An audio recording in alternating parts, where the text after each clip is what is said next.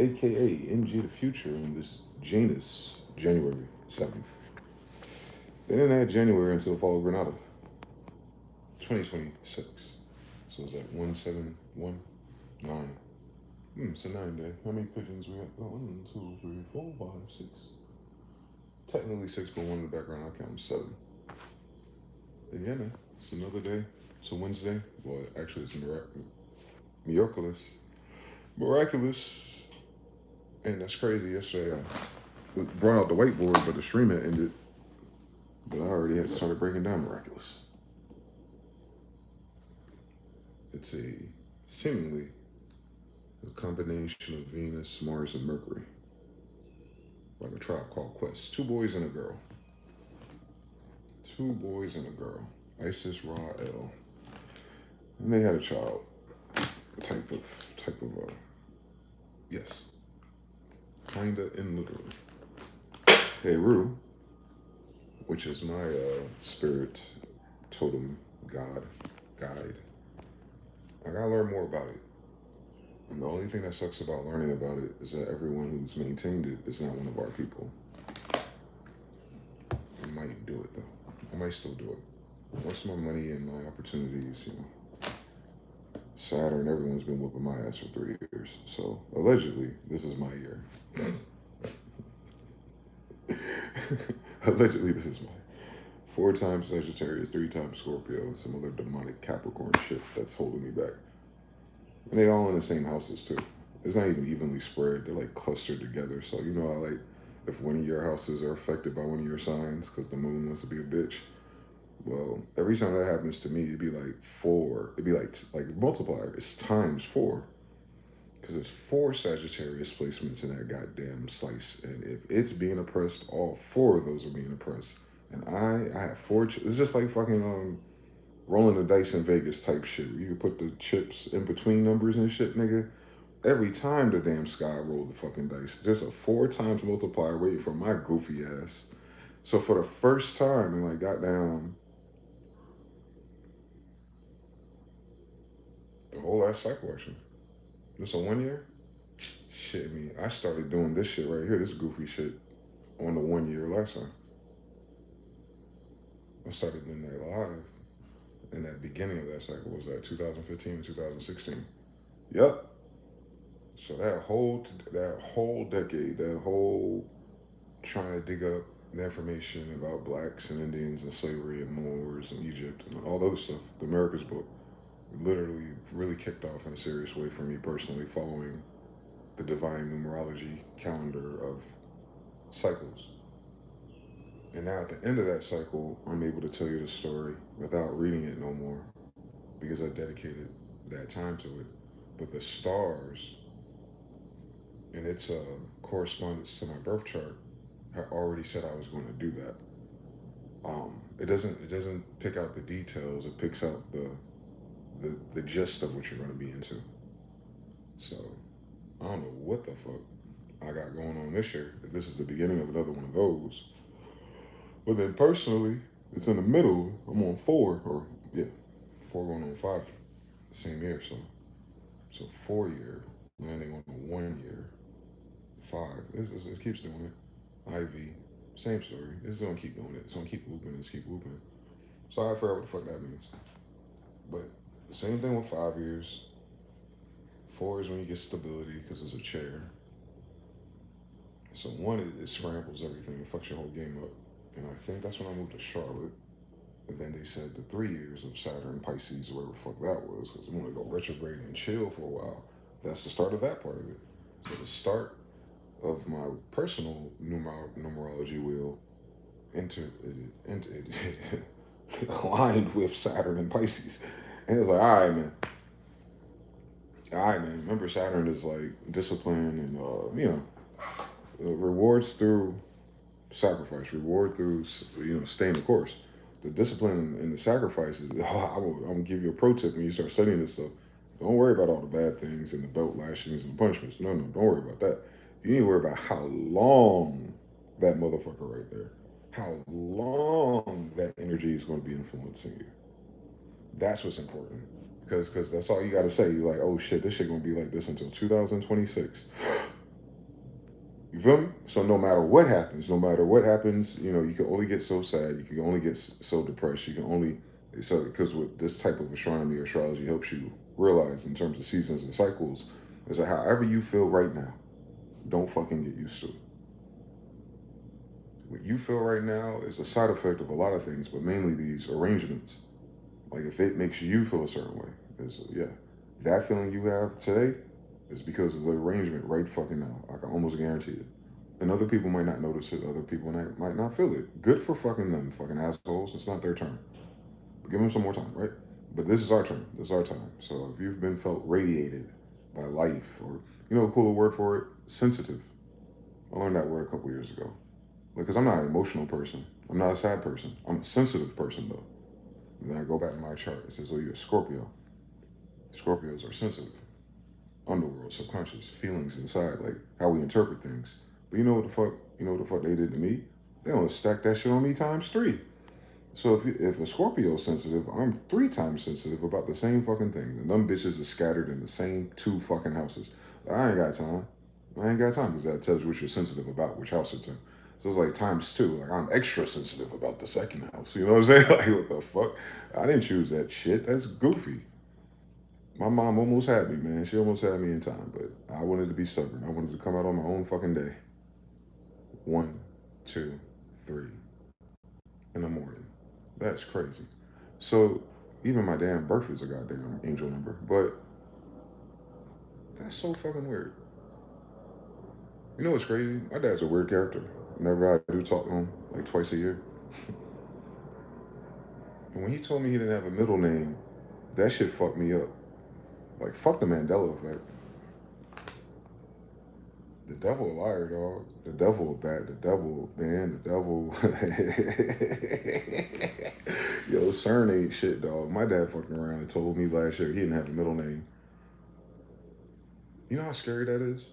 Did I tell this story? I told the story earlier last year. But I want to revisit it, Luke, because it's been about a year. No, actually a little bit under before I can get squeeze that out of him about being the bloodline of Jesus too. And he already knew. How the fuck you know that? Anyway, I'll never get these answers. My dad's that type of narcissist. He was raised by those type of narcissists. He's from that paradigm. Those experiments, those projects, Queens, all of it. Yeah. That's why New Yorkers are like that. It's what they injected them with. I'm almost certain now. But whatever the case may be, I'd asked him something. I gotta pause the tape real quick. My whole life, I have been Dwayne Desan Smith Jr. Problem is, if my dad doesn't have a middle name, I'm not a junior. And I'm just talking about following the laws, like the rules.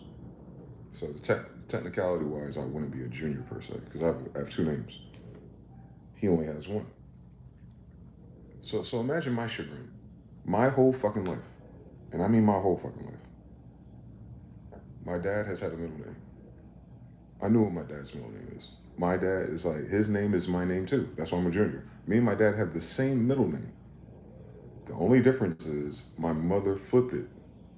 This has been the story. This has been the gnosis. Maybe it's not the story. Maybe no one told me that story, but this has been the awareness for 39 years in a row, like nonstop, I recall, and I know how memory is, taking my dad's social security card when I was a kid. The first social security card I saw had my name on it, but it was his. And the first thing I noticed is that his name is spelled different. Bro, I read his name. Like, hold on, let's slow down real quick. Let's slow this shit down. This shit's scary. This shit's spookier than a motherfucker. Like, this the spookiest shit ever in human history. Because I don't know how to get into that, like,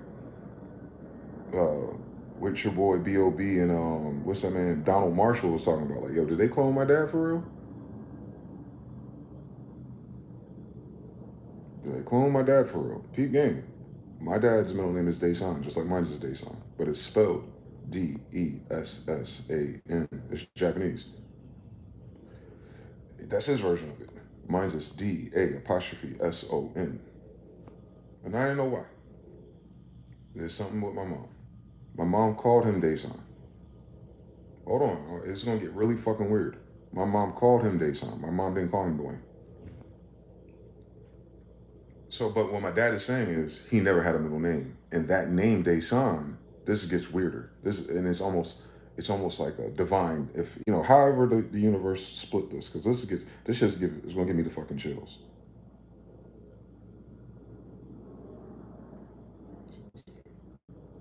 So pause. Daesan had a baby with Sonya, and Sonya named the son Daesan, but put SO in there for Sonya. So my name is Daesan plus Sonya, and it's the same word, Daesan. You know what I'm saying? You take Daesan, and you take Sonya, you get the same word, Daesan, all over again, right? So that's what my mom did. My mom's on some shit. She's doing that Bobby little baby Genghis Khan outfit, and she died doing that. So divine, right?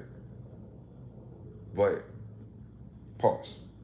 I'm talking to my dad's brother, his little brother. They got split when they got adopted for a little while. The father took one, the mother took the others. My dad's brother got taken by his father.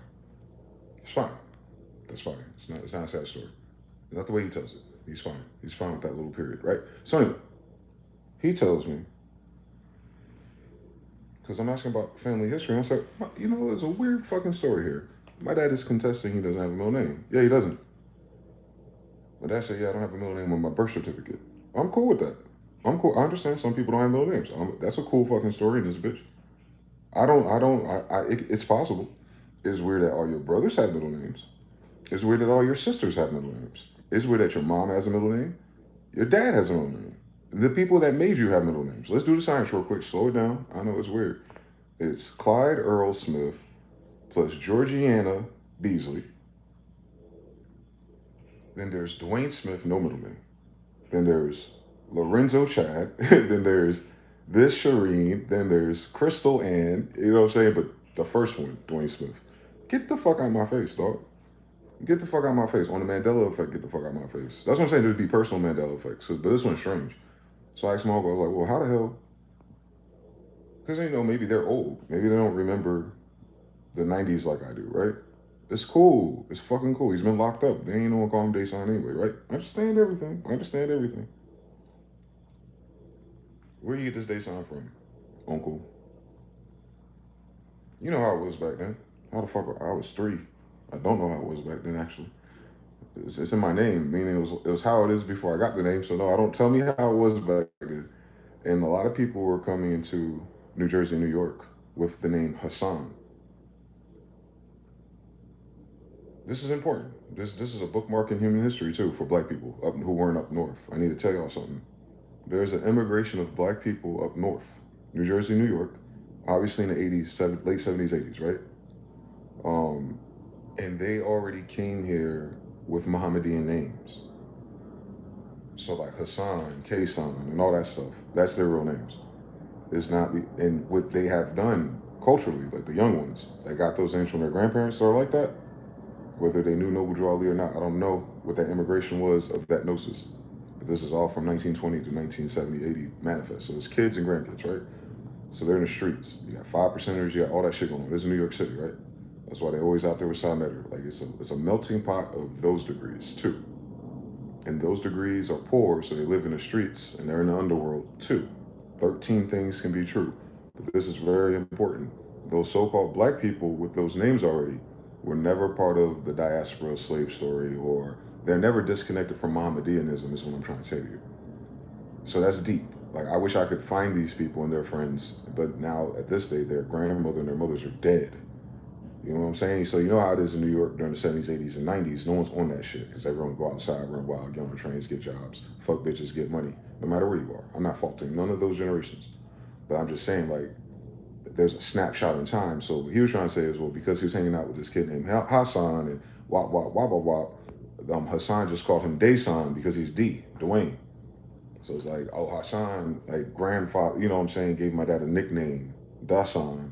And, you know, we just rolled with it until the time he met my mother.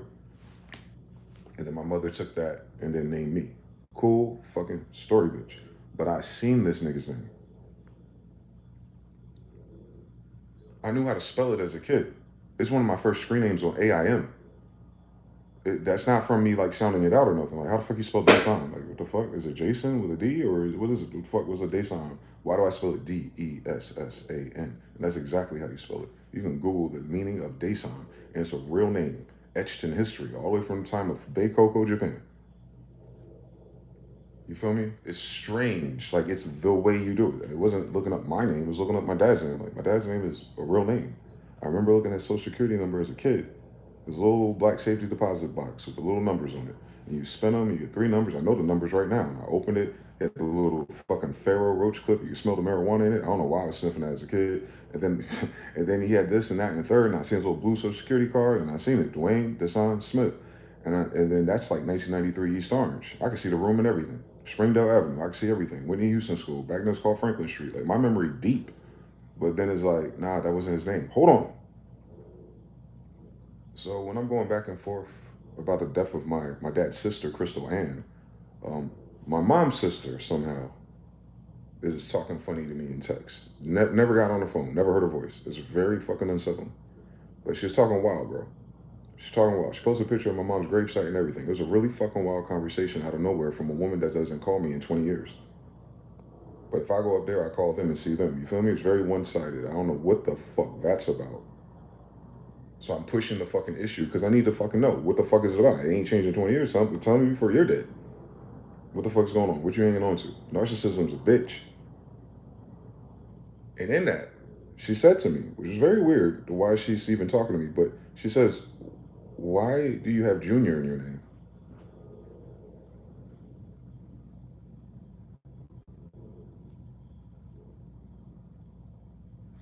I'm not about to do this right now, Nikki. What the fuck do you mean, why the fuck I have Junior in my name? Like, why are we even talking about this? I already know the answer. Sidestep. I'm sorry, I keep pausing this story because it's how deep and evil it is. Sidestep. The reason why that's weird is because my dad's wife, who refuses to get a divorce from him, is talking shit to me. She's talking shit to me, saying my aunt, my mom's sister, right, is doing something. I don't know. I think it's about the inheritance. This is why this shit's evil. It's gonna piss me off again. I'm not in on that though. I understand everything. I'm the odd man out, but I'm very bright and psychic. So I follow back. I was like, oh, she's looking up something for this stupid bitch, and they're plotting and corroborating some type of shit. And this is why their narrative is I'm experiencing cognitive dissonance without it being triggering. I'm just asking a question, I don't get the answer. I'm trying to get on the phone and no one's answering. Then I'm pushing the issue about, okay, so if you're not going to answer the fucking phone, this is what I need to know. Take your time responding to this fucking paragraph. You can literally wait, type, wait. You can record your voice. You can send me the answer to the question. How come you didn't answer the fucking question? Why are we going back and forth? And where the fuck are you in your little fucking investigation process where you're trying to figure out why my name has Junior in it? Stop the tape. My mom's sister is asking her sister's only child, me, why is he a junior? My father,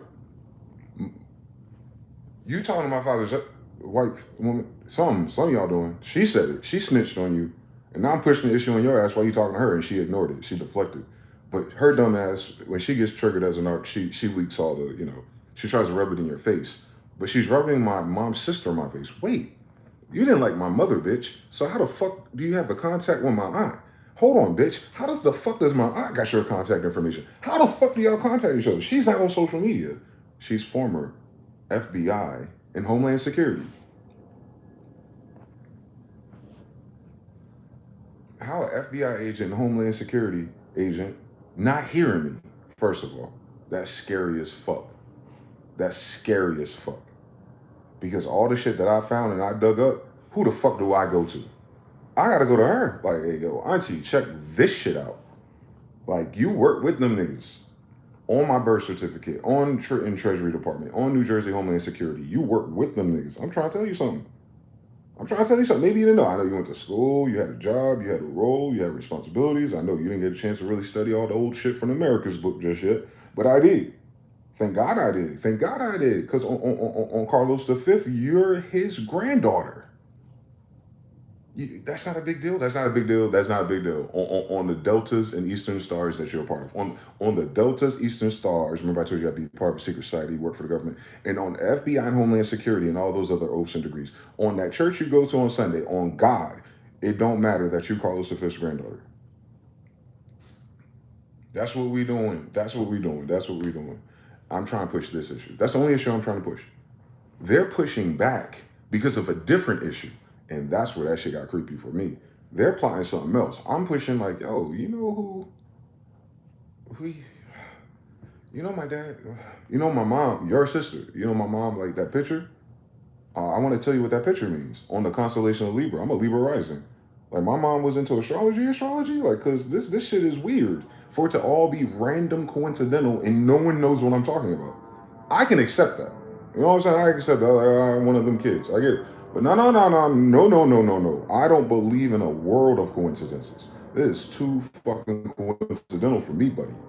I just want to talk to somebody about it. You would think that me, the only child, an orphan, no parents outside on a chessboard, could talk to their family about family stuff. At the very least. Now, I got a lot of resistance and pushback because of the timing of my hot crystal stuff and whatever she was connected to and whatever she found out. That's how the story starts. That's why I moved back to North Carolina, her briefcase. That's how I ran into her son. We talked every day. I haven't talked to him since. It's a very strange story. Very fucking strange story. So my dad doesn't have a middle name. My aunt is asking me why I'm a junior if he doesn't have a middle name. Because so then she straightened it out for me. Miss Homeland Security and FBI confirmed the rule for me. Your dad doesn't have a middle name. So why are you junior? Despite the fact that she called me Dwayne Jr. my whole fucking childhood. Let's just get this clear. Let's get that shit clear. She's never called me anything. She's never called me DJ or none of my little hood nicknames because she's not from that demographic, apparently, by the sounds of it, right? No, she's not. My mom's sister, and my mom wasn't either. That's how weird this fucking story is. I had a fucking grand tour around niggas my whole life, and that is not how my story was set up to begin with. But thank God, right? Just like Jesus or somebody. So I go, all right, Auntie, you bugging me the fuck out. You either call me Little Dwayne or Dwayne Jr. I don't know any other name. I don't hear your voice in any of my other goddamn names. So y'all the same age. Y'all took the same vaccines. Y'all both got the mRNA, didn't you? Y'all both did. Okay, all right. Maybe there's something there. Hold on. I'm going to keep investigating this inquiry. So my uncle, who you used to fuck with, remembers that my dad got his name at the time he met your sister, Desan. You know my middle name, Desan. You know my middle name, Desan, the son, because I'm the son of Sonia. You know why Sonia picked that name? Not for her. She's not that narcissistic as you are, apparently. The son of Sonya took Dason and made it Dason. And it's like beautiful. That's fucking beautiful. She's so fucking romantic.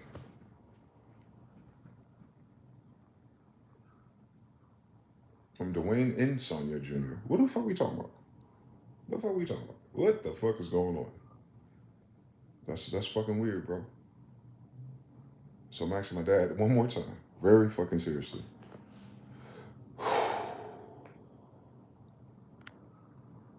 Where did you get that middle name from? Oh, it's not your. You know how people get like technical? No, that's not my middle name. That's the name they call me. Bitch. The reference point is my middle name. Why are we being goofy? Where did you get Desan from? Like, it's very fucking important. Your son is named after that. Your son. Because my mom named it, but you were there with her, right? You were there in the hospital with her when that happened. You, my mom, and my grandmother were there when you picked the middle name. All of y'all together had to look at it. All y'all together had to look at it. All y'all had together. All three of y'all was there. And you don't remember how you got the name. That's a weird fucking story, bro. Because of what the name is.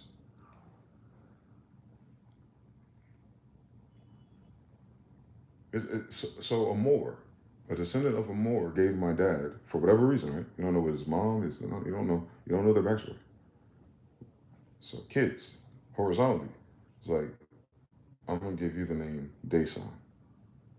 My dad ran with it and gave it to his son. Allegedly, the end. Like, that's the only reason why it exists, right? It's not inherited that way. However, that's exactly who I am. I am Dason. I am what that name means. You know what I'm saying? Like, ah, man, maybe his family had the Noble Draw League degrees, and maybe his family recognized the pedigree, and, I don't know why they were soft shoeing shit in the 60s and 70s. I don't know. Especially in the Northeast. There's a lot of secret, Mohammedan mystics. You call them black people. But back then they wore turbans. The whole time prior to. They're wearing turbans until. Mm-hmm. Those kids. I don't know their stories. I wish I did. Like if you look at Noble Drew Ali's more simple science picture and you see all those people in the different garbs, you just study their faces. Some are short too. You just study their facial features and their eyes and stuff. And they got grandkids out here, you know. And you'd be wondering like your family and pedigree studied all this stuff. Where did y'all take it personally? Where did y'all take it within your family? Where did y'all get where did y'all get stuck at maybe? You know what I'm saying? I don't know what the questions are. I don't know them. And it's sad. It's a travesty. It's a travesty. It's a travesty. So yeah, the guy who knows he's the bloodline of Jesus is trying to figure out someone gave him the name Isa.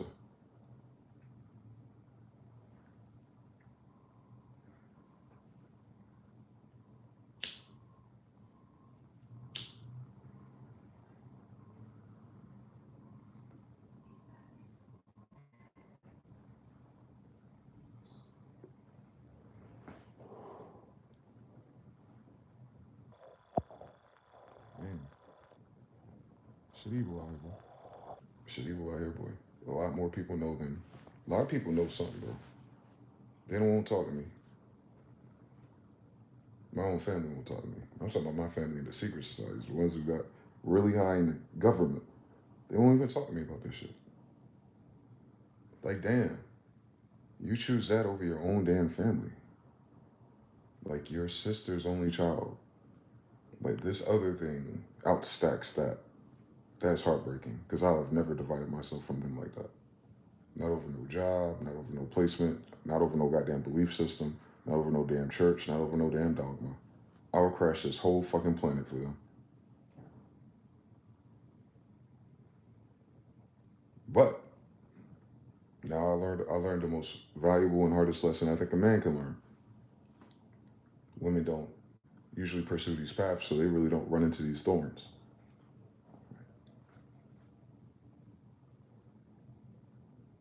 But yeah, man, you try and be a man and do the right thing for your family, for your bloodline, for your generational curses. It be your own people that give you all of the resistance. So, in order to be a man, you would literally have to leave Galilee. And I'm telling you, bro, that Bible. So whoever wrote it, man, they trying to tell y'all something. They're like, cause my nigga, like that's my life in a nutshell. Like I couldn't get the shit right in my family because my family refuses to see, or you know how God is. The Bible will tell you, well, God hardens their hearts. Yeah, that's what it sounds like. That's a beautiful way of describing this phenomenon. It feels like last year, certain key people that I looked at differently hardened their hearts. And I was like, how's the death of my Aunt Crystal causing these people to have a hardened heart towards me? It's my Aunt Crystal, not my mother Crystal. My mother been dead. My dad been in jail. Like, you know what I'm saying? Nothing changed with me. I've been chilling out here. Yeah, I mean, y'all haven't come to visit me yet. I've noticed something. But I'm chilling. Like, the fuck? I'm making beats so far, smoking black and mild, breakfast of champions. The fuck y'all getting weird for while your heart's hardened? So that's exactly what it is. God hardened their hearts towards me. Hmm. Given the degrees of what I was looking into, and that's the only thing that scares me, is like that didn't happen until I looked into this. How the fuck my dad get the name Baseline? Oh my god.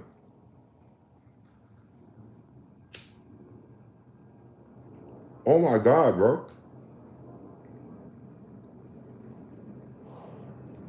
Niggas are getting hardened hearts over me trying to figure out the origins of their grandmother and the or meaning of my middle name.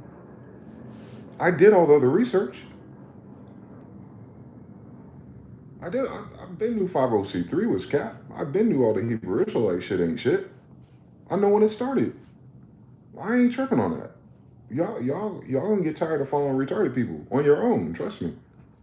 Trust me. Y'all get tired of it. I ain't gotta prove nothing to you. I ain't gotta try to pull you away. I ain't trying to read your Bible for you. But I'm gonna tell you one goddamn thing. I am King John's direct grandson. And I think that'd be kind of fucking important since all you motherfuckers go to church on Sunday with King John's Bible. That's all I wanted to say to him. Like, if it was gonna go there, like, I wasn't going there. But I was prepared to go there if, like, their cognitive dissonance is rooted in the lie of their denomination, your denomination, no matter what the fuck you believe in, come from, and whatever fucking shit you join or oath you take, bitch, using my dad's Bible. Let's start there. How the fuck you get that? And can't nobody alive account for that. They don't try to keep pretending the shit they doing. I know. And hence, dummy mission. I ain't that's why I'm not on that dummy mission. Let these motherfuckers believe what they fucking want to believe. They gonna die either way they do it. Anyway, back to what I was asking. Yo, y'all know who I am, right? Yo, family, y'all know who I am. That's why y'all being weird with me, right? Y'all playing this book out, the book that my dad wrote. Y'all playing this shit out bar for bar too. So if it's my dad's book, you my dad's family. So my dad's family and my dad's family book is about how my other dad's families did the same shit y'all niggas doing. But y'all read that book every Sunday. Cut it the fuck out. Yeah, so that reprobate mind and that heart and heart thing that you hear the rumors about in that book, Bible, absolutely true. I seen it in real life.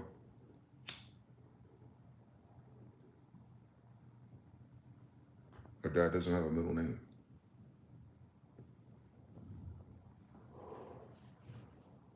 I've been Dwayne Jr. for no reason.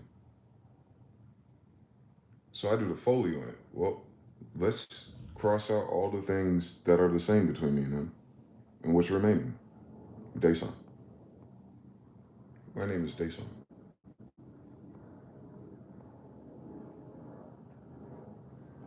I get it. It's Japanese.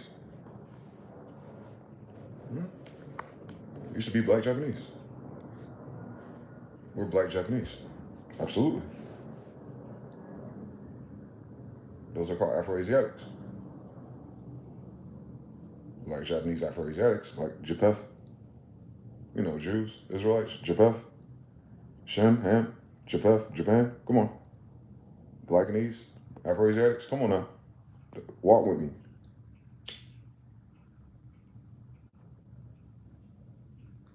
So I'm largely Hmpf.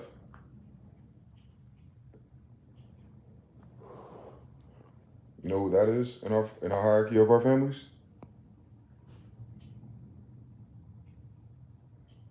Yeah. That's what I was trying to tell them, y'all. But they still have oaths with the white federal government. Like, I come from a family of modern sellouts. I don't have to imagine the 60s. I don't have to imagine the Civil War. My family is sellouts now. I'm the bloodline of Jesus. And they know it. Because they are too.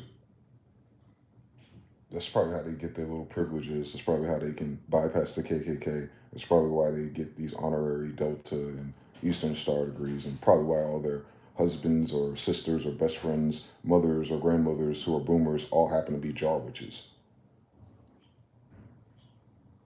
Don't talk about it. No. It's family secrets. It's not a family secret. How's it a family secret? Family secrets in our family is like the shit that you acknowledge but no one talks about. It's not like, shh, this is a secret. It's more like, we don't talk about it. Yeah, so it's a weird polarity. Be careful if you have that phenomenon in your family. Your family secret is not even a known secret. It's the fact that something happened that people know about and they're not talking about it. There's always some type of abusive weird shit. You're always looking for the weird uncle or the weird grandfather. My family probably has plenty of those, but that's not even what the secret is. The secret is, why is there have and have nots in the same family unit if they all have the same goddamn grandfather? And you start going into that. You're like, all right, how come this one's associated with the mob and shit? All right, and how come the ones who associate with the mob and shit, how come they left the ones in South Carolina there? And how come when I talk to the ones in South Carolina and fucking Facebook, they have no idea what the fuck I'm talking about? Bro, cuz your mother is my grandmother's sister, and you don't know what happened to them or my family? The fuck they teach y'all? Well, y'all was adopted too by your other aunt, and y'all went the other way. I get it. It happens to the best of us, but no family reunions. Like, we waited till like DNA and Ancestry.com and shit and Facebook to come along. They're like, hey, cuz, how you doing, man? Yeah. And then they get sending me pictures that my grandmother had. I'm like, how the fuck you, hold on, you got her copy. They know their sisters. They probably had copies of pictures, but you got the same picture I got. They don't even talk about you. But you got the same picture, dog. You got the same picture. You got the same picture. Oh, you're part of the Hamiltons and Alexanders. Ooh. I know y'all history, so he doing ancestry.com. He trying to figure something out. I was like, you still think these niggas white? Oh, you hitting the roadblock because it can't be the white guys. Nah, nigga, they're not white guys. The country is ran by Moors, so you gotta adjust for inflation of history. But anyway, all right, cuz I'll talk to you later. I called all of them. I called Bobby. I called Bobby. Bobby important. That's Lucky Lefty's brother. I called Lucky Lefty's brother. Mm-hmm. Didn't I? Didn't I? He dying of cancer. What the fuck is going on, God? You gonna tell me he in the military and his favorite place is San Francisco? I don't know no nigga in my family that go to California. I don't know no nigga in my family who even visit this nigga and his other. I'm sure he got another family in California. Like, how come we don't know these people? I'm talking to him as he's dying, and I'm thinking about going to California. Can you imagine the story? And he's been to California. He has a house in California. He has a house in New Jersey because when his sister and his mother used to be alive, he used to come back and visit them. You know how Indians are. He'd stay 3 months, 6 months, and then go back. He's old. I met him when he's in his 50s, so he's been doing that since his 50s. So he's like, he don't even want to talk about the family history. You motherfuckers. You're literally dying, nigga. You're fucking dying. You didn't even tell me you're dying. I had to deduce it later. You on fucking chemotherapy talking to me. Talking about, do I remember you? Nigga, I'm calling you because I remember you. How the fuck you think? Don't play this canned response Fallout 3 response with me. Do I remember you when I was a kid? Nigga, I called you. You've never called me. How the fuck you think we're on this phone call if I didn't remember you? It's so pissy, dog. Because I couldn't curse him out because he dying. I couldn't curse none of the people who are dying out, man.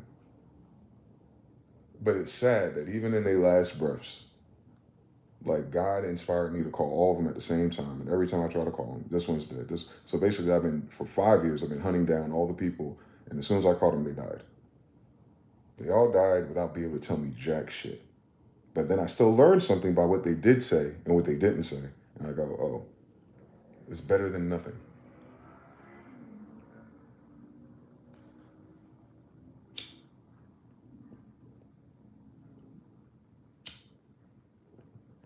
And I imagine everybody else's family probably has a very similar phenomenon.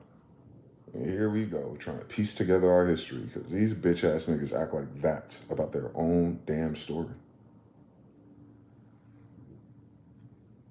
No libraries, no white people, no KKK. Whatever things they did back in the day, whatever their oaths, whatever mafias, whatever you want to call it, I don't know what it's called for them because they didn't tell us nothing. But whatever that shit is. And then all the other shit I'm sure I'm not even thinking about they were into that they're probably thinking that we're trying to sniff out. All the other secret shit, like all the, not so good things they did, and who they did it with. Like, fuck all that. Who are we, bitch? And we talking about who we is. Fuck, nigga, I don't give a fuck about how you got $100,000 over there at that time. Nigga, nobody care. I ain't asking you for money. What I'm asking you for is more valuable than fiat. Because whatever the fuck you want to tell me, I want to tell my kids. You dumb bitch. I want to tell my kids that. Like, this ain't about that. This ain't that. I ain't get no fucking privileges or benefits. I just know how fucking 40 years of my life has been fucking hell because y'all didn't pass down our history and I gotta go to school with these damn demons. So now, if I have children or influence over anyone, I'm gonna give them their fucking story first, and then they're gonna use their fucking brilliance and do the fucking law of deduction and find out what's comfortable for them to navigate through. Let's give them something. Like, oh yeah, it's very important to know you're the bloodline of Jesus at least. So if you're dealing with religious zealots and Christians and books and Bibles, you just know like that's some other kind of psychosis. They ain't got shit to do with y'all. Y'all niggas in that book. Y'all that book about y'all, that's about your grandfather. Don't let nobody take that shit from you. Come on now. He Afro-Asiatic, boy. He Judah. Yeah, on Hmpf. Know that. He would have to be black and East. Black and East. Not African, not an Israelite with dreads. No, he's black and East. He's black and East. Absolutely. I'm black and East. Absolutely. We're the emperors. We're that empire that doesn't exist in Asia no more. That's ours. That empire don't exist in Europe no more. That's ours. That empire that don't exist in Americas no more. That's ours. It's all black and East. That's why there's so many Asians there. We are Afro-Asiatics. That's what I mean when I say I'm not African. That's what a Chinese person says when they're not Korean. Like, you understand? Like, that's what a Japanese person say. A modern, whatever pedigree that is in Japan today, they'll say that they're not Chinese. They're not. I'm not African. I'm not. Jesus ain't either. He's not. He's Afro-Asiatic. Blackanese. Trapanese. You'll start to see the whole thing play out in front of you.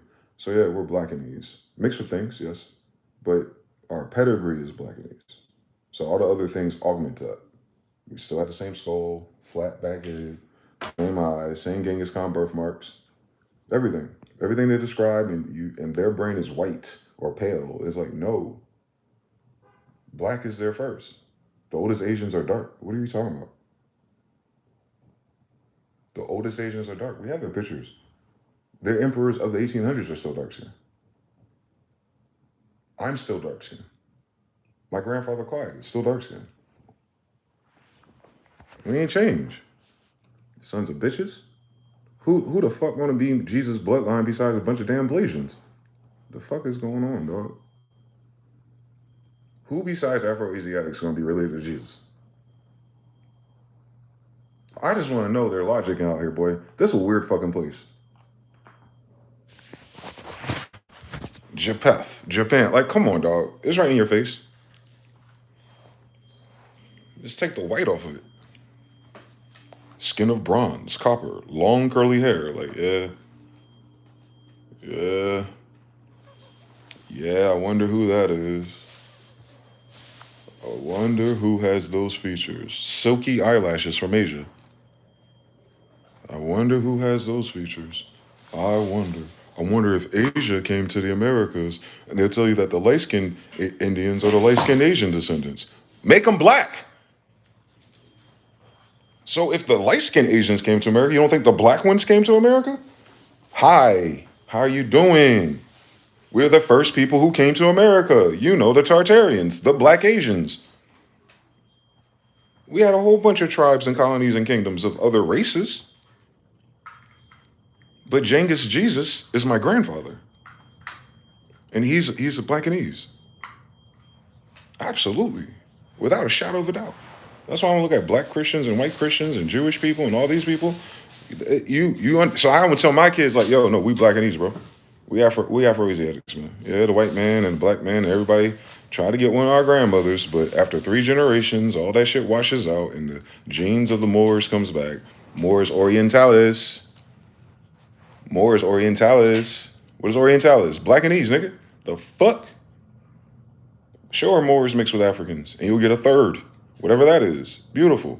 But if it's more dominant, old blood dominant, non-monkey dominant, it's gonna turn right back in us. Every fucking time, boss. Every time. It don't miss. It's a king's gene. But we're not talking about kings of things. We're talking about kings of genetics.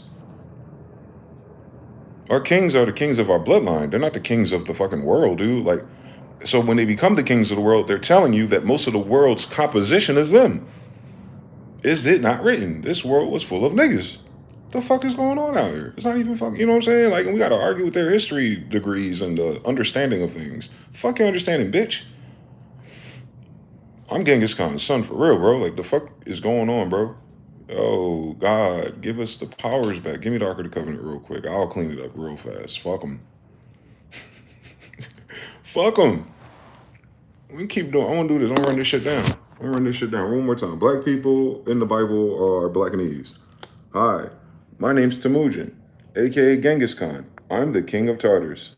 I'm a black guy with 2 braids. You see the silky beard I have? You see those thick ass eyebrows I have? You see those high ass cheekbones I am? Yeah, the people that are erasing my history live in China, Mongolia, and Russia today. Where am I? Look how I'm dressed. What culture is that? Where am I? I'm a black guy. Look at his nose. Look at his nose. Look at that part of his chin that's connected right there. Look how his mustache is connected. Hold up. Same story, bitch. That's my grandfather. That's not a black, Japanese, Chinese, random guy. That's my dad. That's my face. That's my face from 14, 15 generations ago. That's my dad. That's my dad. The king of Russia, Mongolia, and all of that is my dad. He sent his son to America. That's my dad. Hakata Khan is John Smith. I'm Dwayne Smith. So John Smith is his son. That's my dad. That's what Jews are. Hmpf, Afro-Asiatics, Judah. Like, we're nothing else. It's not about who's the president and who has the bank. No, wait. Slow down. That's my dad. That's my dad. So the whole story is a different story then. That's what I'm here to get straight. Let's get the story straight. Y'all took whatever y'all took, killed whoever y'all killed, y'all got whatever you got. Cool fucking story, bitch. But let me tell you what the story is not. Jesus is nothing but him. Genghis is Jesus. It's the same fucking word in a different language. There's no J in Hebrew. So add a Y to it. You get Yang, is. Like Yang and Isis had a kid, him, Temujin. Half man, half amazing. On Mary. That's his story. He's from Azareth. White people stole it, remixed it, add a character, Nazareth. They did that with everything they stole too, didn't they? This goes to this. Add a letter here, change a letter here. Very uninspiring. They took the loop and added a break to it. Anyway, this is the loop they took. Afro-Asiatics, Jews. So when you think about ancient Asia, it's black. We're the ancient Asians. I'm black.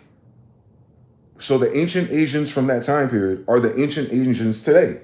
Our difference is we mix with everything else that ain't ancient Asian no more. Can you fucking imagine how everyone else reading the story that aren't ancient Asians are reading about the ancient Asians that are black, talking to ancient Asian kids that are still black? Can you imagine? Like, oh shit, damn, that's crazy. You turned me into an African.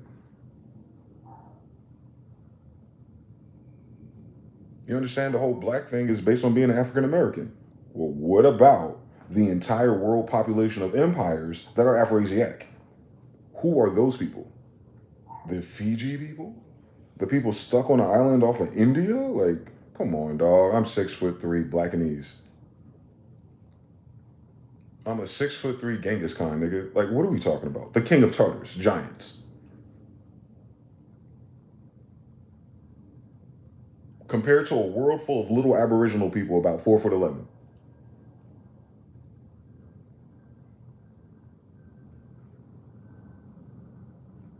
You can see how short those people are when the photograph come up? My uncle's 6'6". Look at Mark Henry. He said he got an uncle that was like 500 pounds. We're huge, bro.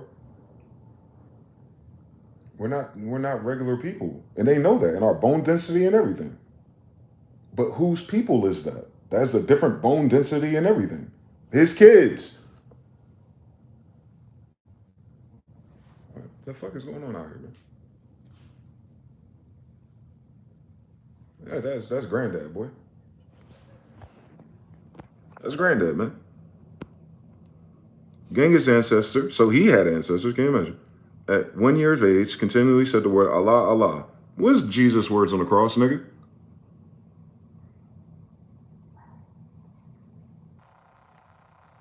Come on now. So Oghuz Khan is another grandfather of mine. And his first words are Allah. So where the word Allah come from, Muslim? Where the word Allah come from, Saudi Arabian? Where the word Allah come from besides my goddamn grandfather? Yet again, if my grandfather is recorded in history of being the first nigga to say some shit like that. What are we talking about?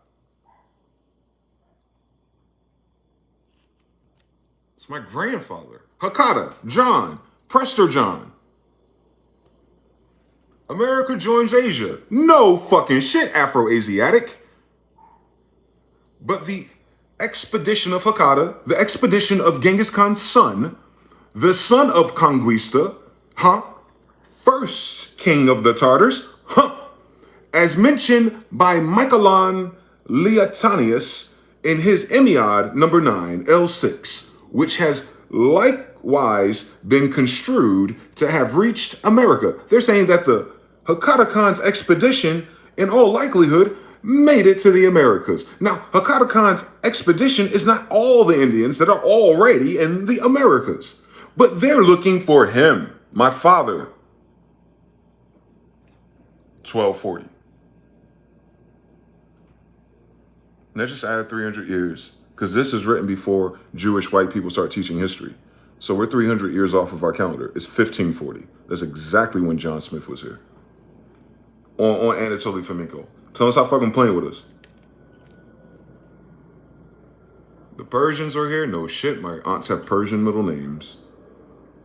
Till the famous Tartarians expedition. So Romans, Indians are here. And other Eastern nations. And lastly, with the Saracens. Isn't that what Dum Diversus Unum Sanctum United States is against? It's in this document that they ain't right. This is before they bitch ass got here.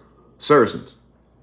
Till the famous Tartarian expedition under Zhang Gis Chan, Jesus, this whole country swam in the blood of its natives at this period of the Grecian Wars. So the Greeks are here, Indians are here, Roman Indians are here, Tartarians are here, Persians are here. And my grandfather cleaned it all up. Hi, I'm the descendant of everyone they just fucking mentioned because we're the royals. So when we take their daughters, make them our wives, and have another child, it's both of the empires. We're not giving that shit to strangers.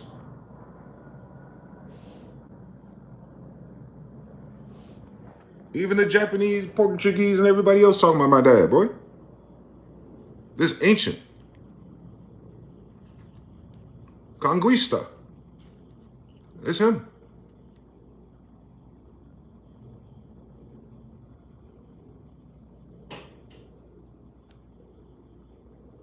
Temujin today exists only in the Daur dialect of Mongol. Specifically, it means mother's older brother. More generally, however, a use of anyone who seems older than one's parents or is more than 50 years old in the sense of elder or senior. Temujin was born on the 16th day of the first month of the summer, the fourth lunar month, on the Red Circle Day. Check out Murakami 1970-1976. So they're talking about the suffix of Uje. All about the Turks, all about the Ottomans, the Blue Turks.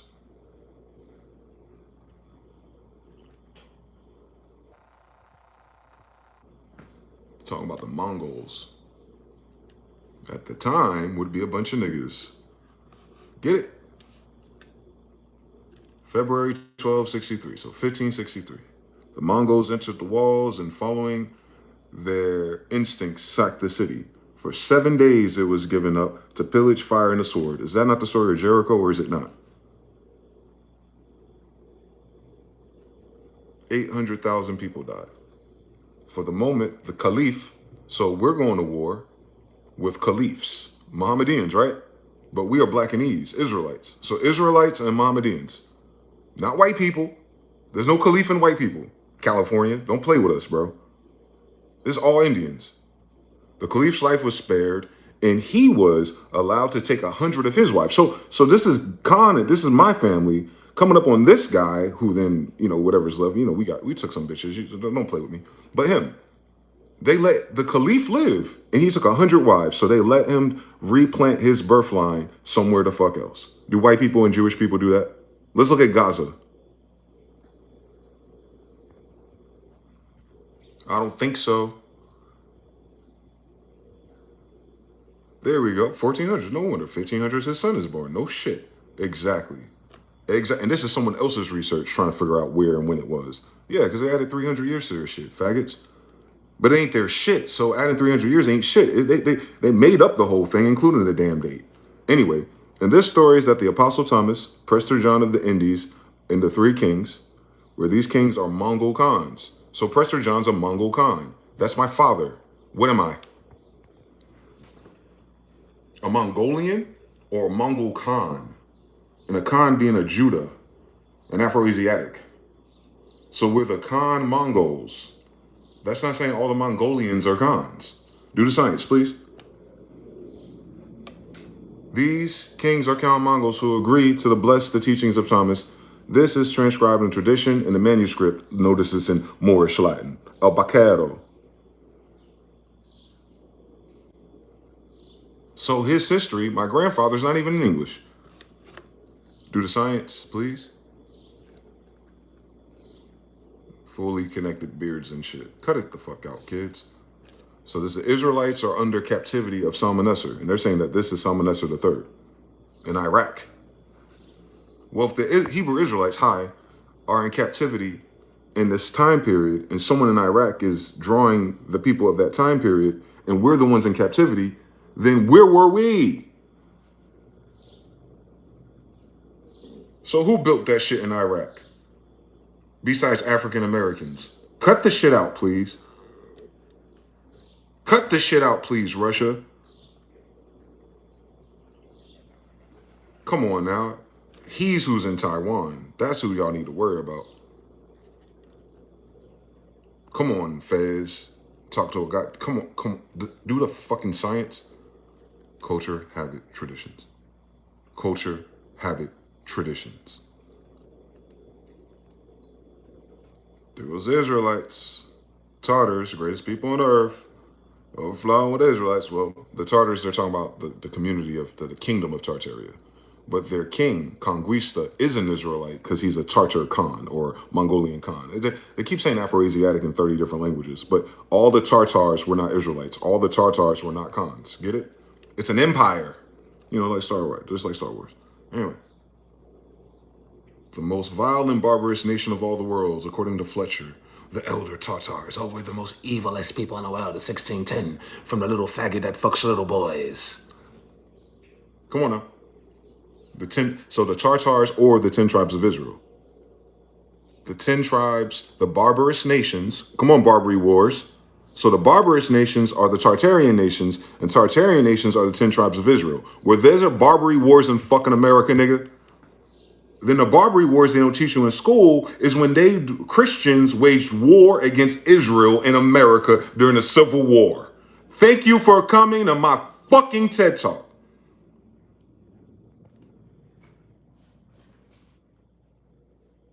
You get what I'm angry about? That these pussies can't even tell the truth about what they did.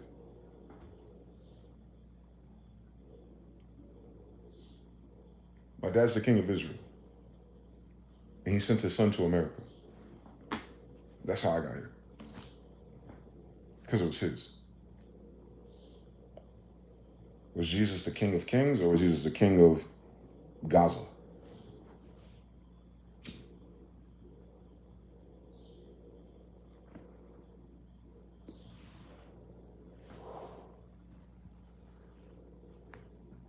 Y'all never had your fucking fingers in our fucking Bible. We didn't do that with our Bible. We did that with God. We didn't need a Bible. So fuck what y'all talking about. Are we or are we not the 10 tribes of Israel that come from Tartaria? And if we're not, how the fuck are we here in America? Because I know I am. You kidnapped me from Ghana and Nigeria? Even if you fucking did. What about Israelite you don't understand? Israelite's not where we live. It's who our father is. Israel's Jacob.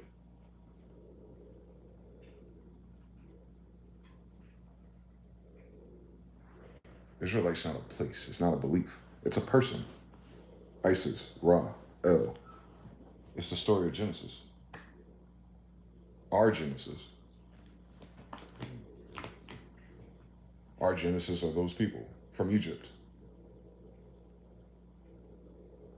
The pharaohs of Egypt. Imagine, they had kids, and their kids become kings again. Can you imagine? The kings of Egypt had kids, do all types of resets, and they become kings again. What the fuck else would they do? Start a business? The fuck else we want to do? Start a business? Make some fiat with some Jewish bankers and computer systems? You think that's what our story's about? Getting rich? Look at this shit. You're staring at the king of Israel's kids. And all news today is about Israeli, whoever fuck lately kids. And you at a fucking standstill. Your taxes going up. Your cost of living going up. Everything going to hell rapidly with no relief, no turning back. It can't turn back. 38 trillion is why it can't turn back. It can't turn back until they pay that off. You know, the 14 trillion tariffs that didn't pay it off, and the 1 trillion of silver they just stole and didn't pay it off, and all the oil they're about to assume they haven't still paid it off. So that means your shit is cooked no matter the fuck. Especially if they had to hypothecate all those resources to go to another war because they know they just started it. Over Israel. And that's the craziest thing about human fucking history and the wisdom of that Bible. Is it not written? Same story.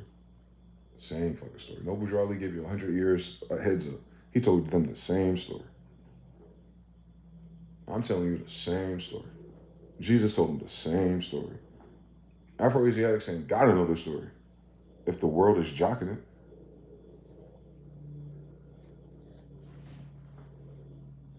That shit evil, dog.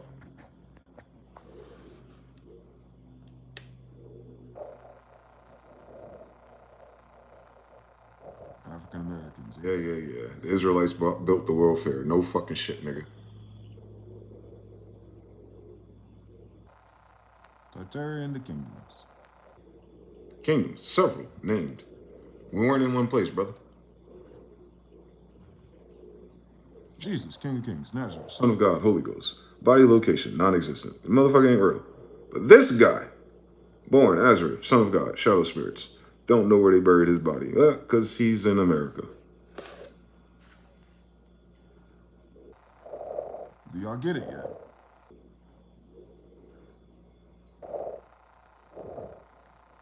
So when I say I'm the bloodline of Jesus, I'm not talking about the white version that's made up. I'm talking about what they're stealing. I'm the grandson of Genghis Khan via Hakata, John Smith, Prester John. They made their religion about my family. So the Vatican, anything with the Bible for real. It's all about how you run the world as Dwayne Smith. The devil is a lie.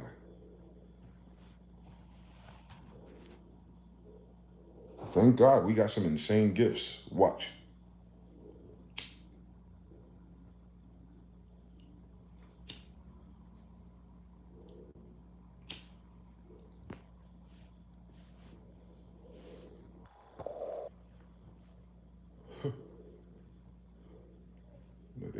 They try to steal everything but Saturn, boy.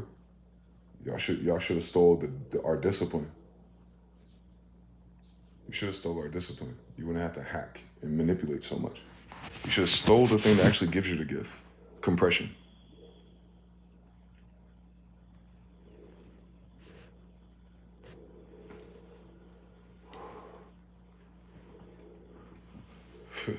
You can't stretch if you're not squeezed, bro. You can't stretch if you're not squeezed, bro. They ain't growing nowhere. They ain't being squeezed enough.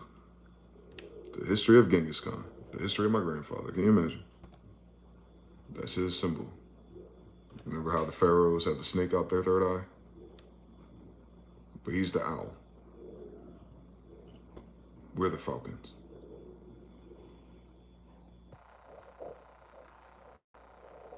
Known to China in its early times. So China knew, or the people of China knew about Persia and all these places. So it's just white people talking about their connections. The rest of the world been connected. Cool fucking story, bitch. Haiti. All these places are in America, by the way. They're just showing you the linguist connections.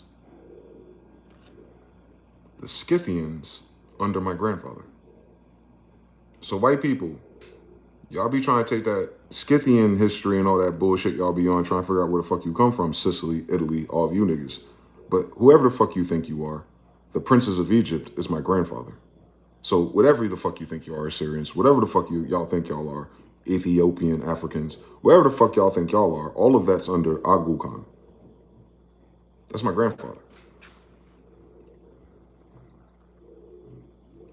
Y'all whole history that y'all trying to steal is about you beefing with my grandfather. Over there right now. And this is in the Bible. Zephaniah, Jeremiah. They are in the time period of Ogun Khan. Ogun, you know, you African, Orisha, dumb witch bitches.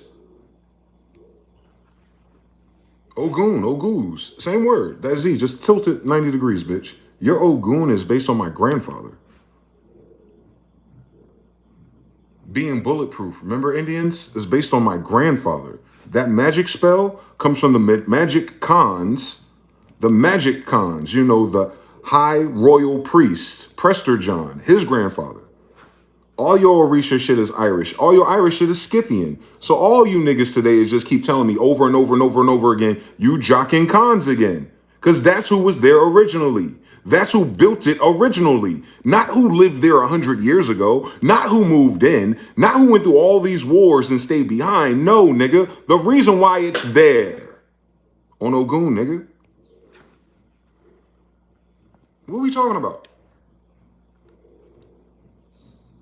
Come on, man. Come on, dog.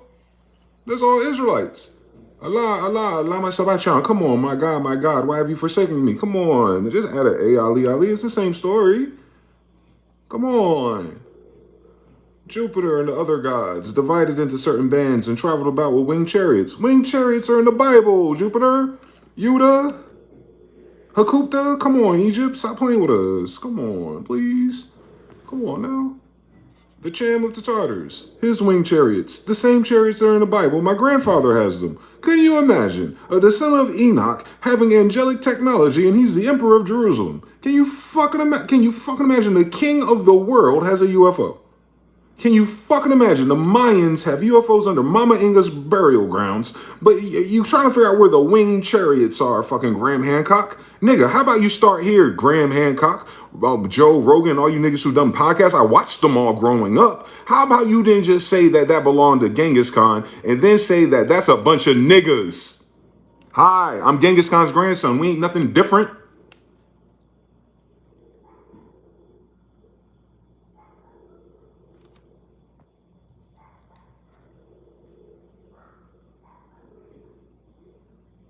And most certain that the Mongols look on this fable as a sacred truth. You know, how like black people look at the fable of the Old Testament as a sacred truth. And that it is held a great miracle amongst them, you know, niggas. And they remain persuaded that God sending his light to, there's a new name, Alan Kua, designed that a prince should be one day born of the descendants of this woman should avenge God on mankind for all the injustice committed by them on earth. So the Mongols are not considering themselves part of mankind. And I said that yesterday. And they believed Genghis to be that prince. For if you had not committed great sins, then your God would have not sent a punishment like me upon you. Jesus. Justice. So due to injustice, justice was sent. That's Jesus, by the way, the prince of the Mongols.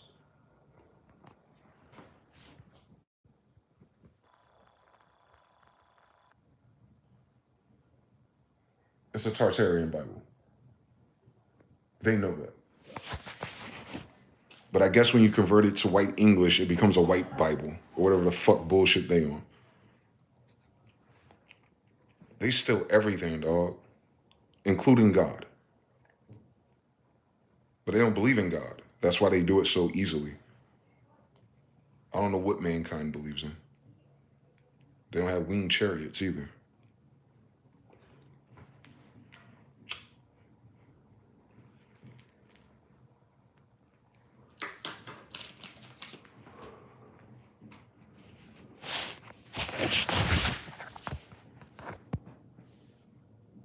How the fuck this person talking in English as doing a survey of Mongols in America?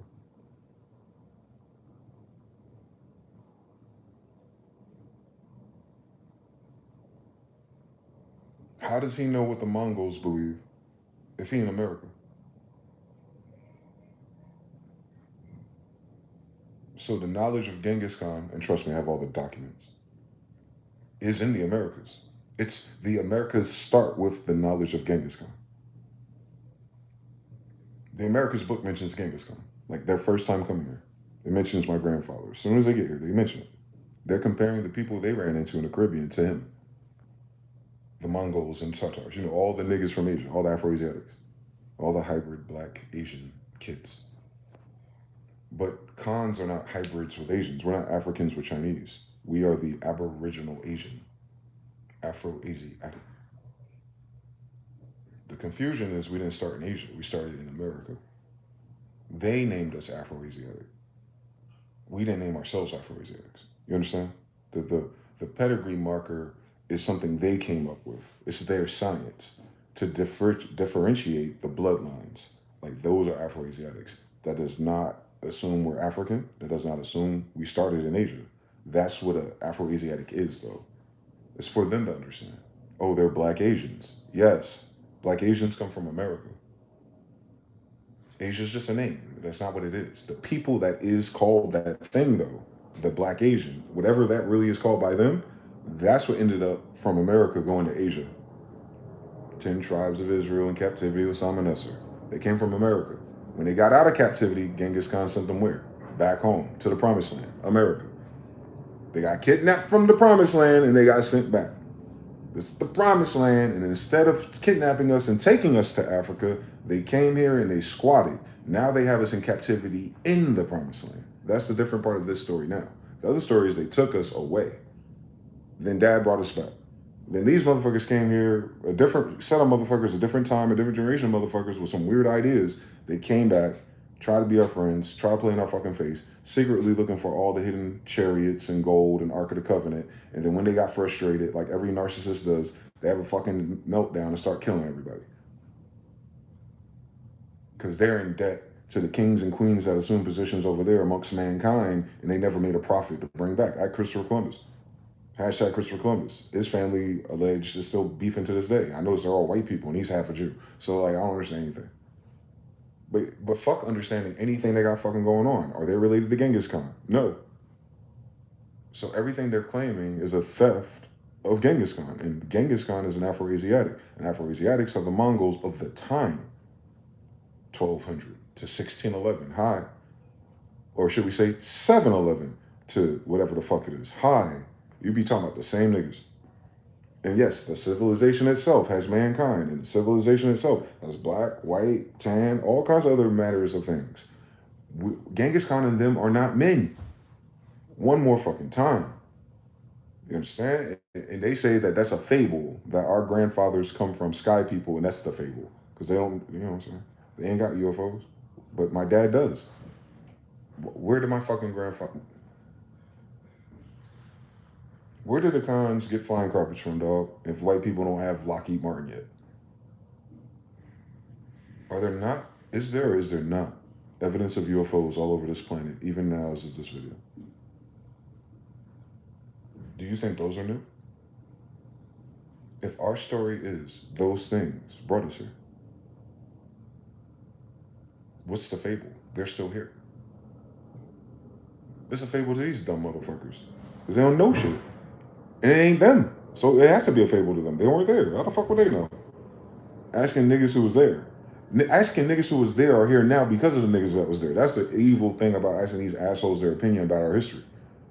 They turn it into a religion. They'll turn it into a business. They'll turn it into a fucking book. They'll turn it into a fucking lecture. They turn it into a fucking podcast. Make millions and billions of dollars, and it don't even fucking matter if it's right or wrong. Either way, these motherfuckers are schizophrenic, just saying shit. Dungeons and Dragons as Stranger Things as kids, at best. At worst, they're doing it on purpose. And it's insulting, and it's disrespectful, it's blasphemous, it's a fucking abomination, if you will. Curses, hills of ashes. And they don't understand that they curse themselves in that dimension. Because how you gonna do Genghis Khan and Solomon without magic? You did Indiana Jones. I could have sworn those are our homes. So you think we don't have those same traps in our writings? These niggas don't understand niggas. Still to this day. So yeah. Yeah. The American history is full of shit. That's not what happened here. Genghis Khan's kids came to America. Remember, it's a new world. It wasn't here before, and there's like guys of Europe and Asia and China. Hold them to it.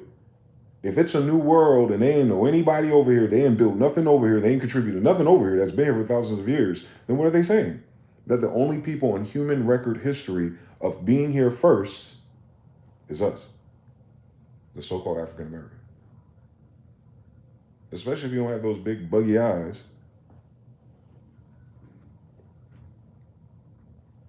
The big buggy eyes ain't ours. We're Afro-Asiatic. It's a different pedigree. So yeah, that's all. That's all. It's real easy. Real easy to see. Everyone's not a black person. Everyone's not an African American. Technically, I'm classified as a Mongolian, but the king of the world version of it. Yeah. Tell him stop playing the game, bro. Come on now. Come on now. When my grandfather out here, when his on gods and them, ain't this all the time period? They talking about 1619 back here with this captain, and then look who we got here. Katakan. See Octagon. Like Otacon? Like Metal Gear Solid? Intel. Scientists? Yeah, same story. Same story. Same story. It's not just in one book. Isn't everybody else's book talking about everybody else? There go my daddy again. Khan meaning what? Mongol. Afro-Asiatic. Hmpf. Them niggas. Hi, how you doing?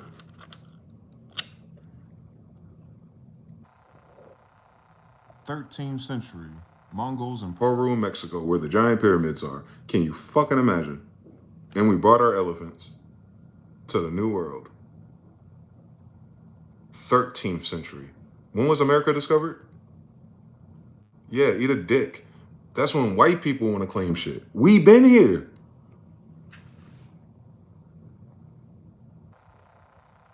They wrote a book about it back then. They wrote a book about it back, nigga, look. What year is that? Look how many writers they got. That's in London they wrote this. Maps, portraits, the Incas, my grandmother, and Montezuma, my grandfather. So in the same breath as a Mongolian, you got the name of my damn family members. Come on, guys. Yo, white people, don't y'all come from England and London or something? Now how the fuck niggas in England and London know that Montezuma, the Incas, Mama Inga, and you know who this is about. You know who's gonna end up in this story, right? Carlos the fucking Fifth.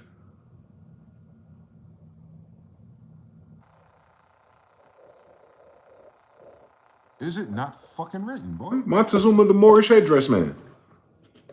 Mama Inga, you seen her? Israelite. Land of giants, land of angels. Inga, niggas, niggas, niggas. Peru and Mexico, about the kings of niggas. A book about Peru and Mexico, but they invoked niggas. Mongols, and they invoked niggas. Do the science, please. From Japan and China. Hi, Blackanese.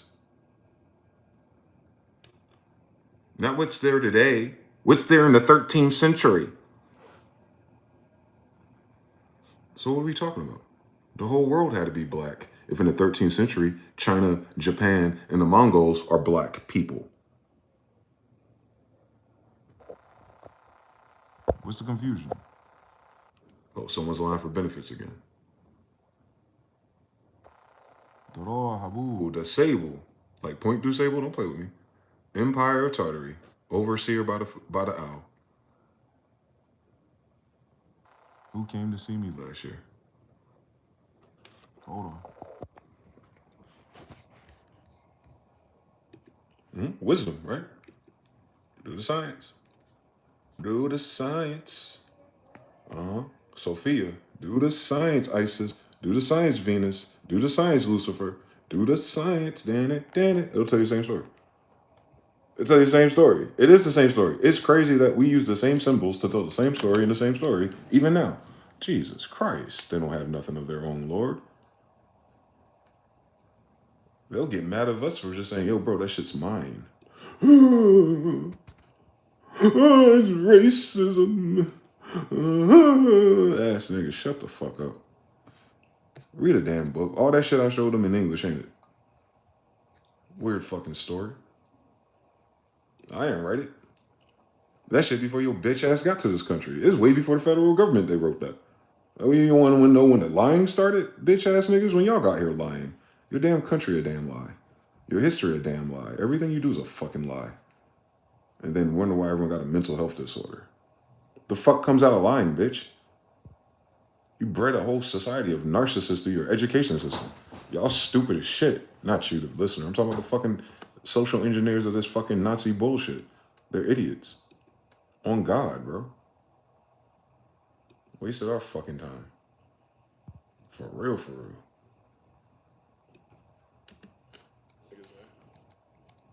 They did.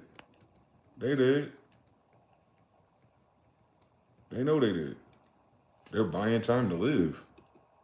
Hope they don't figure it out. Figure what out? That you're a damn liar. Fuck the finding out the truth. Before I find out the truth, you told me you're lying. Like, you a piece of shit. The fuck I need to find out and discover all the shit about me for, bitch? What the fuck you hide it for, dickhead? Fucking dickheads, boy. The fuck wrong? Like, we gotta go beyond the mysteries of what happened after we killed all of you niggas. Like, shut up. You even do that, pussy. Your whole story made up. How the fuck you got African slaves in a land full of Mongolians? Both niggas. Take a look at our faces again. Which ones are from Africa, you dumb bitch? You didn't get no goddamn Asians from West Africa. Shut the fuck up. We're Asians, you dumb bitch. You did not get us from no goddamn Africa. Shut the fuck up. We in Asia longer than the Asians today. Shut the fuck up. We've been in Asia longer than your ass decided to be white, in fact. Shut the fuck up. 13th century. Do the science, please. Tell them to shut the fuck up, boy. They play too much with us. Those who know how to think. What the fuck, nigga? All the empires that are ran by the Khans. Yeah, boy. Yeah. That's what an empire is. All right.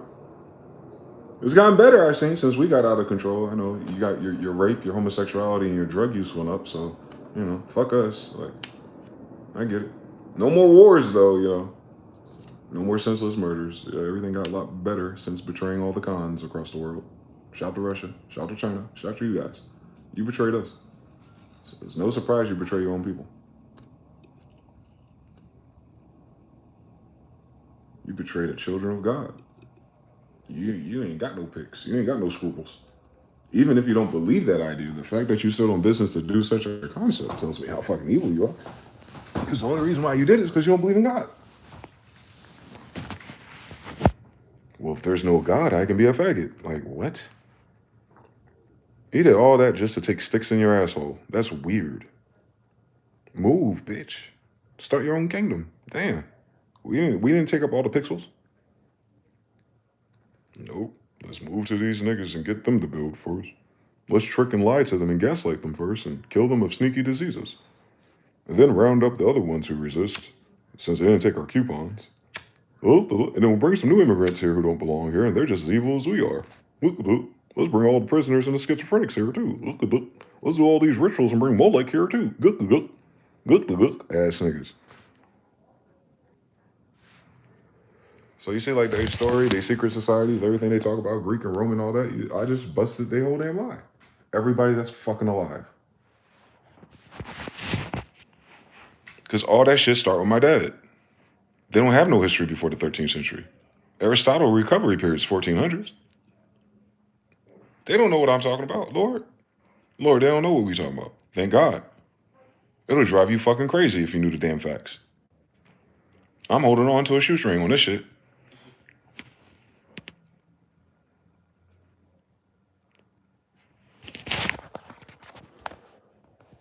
Afroasiatics. It's a whole different type of person. It's genetics. Her mother don't look like that.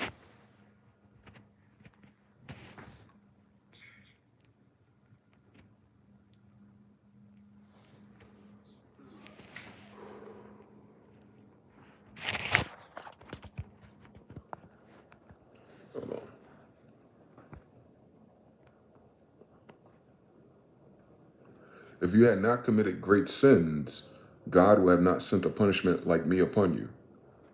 Jesus. Question. Why is he talking about great sins for if that's a concept of the Bible?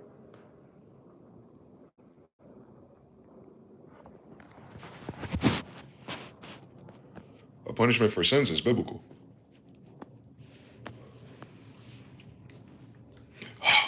All right, and keep going. I'll keep going. I'll keep going. What the world I hear that reference, boy? Ass niggas, man. Shutting, man. They play too much with us, boy. They play too much for me, boy. Hold on. There he is.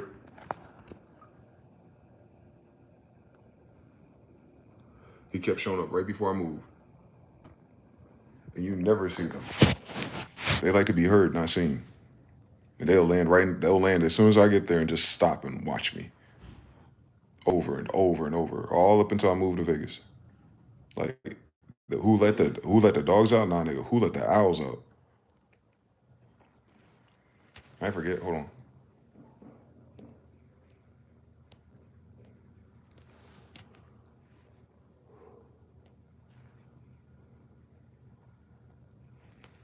He had the black guy that gave me $5 when he got off the bus. That was after that whole demonstration that Taj Tariq did about Masons. When they see one of the indigenous on the land, they have to take everything out of their pockets and give it to them. And this man got off the bus to do that, to get right back onto it.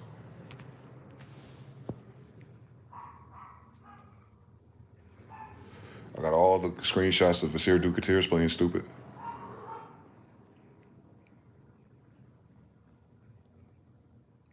I'm still looking for the owl, though. I have all the screenshots, actually. That's crazy.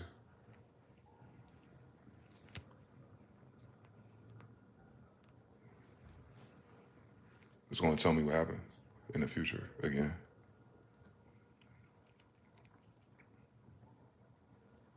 Let's see. Let's see. Getting close. Jupiter 2, Europa, same story. That's funny that this whole thing's about Jupiter. I'm more in Europa, Jupiter 2, where Jupiter has all the stories on this planet. Like, motherfuckers, how do you know it's Europa? Because everyone's talking about Jupiter's chariots of fires that are here. Europa is Jupiter 2. Well, I'm sorry. Jupiter Jr.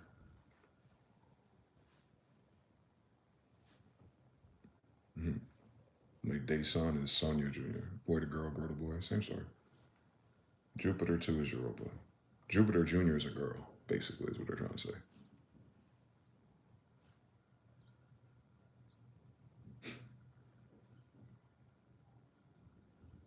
It'd be like that. Sometimes you don't have the son that can step up. You have a daughter, real daughter that step up. Europa. Europeans. Hi. Not because we're from Europe, because we're Europa's grandkids. We're like literally European, like the descent of Europa, not the descent of the land. We're not from this planet. One more time. We are not from this planet. Most of you probably aren't either, which is the funniest thing about saying that hundreds of years later. They acting like y'all, they going to space for the first time. Maybe they are. We're not. Maybe that's why they're trying to do it without us. Little bitch ass pussies. Jealous. For no fucking reason. What are you jealous of? You wasn't here. You're jealous about a history that you weren't here for. Like, what's the jealousy come from? I don't get it. You weren't in human existence on this planet at the time. Count it a blessing. You skipped so many levels of having to actually work and try hard and actually fight. You've been dead already if y'all existed with us. Not fucking with us now. So imagine if.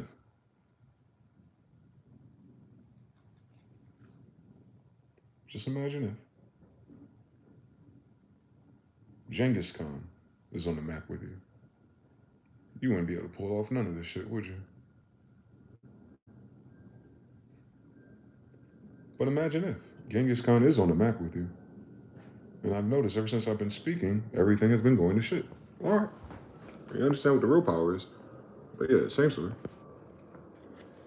Same exact story. Solomon the wise black guy. Well, so far all the kings of Israel are black guys. That's a king of Israel. He's a black guy. That's a king of Israel. He's a black guy. All right.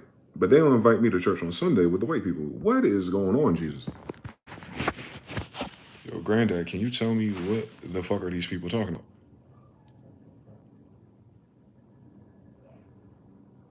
Come on, man. That's how I felt about it last year. Old Mex head on top of a Tesla. You couldn't make that. You couldn't manifest that if you wanted to. But here we go. Here we go. Here we go outside. We talk about it, it happened. It don't happen until we talk about it. I'm gonna figure out that map soon. I know I am. Shout out to Suyin. I have her Discord message about the UFOs in Peru.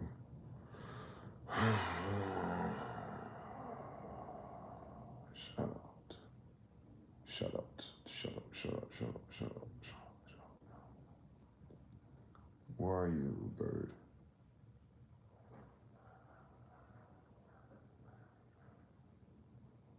Newt.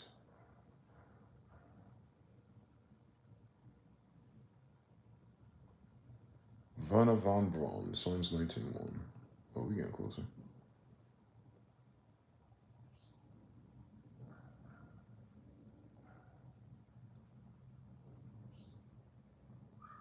Chamgista.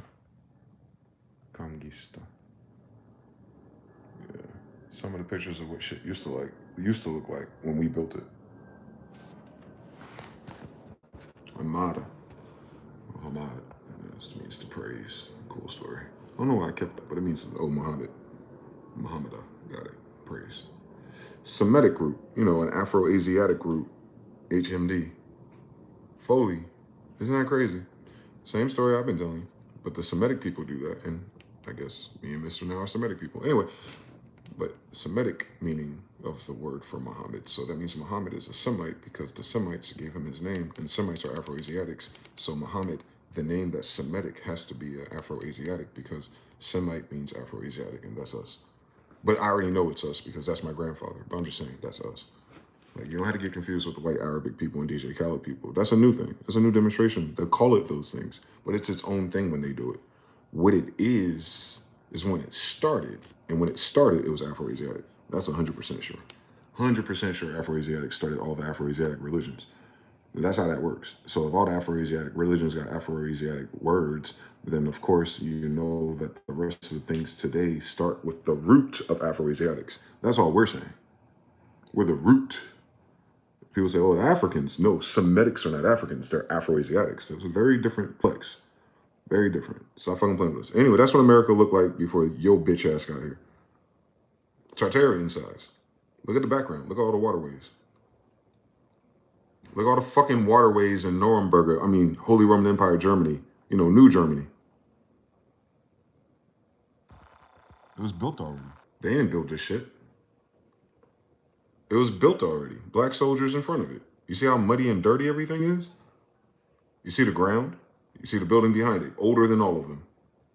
You see it. Those are all black people in DC. Those are all black soldiers. Why are there black soldiers taking over Nuremberg? Huh?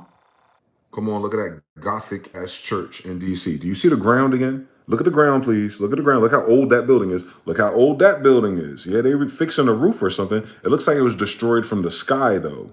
You see all that fucking cleared out buildings? They ain't standing there no more. So does it look like they're building something, or does it look like they're reconstructing something that was blown the fuck up? They blew it up. Look what that shit looked like when we did it on Benjamin Banneker, right? On Moors, right? On Indians, right? On Moors and Indians living together in harmony because they're the same fucking thing. Cut it the fuck out playing with us. That's what it looked like just a goddamn 120 years ago. These bitches just got here. Look, there ain't enough room for Pennsylvania Avenue, nigga, and all these people. It ain't that type of story, dog. It ain't that type of story where they get to be here the whole time, prosperous. Cut it out. It ain't enough room for you to be there. And I got the pictures. Like, what the fuck are you talking about? They made up a whole shit and ain't no goddamn building there for their grandmother to live. Cut it out. Like, stop fucking playing with us. I mean, talking about playing all of us, all the citizens, all the people living and dying by this stupid shit. Y'all got a way bigger problem than fucking racism down here. I swear to God, you do. Y'all got a problem, bro. This shit don't make no sense. The further I go into it, it makes lesser and lesser and lesser sense. The more and more you go down it and take it serious. You just gotta take it serious. Like, oh, they seriously got this fucked up. Yeah, buddy. There's no two realities in that map or those pictures either, buddy. They can't make up buildings and cities and towns and names and histories like, yeah, my grandfather was in DC 5 generations. Where, nigga? Where? He lived in the house for a king and it ended up with a little shanty in Baltimore? Shut the fuck up. He lived in one of those big houses 150 years ago and settled for the little house after World War II. Shut the fuck up. Get the fuck out my face. The only thing in America in the 1800s are houses that big. Now let's show the white people all these black Indians or these black Jew European types that they're dealing with, since they don't know the difference between black and African and Afro-Asiatics. So here, this is art though. This is an impression of the artist, right? So it's Alexander the Great. And they're saying that he ate up Tartaria, Spain, Moorish Latin, Carlos V, and Genghis Khan, Hakata Khan, right? And then it's eating up everybody else, and the little white guy's like, oh, I gotta work for you. What time period is that? If it's Alexander the Great conquering all the world and Tartaria is in the same fucking sentence. Cut the fuck out talking to me, please. And this is all like recent newspaper art from the 1800s. Meaning at that time they had an understanding of these places. Black, black, black, black, black, black, black, black, black, black, right? Right? Okay, now you understand who those people are that they're actually depicting on the left. That guy. Those are not white people. You see the little Mexican looking people being taught language by him, another black guy?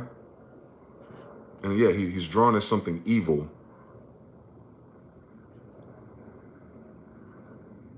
Over and over and over again. Pale, not pale. What's the difference? It's in the same fucking picture.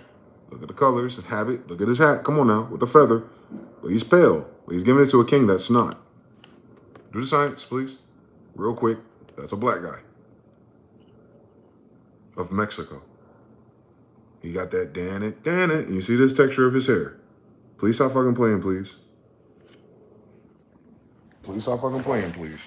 Please stop fucking playing. There's more than one type of black person. Just the only thing that's important is that during that time period after the 1700s, those ain't the ones in charge. They're the ones that are scamming and scheming and weaseling and probably the fake black Jew experience, which I'm almost certain is what it is. They're too small. Judah's tall.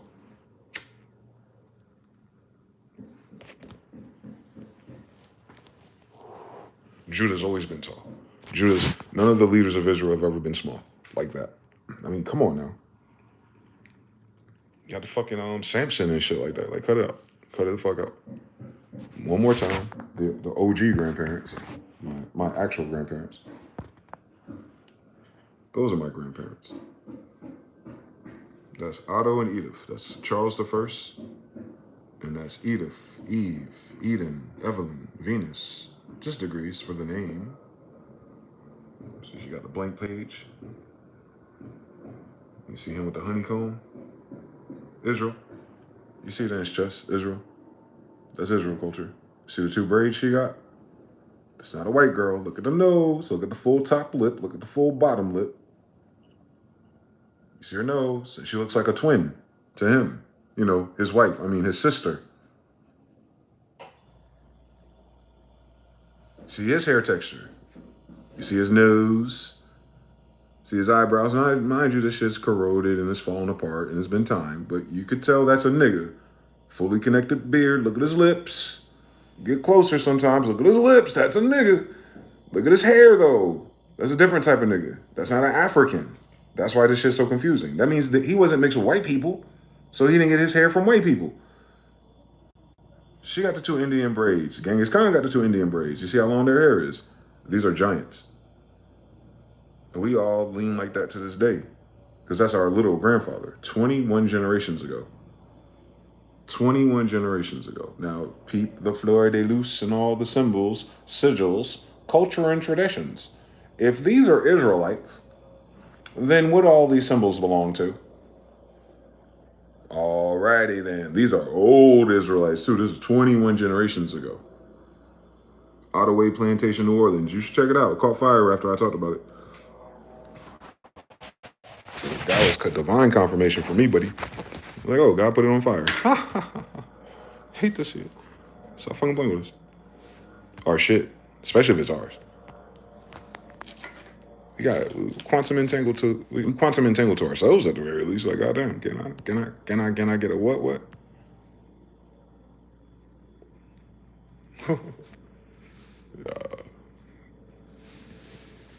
We weren't born with tails, bro.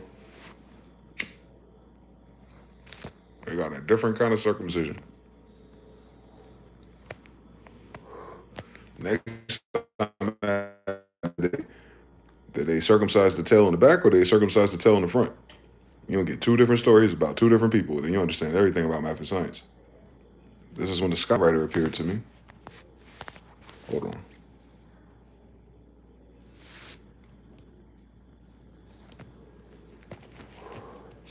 This happens and no one knows why. They don't know who's doing it, I should say. It's kind of annoying because it's weird.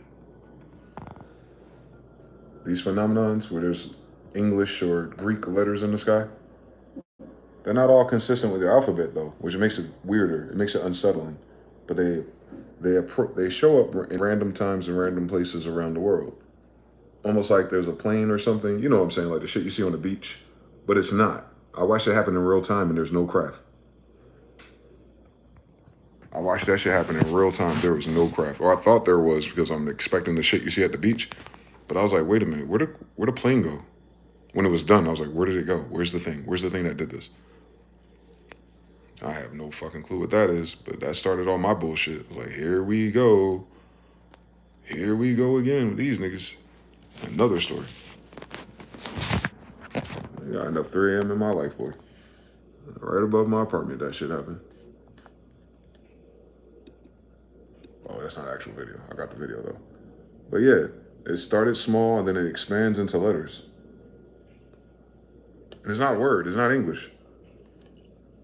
It's Enochian. That part says paradise. See something. I don't know what the fuck it was trying to tell me. You see how it wraps and bends itself? Like the letters themselves were moving. It was so strange. Whatever that chemical is, it's not like the other girls in the sky. It's not like the other chemtrails.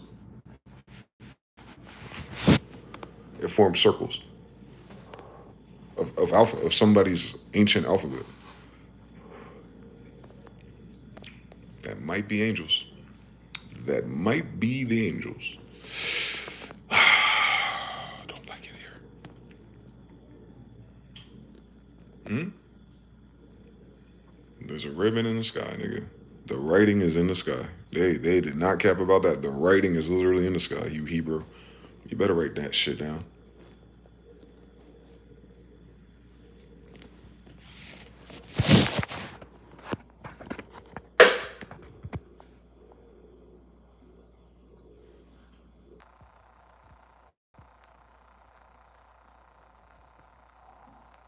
Why this nigga tickling his feet though? All I wanna know about this freaky shit is why you got 3 niggas watching this happen. Why you tickling his feet, dog? If you just thought it was once.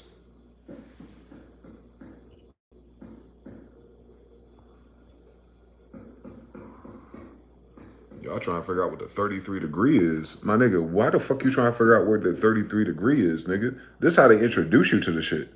Why he tied up to get branded? Why he tied up with his ass out? Fuck all the other shit. Fuck the branding or whatever they're about to do. But why the fuck he gotta be on his ass cheeks? And why he gotta be tied up? These some niggas. These some niggas, bro. This is real shit.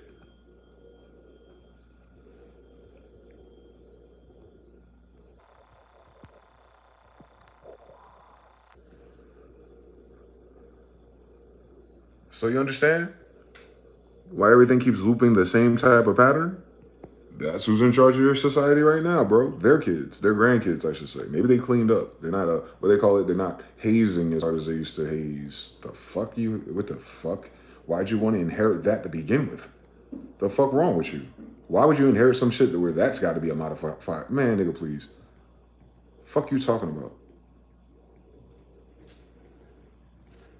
The fuck are they? The fuck? You understand? The fuck they talking about? I want to hear shit. If you don't know the difference between Asiatics and black people, you about to see it real quick. My cousins, or cousins by distance. My cousins, because that's how I survived East Orange with these niggas. You want to guess which one's the Afro-Asiatic?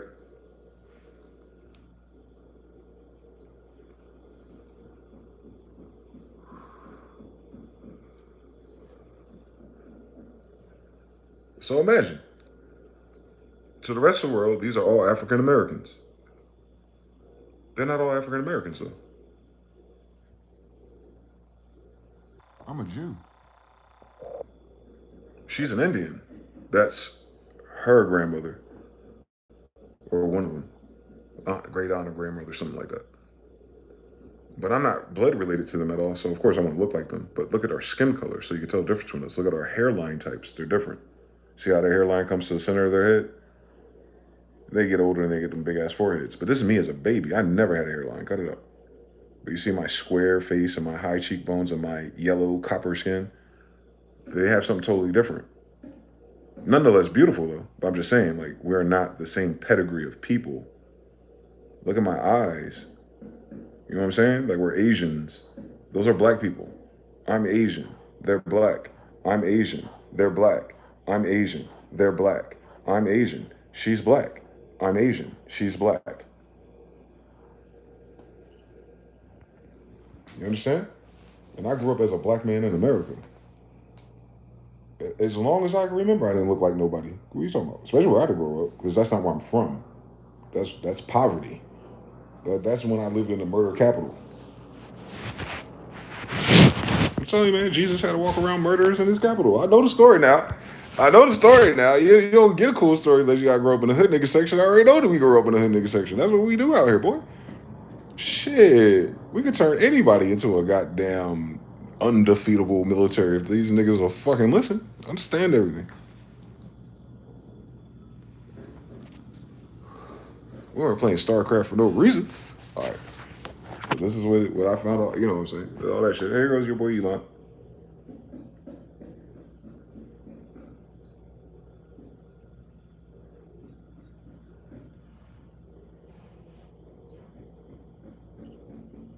I had to talk to 3 other people before they told me this account was going to hit me up. And the whole pretense of why it hit me up was that they were asking me about my talents. Neuralink.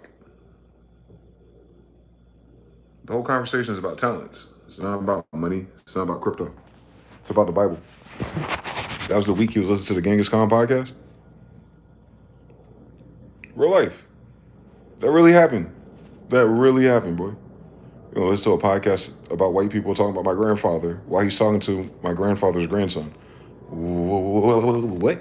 What can I provide for you? What the fuck are you talking about? On Carlos V, what are we talking about? On John Smith, what are we talking about? What the fuck? I thought you South African. How the fuck you? Where are we going with this? So I cursed him. He got punched in the eye right after. He started losing all that money and all his contracts with the federal government. He talked to Trump the other day, though. He's trying to make his way back.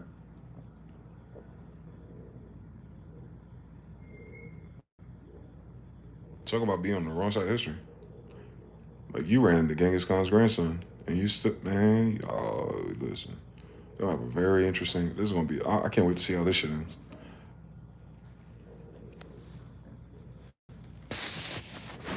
So, you know, I ain't capping.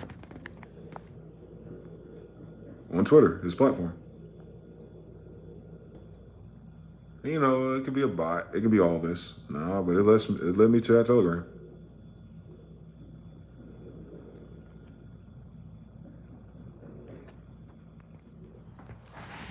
It led me to a signal. It didn't take me to a regular back channel.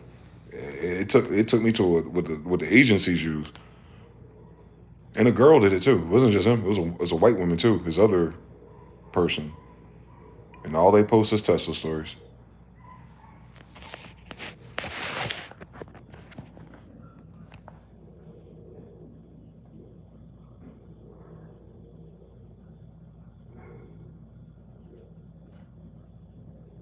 Follows you. I don't follow him. Look at his header. The planets: Europa, Ganymede, Callisto, etc. And that's what I've been talking about. Can you imagine? You know, it's supposed to be Mars and all that. No, it's not. It's the four Galileo moons, and it's just four of them. So do the science.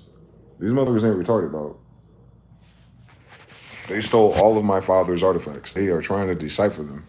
And they're going to try to use us and butter us up to help them get the keys to it so they can do some other off-planet shit. Fuck you. It ain't going to happen anyway. But I'm just saying, like, it's a wild ride, bro. It's a wild ride, man, to barely survive now. Like, the fuck niggas is bothering me for? Just to go do the shit they bothering me about. Just to keep looping and echoing everything we talking about. It's the weirdest fucking story in human history. Weird story. I don't like this story. Mr. Methylene Blue ass. Mind Calendar 2 ass. You trust in Blue Pharaoh ass. There we go. I found it, Mr. Now. Woo! Patience is a virtue. That shit that Wyatt sent me, I think. Don't let me get too far into myself. It looked like it. Hold on. Because I remember he highlighted it for me.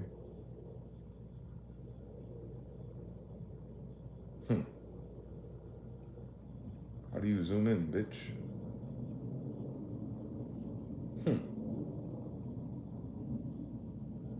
There we go. That's the one. Got it. We just gotta find this book again. It's called the Book of Noah. The Megalia. The one that they took out the Bible. So it's the Book of Noah. I thought it was the Book of Esther, a hidden Book of Esther. It's the Megalia. So it talks about the seraphim that I'm always talking about, that are here, that our ancestors, the Khans, already knew were here. And this is in the Megalia, and I'm going to read what it says. Though the seraphim had skyships, so the Bible timeline, so no matter if this is apocrypha or not, just remember how old this is, and however old this is, it's talking about spaceships.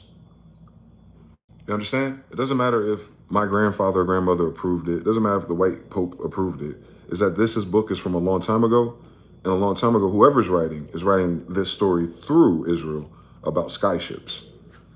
Like, and then I don't even got to read the rest because I need you to understand this UAP and UFO phenomenon is not something new. It's just that white people have all the damn resources and burn it and fucking hide it. And that's fucking weird that the only thing they're fucking hiding is the goddamn spaceship knowledge.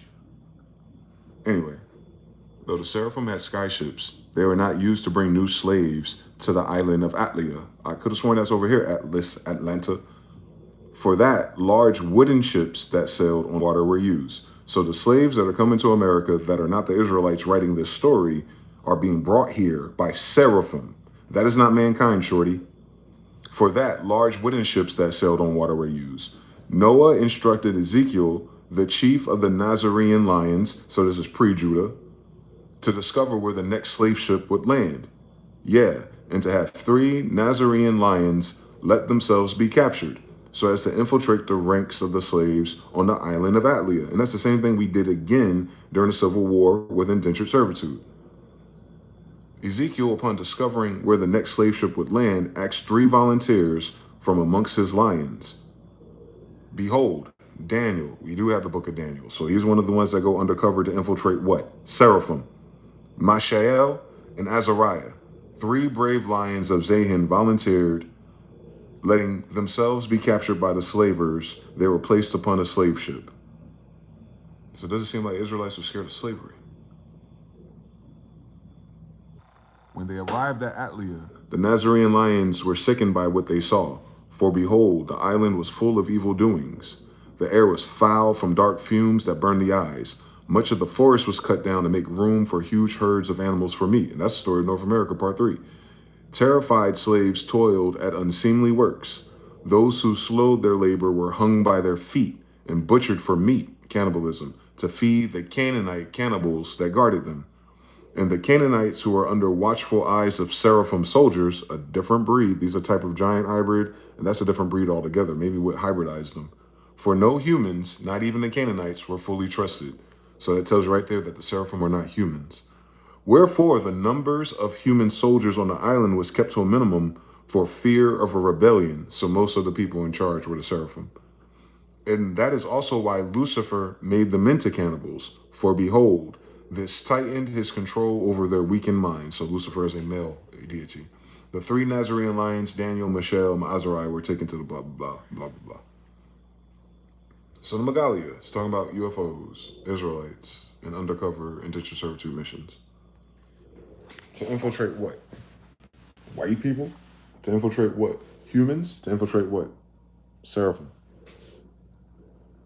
So y'all have never had a war with us in human history because all of our stories are never about us going to war with humans. Although there's humans in the wars, that is not what God used us for.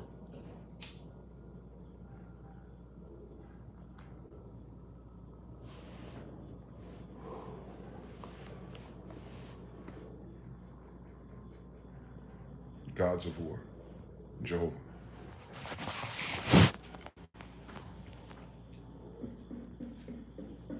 Those are the gods of war, bro.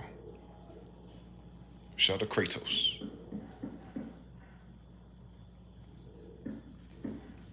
We go to war against gods. Where do you think they got their attitude from? Anyway, so you got that.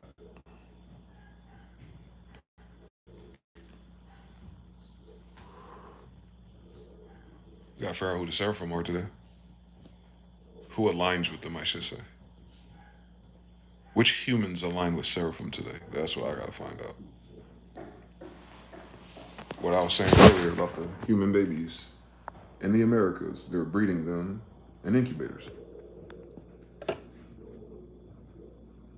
It's not hidden history, they just don't teach you shit. So infant incubators, aka clones.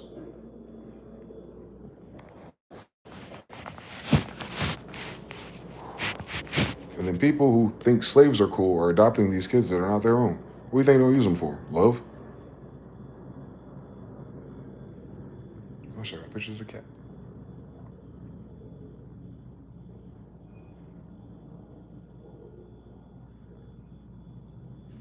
Slave coast.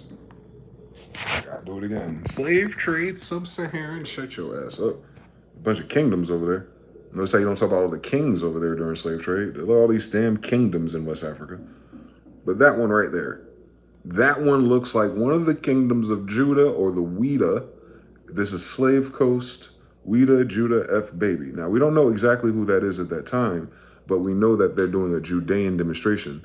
But it's more human because it's a gated community, but it's small. It's humans there.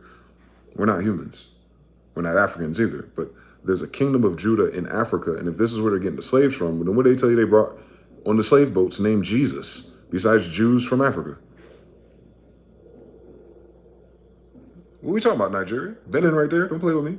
Look, king, king, king, king, king, king, king. They act like these niggas was just like lazy, didn't know how to do nothing, but they got a king, king, king, king, king, king, king, king all around. Now, it is possible that these kings of these other things could have betrayed the kingdom of Judah in West Africa, one of our satellites. We have an empire, not a place. And it's possible that they put them into slavery and sent them back to the origin place of Afro-Asiatics. Cool fucking story, bitch. But I need to find out. Look at all these damn towns and all these port names right here. Tell them stop fucking playing with the Africans. Or the people of us who were there helping them. But somehow we ended up in slavery. Akata Khan. Wake your ass up, Akate. No wonder. They're calling you Akate, and the damn Jew in West Africa calls you Akate, Hakata, my grandfather, John.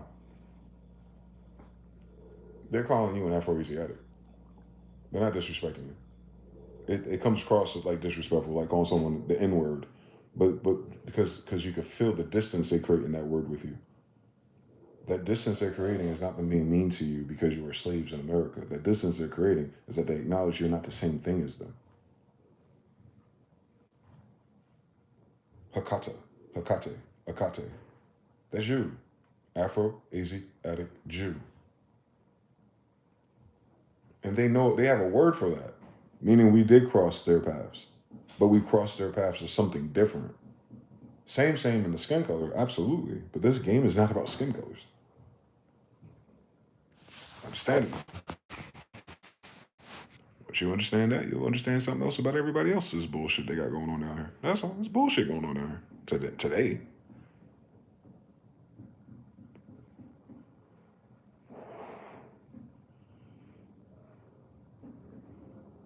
Real life. Ice Captain Planet, bro. The Delta airline was upside down. Was that all February? Oh, we almost there. Where are you, Mr. Al? These niggas, man. This is what a tomahawk Indian looks like. When you read the story about the Green Dragon Lodge of Boston, Massachusetts, and they do the wharf cry, they pretend to be black Indians. Whether these are black people themselves doing feathers and stuff, or however they blackface themselves, they admit it today on their website. They blackface to do the thing against Tomahawk or Mohawk Indians. And I need you to understand something about life. This is the Boston Tea Party. And I'm about to show you the statue of the Indian that they pretended to be, that the United States claims they're entitled to our territory over. Okay? This kicked off the French Indian War near North Toronto, Canada, all that shit too. Those are Mohawk Indians.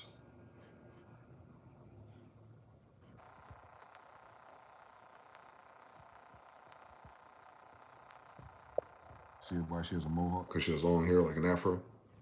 See the feathers in her hand? See the cross in her hand? They're trying to figure out what that is on Otto and Edith. They should mind their fucking business. You see how she got beads, Orisha?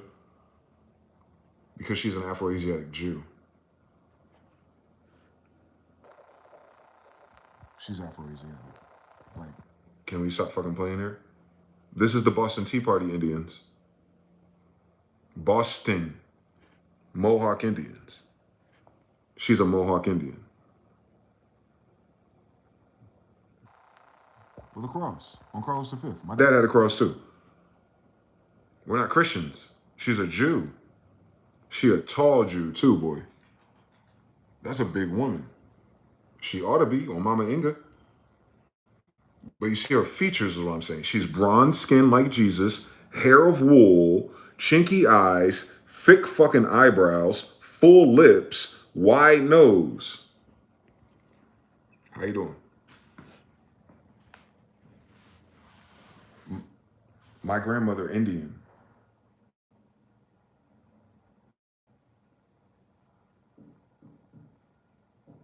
And I see people today, I seen this shit. Every time we talk about this, again, a reel showed up on Instagram where people are talking about, why would your grandmother lie about being Indian? But they're arguing about the light-skinned ones. My grandmother, the Indian, like the Jew, the Israelite, the Afro-Asiatic that came to America with a Bible and a cross. We're not Christians. Christians didn't know who we are. They're declaring war on us. So we're not doing the same customs and traditions. We're Sabbatean, Saturday. They do Sunday school. I noticed something. We're Saturday cross people. There's Sunday cross people. Would you fucking guess it? We're not the fucking same thing. Exactly. But they took over and got you doing the same thing. That's all it is. That's all it is. Prophet Muhammad, the prophet, the Asiatic prophet, the Asiatic Israelite, because all the Israelites in the damn book are prophets. Can you imagine? Same story. That comes from Israelites. Muhammad is an Israelite word. All right. So the prophet Israelite was about 40 when he met the Israelite angel Gabriel. Can you fucking imagine the hyperbabble I got to play in Dubai? Because these mean-spirited people don't know how the fucking language works. Why the fuck would your ass be meeting a black angel from a black book made by black people about black angels? Why would your guy be light-skinned and something totally different? With all your words from the people that he gave words to first. Do you remember the story? Although it's a girl, but we'll play that game with them. I heard her voice. Anyway, so Archangel Gabriel pulls up on us right before we turn 40. I am now 40. How you doing? So we're not playing the Christian story. We're playing the Quran story. Cool fucking story. Bad fucking news for everybody then. If they substituted me in as that version of our reality, then Lord have mercy. We ain't gotta do no Mandela effects. I know what's next. I need a Quran. We ain't following that other story. We following that one. Mm-hmm. City Muhammad. Last state. Last save file. Our last save file is City Muhammad. So we're following that version of the timeline. That's all. Same people, different epochs, different lands. Same royal family. Lord have mercy. The royals are always going to be related, bro. That's what the whole angel thing's about. It keeps them related. They're related because they're the only ones with angel in them. All right. So same story. We do the same weird story. It's a weirder story, but we'll get to the bottom of it one day. Somebody got this picture. And they uploaded it for us. Thank God. By these lawyers. They don't prove to you these motherfuckers are liars. These are samurai. Samurai, we assume, come from Japan. And they're all black people. Before the Sphinx is dug up. Before the Giza pyramids are excavated. So in recent history, because this is a photograph, but before the Egyptians in Egypt over there today were living there, because you don't see no city behind it. So that means the Egypt today was put together over there after this picture was taken. So we up to 100 years again. You see what I'm talking about? So anyway, as of that time, obviously these people didn't build this society. They're just coming to this giant society that once was, and they're all black Japanese samurai. Every last single one of them.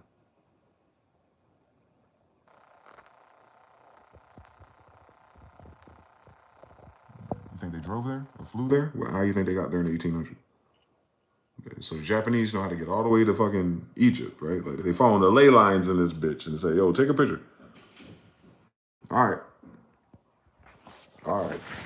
You take me to Japan and let me meet their kids. Since they're samurai and shit. I want to meet their kids. These black Japanese wandering through Gaza. Or Giza. Same story. Everybody a Hebrew Israelite but the Hebrew Israelites. What the fuck is going on, boy? That's how we know what time it is, because my birth chart is the time it is. We're in the fall of Granada. So they talk about how God comes in Revelations, and there's this era, this epoch between the seasons. Seasons being like your era. So it's the era of the spring, era of the summer, era of the fall, era of the winter. But between it, Passover, between the two, when the sun returns, there's this golden era. But the golden era is neither summer nor is it fall. It's wedged between the seasons. So when you follow our calendar. And by our calendar, I mean, I want to call your attention to where is white Jesus sitting? He's sitting in a Mayan pyramid. He's in America. It's all pyramids. He's not an Egyptian. Like these white people are not Egyptians. But this art style, they allege that they drew white people, but the architect of the painting originally that they're copying, this is the golden ratio. That golden ratio is at the bottom of all of our buildings. We already know the stories about a Hebrew Israelite, and he ought to be black. But to double down on how black he ought to be a black American, because that's the bottom of our pyramids. But anyway, he shows up in the middle of things. But this is my birth chart. So it tells me we're in the fall. We're going backwards. So we were in the winter, obviously. That's with the frozen Delaware and all that bullshit story up until 1775. And then we're in the fall. Sag, Scorpio, Libra. We are in the fall. We're at the end of the fall too. But Scorpio is last. It's Sag, Libra, then Scorpio. So we're in a Scorpio dimension. The stinger. And we know that's right. And then you get to that. So we're going backwards. We're traveling through the story backwards. That's all. Inception. Or fucking Tenet. Since they want to play fucking games of magic, bitch. Mandela effect, that shit. You cause it to go backwards. Oh, they're so stupid.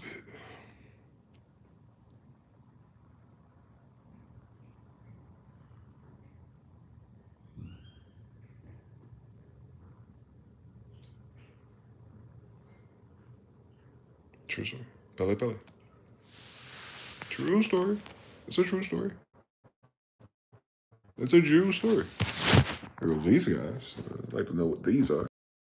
That's when things, it looks like the management changed, man. It looks like the sissies took over. Looks like the trannies took over. Because that's a girl. That's a boy, Raymond. That's a girl. That's a boy. Dealing with these people. They say they lit, though. They say they got awakening principles behind them. Or that's the planet that they're associated with their energy. That's a very interesting staff he has there, or she has there. I think these are both girls. So you know it's all made up from them. I mean, if you got fucking feminists taking over the goddamn church, you're trying to figure out why everything's fucking gay. This is the beginning of the Mamelukes and eunuchs. Mind you, those aren't cons. They didn't create that shit. Those are the people that were there after we came to America. They're way smaller, too. These are short people. I'm 6'3", for the record. So I imagine my grandfather, since Otto's a giant, probably taller. So that's a whole different slice of humanity doing the conquistador thing. That's all it is. That's all their shit today is. Cosplayers. Trying to control. Without a god, without a principle, without anything to stand on. Just gotta control everything. Until they die. It's sad. Tired of waiting for niggas to die.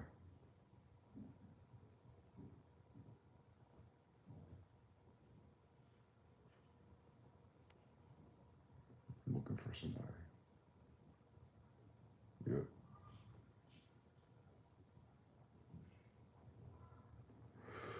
Woo, woo, woo, woo, woo.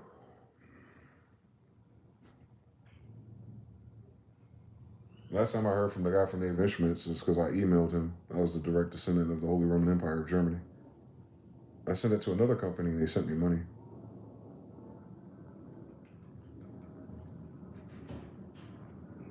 One person just stopped responding to me, a German in Germany. And another person who's a Jew, I told a Jew that, and they sent me money. A Russian Jew, a white one. You know who they are. So, you know what I'm saying? I had to test it. I had to test it for myself. Like, somebody knows something. I know they do. They all keeping it secret, bro. The conversation. They don't know who, but they know we here. It's like everyone's creeping around us. All right, so Sagittarius, third house, second house, third house. So every time something happens to the third house, I'm fucked times 3. Second house, Scorpio, Sagittarius, Scorpio. All my Scorpio in the goddamn second house. The fuck is going on in this damn world? Why they give me such an ugly birth chart? First house, Libra. Ooh. Fifth house, Aquarius. Ooh. The age of Aquarius and Libra. Jesus rising. Can you imagine the story I want to tell my kids? Alrighty. Where are you, Mr. Owl?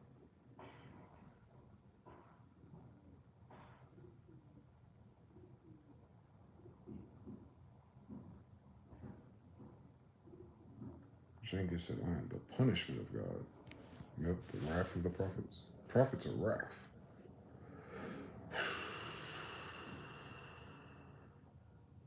You don't want prophets in your story. I mean, someone fucked up.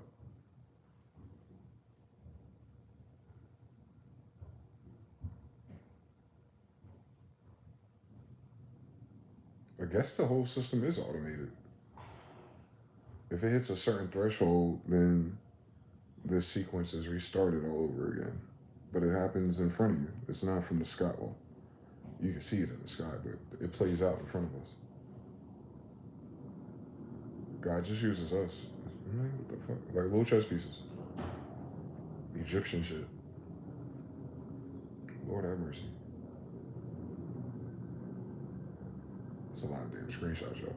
That was a long fucking year. February especially. That was all 6 a.m. stuff, I can tell. So everyone got their fucking pussy hurt because March 15th is when it got weird.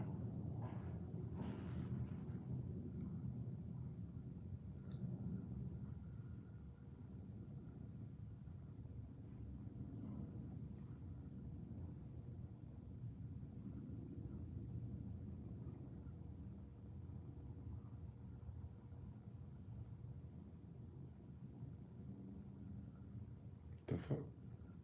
Same story. The Japanese and the Jews. So someone else is already doing the damn story. Dassan Ben Isaiah.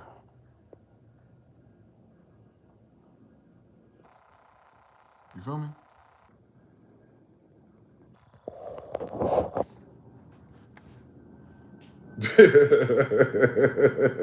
Somebody with my name as their last name doing a story about Jews in Japan. Meanwhile, I'm a Jew from Japan. Like, that is a weird fucking story, bro.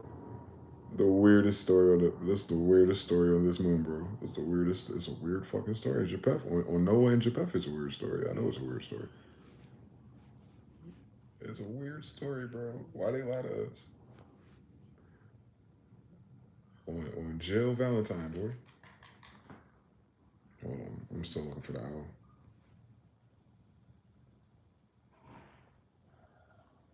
I think I found it. The Holy Quran. The Holy Grail. The old man that got off the bus. Interesting, isn't it, America? Well, what the fuck happened to America? Come on. He just put $5 in my hand and started preaching, kind of like channeling. The Holy Grail. Interesting, isn't it, America? Well, what the fuck happened to America? Come on now. They woke up on the wrong side of the decimeter, and we turned it into a pentameter. We turned into a pentameter, sir. And now we circle the wagons with no wagons, no skies, but the white man's the father of all motherfucking lies. This has been a soliloquy by my brother and the nation of Islam who say, well, John, thy good and faithful servant. Come on now. And then, Look, and y'all did it. And y'all. John, my old faithful servant. He saw me and knew exactly who I was and put a 5 on it.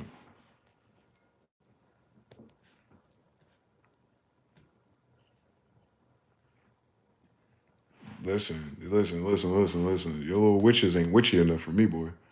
You better go find you a Hebrew Israelite that really tapped into that shit. You gonna see it. You gonna see it 100 times. I ain't finished because my life is fucking weird fucking with these liars. It'd be so much more exciting if you weren't trying to fucking die in the meantime and survive rent payments. Keep that in mind. Like, we still gotta survive just like the rest of everybody. And this is the Emperor of the Moon. Without saying, one of my fathers. And we're gonna get right to it. How just like I'm going bald, his ass bald, he older. He got a fully connected beard and goatees, Afro-Asiatic in the face. Check out the drip. Red, yellow, green on Montezuma in this bitch. And he on a donkey, word to Jesus. Ain't that our damn soliloquy, bitch? But he talking to white people. So what the fuck? They know Jesus a nigga, bro. They know the Emperor Genghis is a nigga, bro. Like, what are we talking about, bro? On Don Quixote, bro, they know. You feel me? Like, they know. That's called Emperor de Luna, because Europe was a moon. He's Emperor of the world. Your world is a moon. It's confusing. Our world is not a plane. It's not a planet. It's like a moon. Whatever the fuck. I don't know. It's fucking hologram for all I fucking care. But it's a degree difference. We're not that big compared to the thing that they think this is. There's bigger places. Way fucking bigger if this is just one of 4 moons. You ride an airplane, you look out the window, you'll see it. Like, oh, United States ain't that damn big if I see the whole fucking thing from here. Those places like Saturn and shit, if they're, law of correspondence, then you ain't seeing shit out that window. You can't fly high enough. Yep, same story. Got all the old maps about the same story. It's always the same story with niggas. La Luna, he's Emperor of the La Lune. He's Emperor at the bottom level. Above that level is Mercury. Above that level is Venus. Then Le Soleil. So that's miraculous. The sun is in the sky. You got Mars. You got Jupiter. You got Saturn. Then you got the firmament, Psalms 19:1. Then you got Crystallis. Then you got Premier Mobile. And then you got the Emperor level, EMPR, where we come from, because we come from sky people. Sky people are above the firmament. The sky people we come from are in the NPR level of dimensions. So they're 1, 2, 3 degrees above the firmament. We way down here somewhere. So the emperors, the reason why they're the emperors is not because they were born here and had privilege. It's because they manifest from up here and come down here to be emperors of the moon, La Luna. It's a degree difference. So think of those, each of those slices as a dimension. You know, it's like the higher dimensions get bigger. So because you're on a moon, you're on a smaller dimension, so you're on a smaller sphere. But imagine if you actually went to Jupiter or Saturn. Now imagine if you get out the firmament and you actually get the crystallis, all the snow. And imagine you get past their Premier Mobile, and imagine you get to the Empire level on the outskirts. That's what they're talking about, brother. Everybody ain't from La Luna dimension. It's the last dimension to the eternal fire. Look, like I don't know what this is just yet, but if we right there wedged between Hades and Tartarus, then the next level down, if we going down, that next level after this life look like recycling, nigga. It looked like it, bro. I don't know. I don't know the story. I hope that ain't the story. If we here right now, if we started up here and we manifested and we down here 9, 10 dimensions, and the next step is eternal fun, man, nigga, please. Ain't that what the Revelation said? Don't play with me. Now you gotta understand, this is the things they think when they're writing that book. Like, yeah, then you start to really appreciate the ancestors a little bit better. They were not cute and clamorous, making up God and religion to control people, dog. That's too much. Hundreds of years in a row, mapping stars, gateways, portals, and gods for it to just be, oh, that's what it is. Oh, that's where it ends. Shut the front door.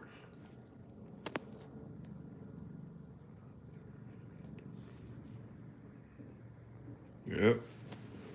Blow it up. Space Force.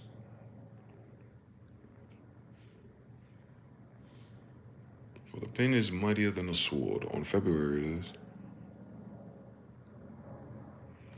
Half-Life. Salish Myth and Legends.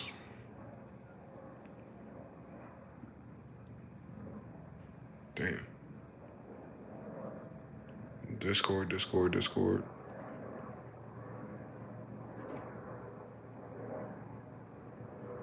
I don't see him.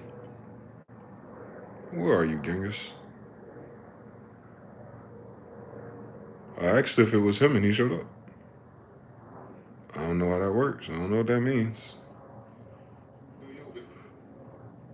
They be trolling too. False positives. $2,000 check that's fraud based. The energy trolls too. I don't know what that is. I think that has more to do with me than it does with God or the Bible. I think I need to learn something. Yeah, it has to be. We have to learn how to use our power again. We have to guess. There's the one I'm looking for. See how it's different?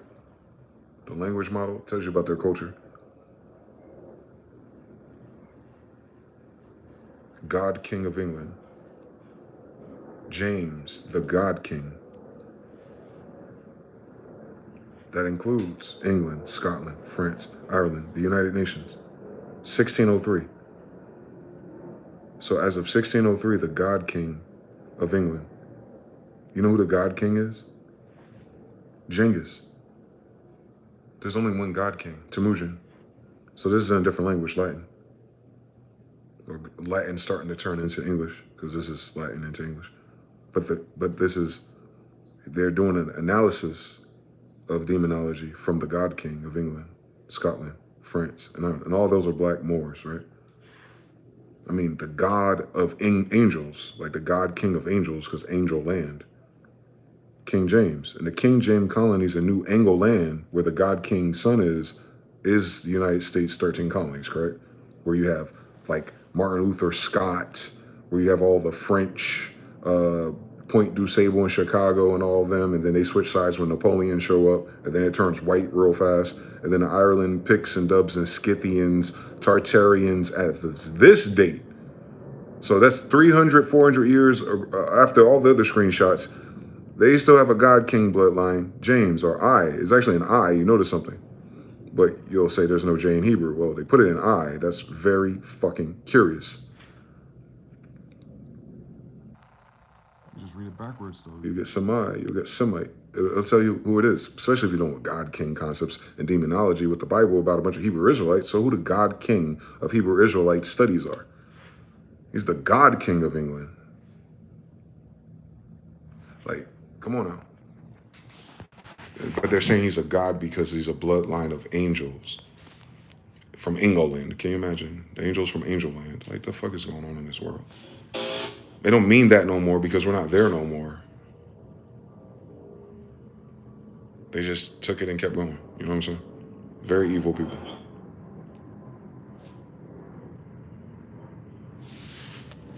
For real, man. That's what we've been dying for 400 years. Motherfuckers who can't read. Let's unlock the...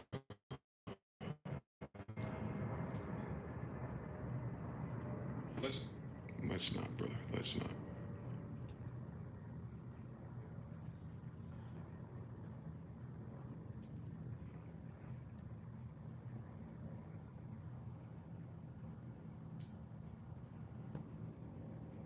Kabbalion, demonology, blah, blah, blah.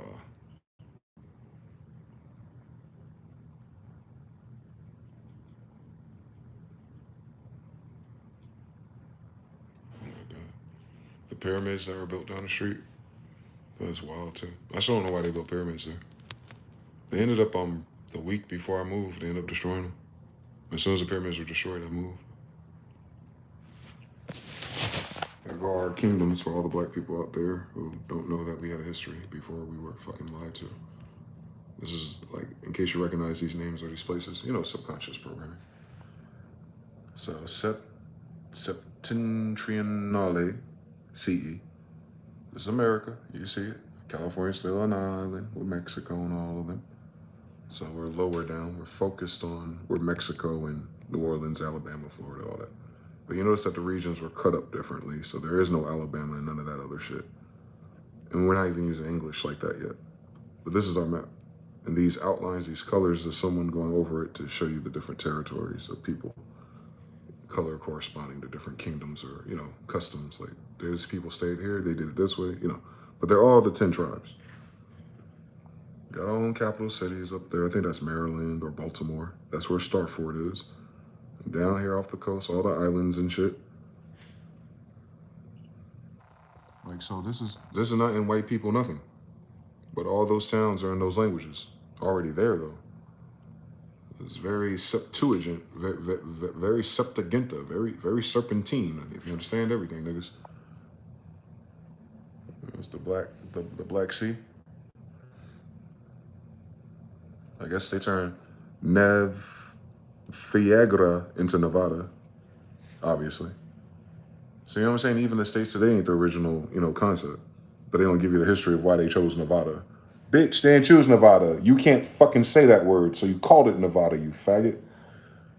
Anyway, all these are black names. So tell them to fucking cut it out, okay? Tell them to fucking cut it out. We got it several times. Here's the most interesting part on Venezuela. This is the most interesting part. Look how stacked we are in terms of civilization at the bottom half of the United States. Remember I told you the Delaware was frozen. So even more towards these regions, we didn't favor the North. That's not saying that people weren't there. It's just that the trade routes and the waterways dictate what we do and how we evolve, like how we grow faster. We grow faster next to the water. So you see that all the way up to Jersey and New York and shit. You know, here you got all these islands now. Look, stack with all kind of places. But Christopher Columbus, old lonely guy, he only saw like 5 Indians, and you know the whole story. Oh, he took over this land, blah blah blah. What are all these niggas doing in the meantime? Those motherfuckers ain't white. Not in this shit. Named after negras and stuff. Cut it out, boy. Cut it the fuck out playing with us. So it's pretty stacked, you know what I'm saying, in terms of territories and cities and posts and trade routes and yeah.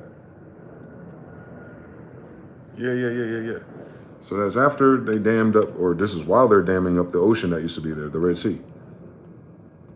That's probably why there's also another terminating line. You don't see too much density there because it used to be the bottom of the ocean. Same story. Stack. We've been here forever. We are here in a Latin language. Like, do the science. It's somebody else's research. Somebody else has a website out there saying the black royalty of Europe at the time were the Jews. The Jews ruled Europe. They did. The Jews did. Jews are Afro-Asiatics, though. A panel from the painting in the Larco Museum in Lima, Peru. The panel depicts the last Inca emperor, Atahualpa, and the subsequent first European emperor of the Inca, the Holy Roman Emperor Charles V, my grandfather.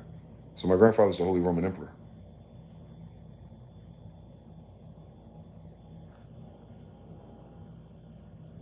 So the Holy Roman Empire is black, correct? If my grandfather's the Holy Roman Emperor, and he is, and we know they're passing him the staff of Solomon because he's a Jew, and he is.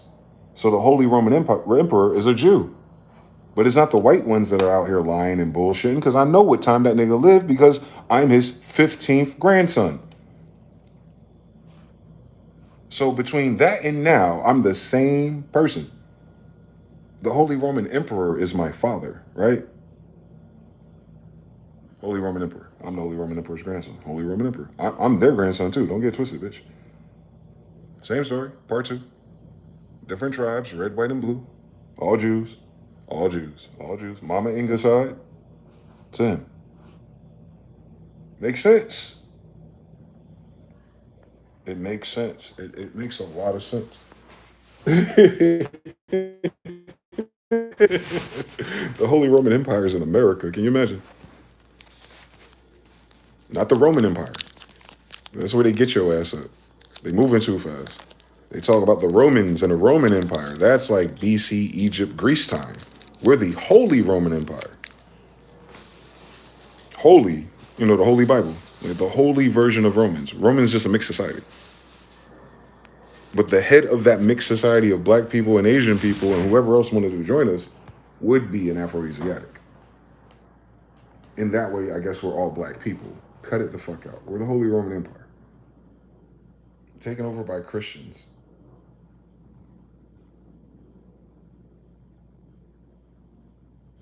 A Holy Roman Empire of Israelites and Jews who have to watch the descendants of white people and black Christians to have a fucking joint hallucination about a timeline that never was, to justify a bitch-ass reason for being alive in my territory. Fundamentally. That's why I say it's my territory. Only because my grandfather's the king of the world, but more so, as of recent human history in the United States, you got your treaties from the Emperor of the Holy Roman Empire, Imperial Majestic. The Imperial Majestic is the Holy Roman Empire's family, down to Sidi Muhammad. He becomes Sidi Muhammad after he started having kids with Mohammedans. I don't know if you know the rest of the story. Niggas be fucking. So, you know what I'm saying? All those kings and all those royals are not different families. They're different mixes. They're different. Each kid represents a different merger. So he merged the Mayans and the Moors of Europe. Ain't the first time those bloodlines merged, by the way. But America starts, as we understand it modernly, with the Jews of Europe, the royals, and whoever came with them, with the Inca. So the Inca and the Jews of the Holy Roman Empire came together. No beef, no war, no hostility. They're passing Jew shit to Jew shit. Remember, all the Incas have fringes on. They're all Israelites. Cut it the fuck out. And they're giants on top of that. They're descendants of giants. So cut it the fuck out. And this is the promised land on top of that. So more from Europe came back to the promised land. All right then. And then they gave him the car keys to be the emperor of Jerusalem and Israel, which is where Peru is at that time. And then they did a new Jerusalem by the time John comes 50 years later. My grandfather, through him, he goes up north when there's frozen at and it starts to melt. And they do it again. Make sure the giants are clear. Make sure this shit ain't there. Make sure you go ahead and recover that before they get here. Blah, blah, blah, blah, blah, blah, blah. Hi, how you doing? Same story, same story, same story. Sidi Muhammad and the Castile family, same story. Well, the Castile family speaking Moorish Latin, and Carlos V is who? So Sidi Muhammad is married into the Castile family. Then you're saying Sidi Muhammad is married into one of my damn aunts or grandmothers. We're the Holy Roman Empire, dog. As of the 1600s. 1611, King James Bible. Can you fucking imagine? God kings and stuff. Like, that's what they're talking about. They're talking about that picture right there, boy. They're talking about those people, those brothers, those sons, those cousins, merging their kingdoms together, red, white, and blue, put the gold fringe Israel around it, and that's it. They wouldn't even let us have that, boy. They wouldn't even let us have that. These motherfuckers just cannot stop following us. On God. I had to dig and find a real picture of George Washington to prove these lying ass, bitch ass niggas. And as soon as I found it, His Excellency, because he's a king, stupid. King George III is George Washington. I don't know why white people mix that shit up. But look, history is messing because ChatGPT guessed that George Washington's a black man. No, George Washington, the royal, is a black guy. Growing up in the Virginia territories of my entire bloodline. He lives around royals, of course. Shut the fuck up. George Washington biography. Come on, the real one. Stop fucking playing with me, Freeman. You want to know what kind of person wrote this shit? Come on now. Contemporaries of George Washington have commented that none of his portraits accurately resembled him. They all look much alike, so everyone who drew him draw the same stupid shit, but none of those paintings they show you are him.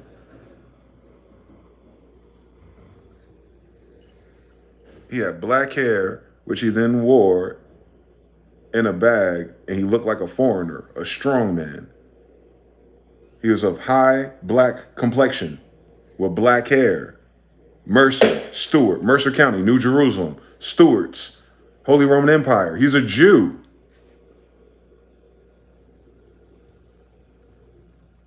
George Washington's a Jew, nigga.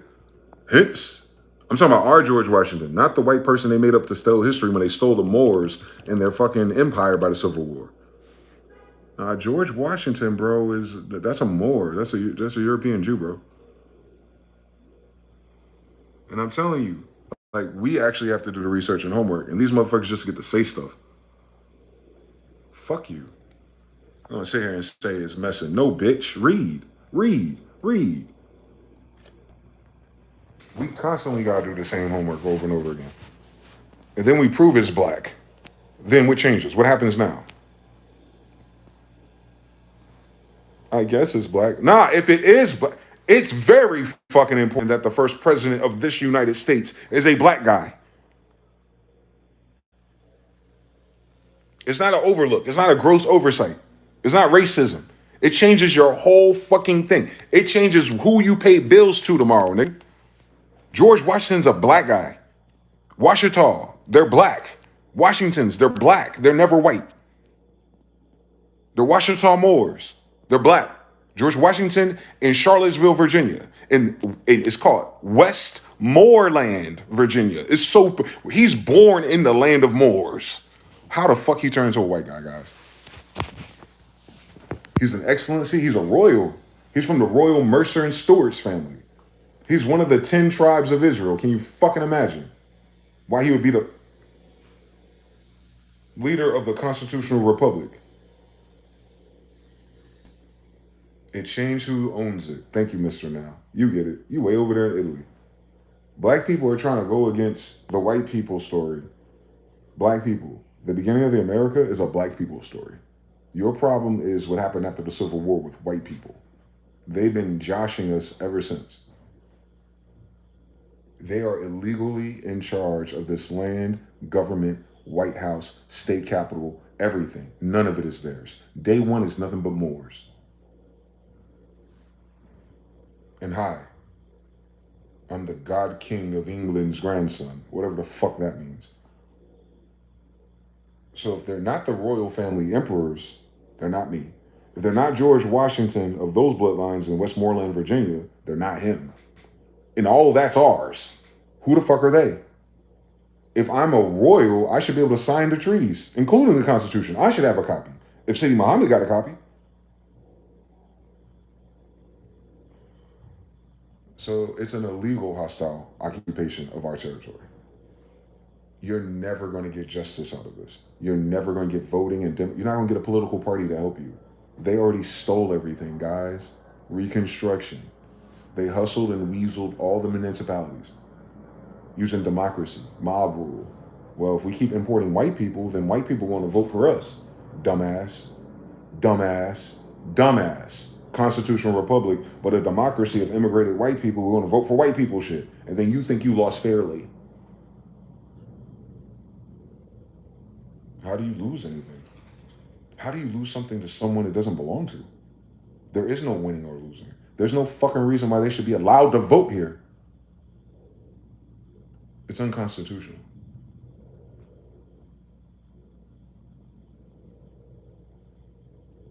Now you understand why the only thing that's left is licenses. That's why everything's a license. Oh, y'all don't understand civics. I know. It's a permission slip. If you're sovereign or real or of the land, you wouldn't need a fucking permission slip to travel. Now they're trying to do a 15-minute city and a digital ID. Same story, ain't it? Because this ain't where they belong. They're supposed to do that to their citizens. Their citizens aren't from this land. Why would they allow them to be willy-nilly and live off the grid and build their own little local communities? This ain't that. Or they would have been did it. They can't do it.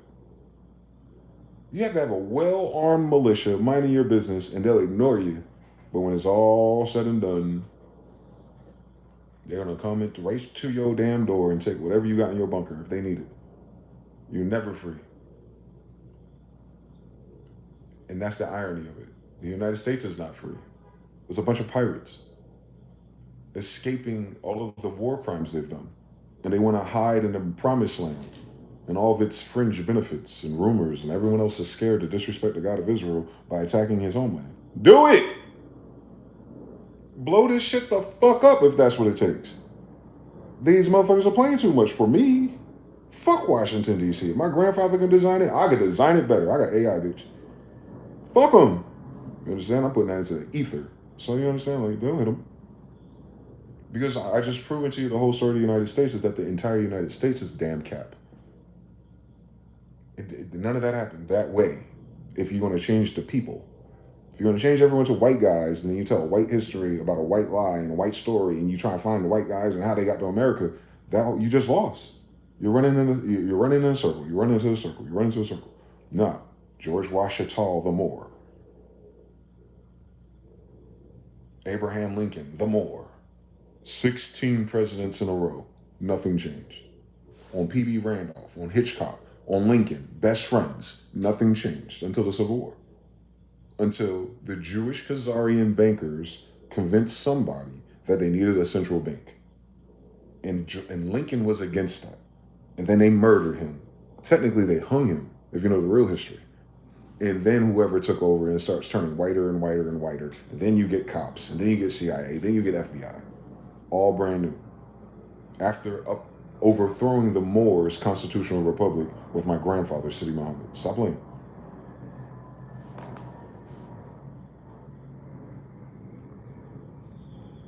As of the 1700s. There's a different arrangement in 1606. But as of the 1700s, you see what the fuck it is. Oh, we have the United States. We're the greatest country ever. How the fuck? You weren't here at the beginning of it. Y'all didn't build the United States. Y'all was not here. Y'all are not Moors. Don't do that now. Don't tell me that all your greatest grandfathers are black all of a sudden, because then your racism ain't gonna fucking making sense. If all your grandfathers are the black men who started this fucking country, who the fuck were you racist against then, bitch? 1868. Your white people, all your presidents are black grandfather descendants? Where the fuck did racism come from? You work for the United States federal fucking government of niggers. Where did racism come from? Oh, the racism came from the fact that you stole it from black people. And you had to weaponize racism with all your immigrant friends to keep us from getting back into power politically, correct?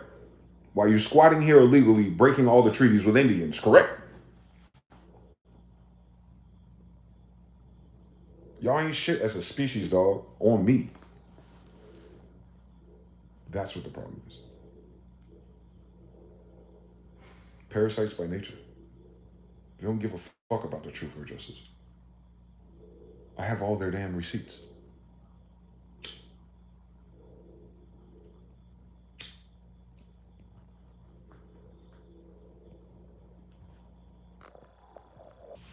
I can pull their car for weeks. The United States is already illegal. If what gave it jurisprudence are the people of the land. I'm the people of the land. I don't consent for them to be here.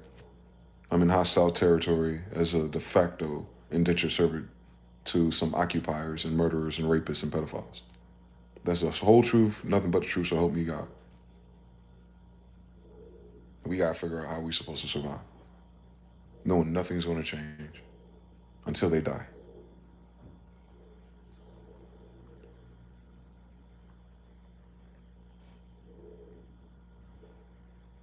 Real life. It's like a haiku or something.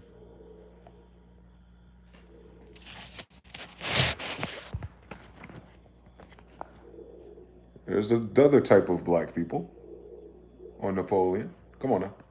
Black people. These are their gods in the sky and UFO. Same story. Always the same type of depiction. But these are black depictions, the first ones. That looks like a black person. And a pope. That look like a black Napoleon ass nigga. You see that? Culture and tradition. Stop playing with me. It's not saying white people aren't around. It was just saying you made all your characters white. Why you make the leaders white? Ownership. You changed the ownership to white and then implied it, but you secretly do it behind your corporations. So technically you didn't break no rules. No, faggot. You broke all the rules. By playing in our fucking face, you're breaking rules. Fuck what you do. They think people are gonna go with a highlighter and like judge them like that. Like God is gonna do accounting on their ass. Nah, bitch. Your whole setup is the bullshit. You set a whole civilization of people to hell with your human sacrifice and abortion fuck shit as well. Good. Good. The first shall be last, the last shall be first. Good. Can't wait for you to reincarnate, bitch. Right? You don't understand anything. They would. So the Holy Roman Empire of Kings got the Solomon stuff from where? Looked like he got it from Israel.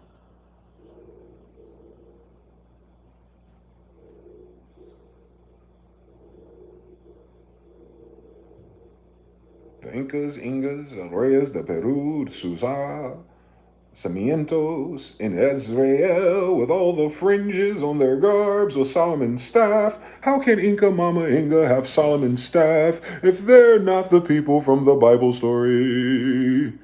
Hi, Ginger. But y'all see Ginger talking about, I'm a king. No, no, no. So Gingers are in our Scythian hybrid mixing. I'm a hybrid Scythian Irishman now. Same story though. My whole family in this damn portrait. Do the science. Real life kid. My white grandmother's a ginger. She's not blonde hair, blue eyes. She red, like everything red. I know the story, Bainons. Anyway, Tartaria, Genghis Khan, same story. Tartaritarian 6. The Great Chams of Tartary, 1162. 1462.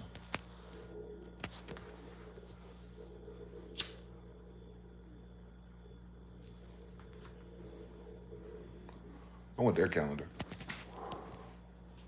What is the year? Goddamn. 1720 something or 1440 something, another calendar. I want their calendar. The nigga that's writing these books about my daddy. The Great Chams of Tartary. Singia, Chinchania, Zengis, or Chinggis was made king, or so king or Cham or Khan, because Cham is Khan. Tell him stop fucking playing with me on Hebrew Israelites. They made him the Khan of the Tartars, king.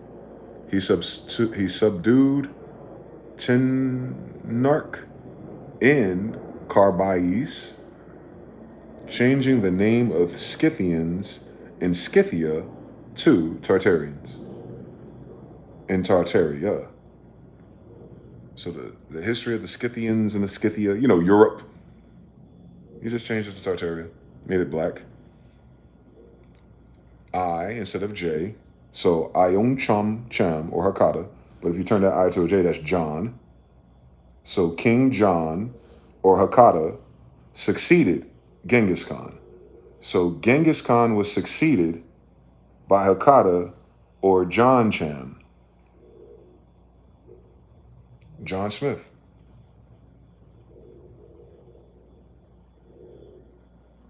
Tartar was first known in Europe. King John of Europe with the King James Bible. Can you imagine? 1212, 1512. Bosnia, Hungary. Zycham, Barbers, Barbu, Barcham. Ruined the Tartar kings, There we go. Some of Damascus, Jerusalem, stop playing with me, in Asia Lesser. Gino Chan, whose daughter conveyed the empire into her husband, a foreigner, Tamerlane. No, Tamerlane. Tamerlane. So Tamerlane is not Genghis. Tamerlane is related to Genghis through marriage. Got it? And they might still be Hebrew Israelites. So.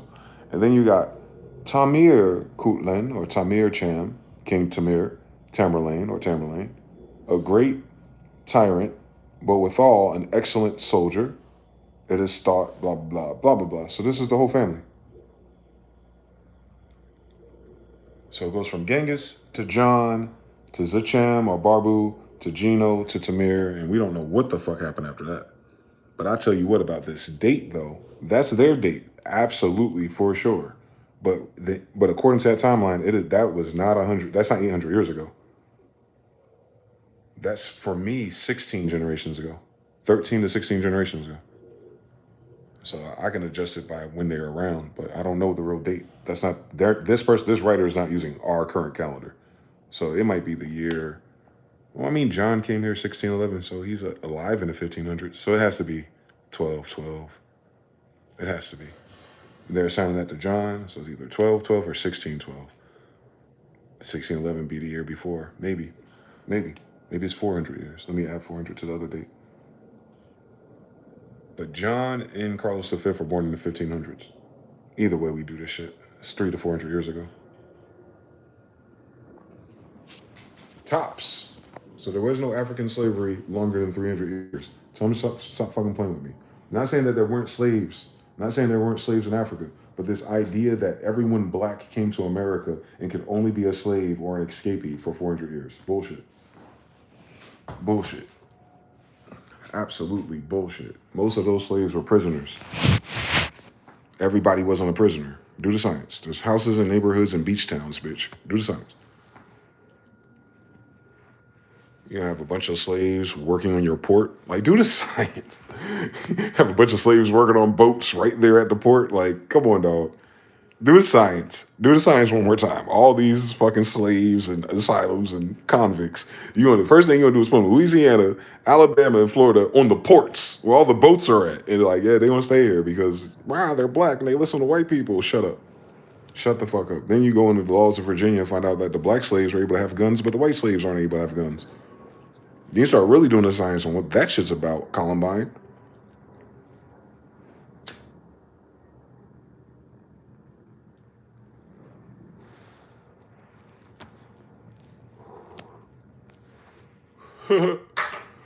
It's in history, dog. The history, well, when I Googled it, when I went on Wikipedia, when I went on the Jewish Wikipedia, it didn't show me that. I know. Jewish Wikipedia only shows you what you're supposed to know. This story ain't Jewish. Why would they know? Why the fuck would they know more about my family than me? Tartaria, or Tartary. It's a large tract of the northern part of Asia, Afro-Asiatic, can you imagine? And it's shooting out considerably into Europe. You got the Battle of Tours to find out why it didn't keep going. Yo, Charles tore the hammer. He fucked us up, or that part of the family fucked up that part of the family because they're the same story. Bonded on the east with China and in the Eastern Ocean, and is bounded on the west by Russia, and at the time they say they call it Podelia. It's Poland. Oh, Poland belongs to the Tartarians. No wonder. No wonder why there's black Jews in concentration camps all through Germany and Poland. Because you motherfuckers lied. Y'all whitewashed who you killed in Germany. You killed us. No wonder. A province of the Kingdom of Poland. Mm-hmm. In the north with the frozen Scythian Ocean. Mm-hmm. In the south with another part of China, from which is separated by a mighty wall. Ooh, the first mention of the wall in China. Can you imagine? The river, Ozus, Jupiter, Jesus. Cut it out, Jesus. And Baldria and Marginia in the Caspian Sea from Medea and Herkamba, and then the Caspian or Kansian mountains from Turcomatia and the Euxine Sea. Wow, they don't even call them that no more. Antella and Thrace, and it's possessed under the general name of Tartars. So the general name of everybody participating in that civilization are called Tartars. It's not their pedigree though. But many peaceful, powerful nations, Oh, I'm sorry, by midnight. They didn't say peaceful. I wish they did. By powerful nations, accounted to be about 5,400 miles from east to west, and about 2,600 or 3,600 from north to south. The people are generally rude. Imagine these outsiders writing about us. They don't like niggas. They're generally rude, giving themselves more to war. They say that they're raping. They're saying that we rather go to war and rape people than do arts or husbandry. Oh, this a little sissy writing. They're big-bodied, broad-faced, little and hollow-eyed, thick-lipped, flat noses, and swarthy complexion. So back then, where these little Christians are being jazzy about us, they still describe, no matter what, that the Tartarians of all of Asia and all of Europe, all of those miles. Now, you gotta understand when they cover a map, they're claiming dominion over those places. They're not saying that all those people that exist in those places are the same. You understand? Like, so you can have your kingdom here in Las Vegas, Nevada. Like, if I go to downtown Las Vegas, Nevada, where a castle or mosque should be right now, because it's on a ley line. If I go to that mosque, that whole mosque and that whole setup is going to belong to a Mohammedan. We're to an Afro-Asiatic. Now, if other people who are friendly and not gay and not stupid and not backstabbers, they say, hey, we want to move and live here and we want to do trade with you and help you out with this. Because all we do is give people roles. Like, oh, Mexicans, you want to live up here upside the river? This is what you do for us.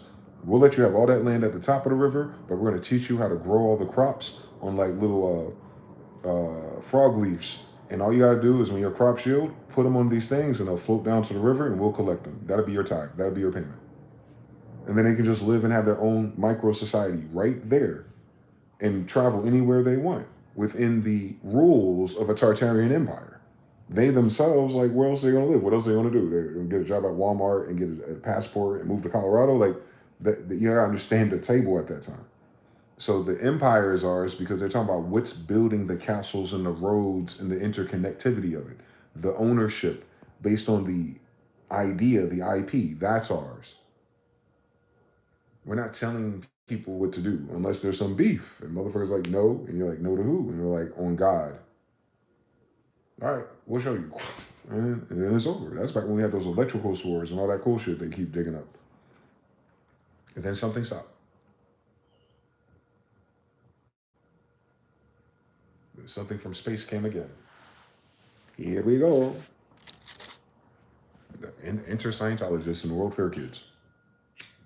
I really think they just crashed. I don't even think they meant to.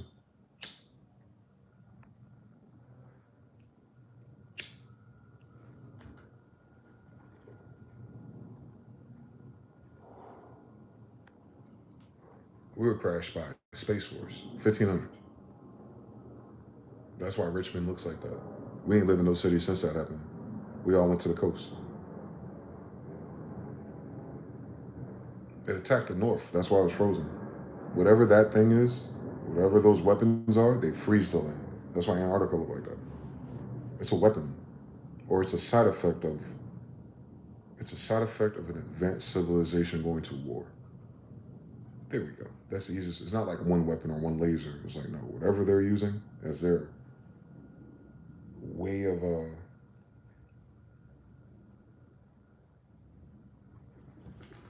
Ark of the Covenant, basically. That tier of weapons. It's not a battle. It's not a war. It just levels out your whole civilization. It's similar to what the white people call a cobalt bomb. COBALT. So helium bombs, hydrogen bombs, cobalt bombs. But the one that, when it touches down, it buries the city. You ain't got to worry about nothing.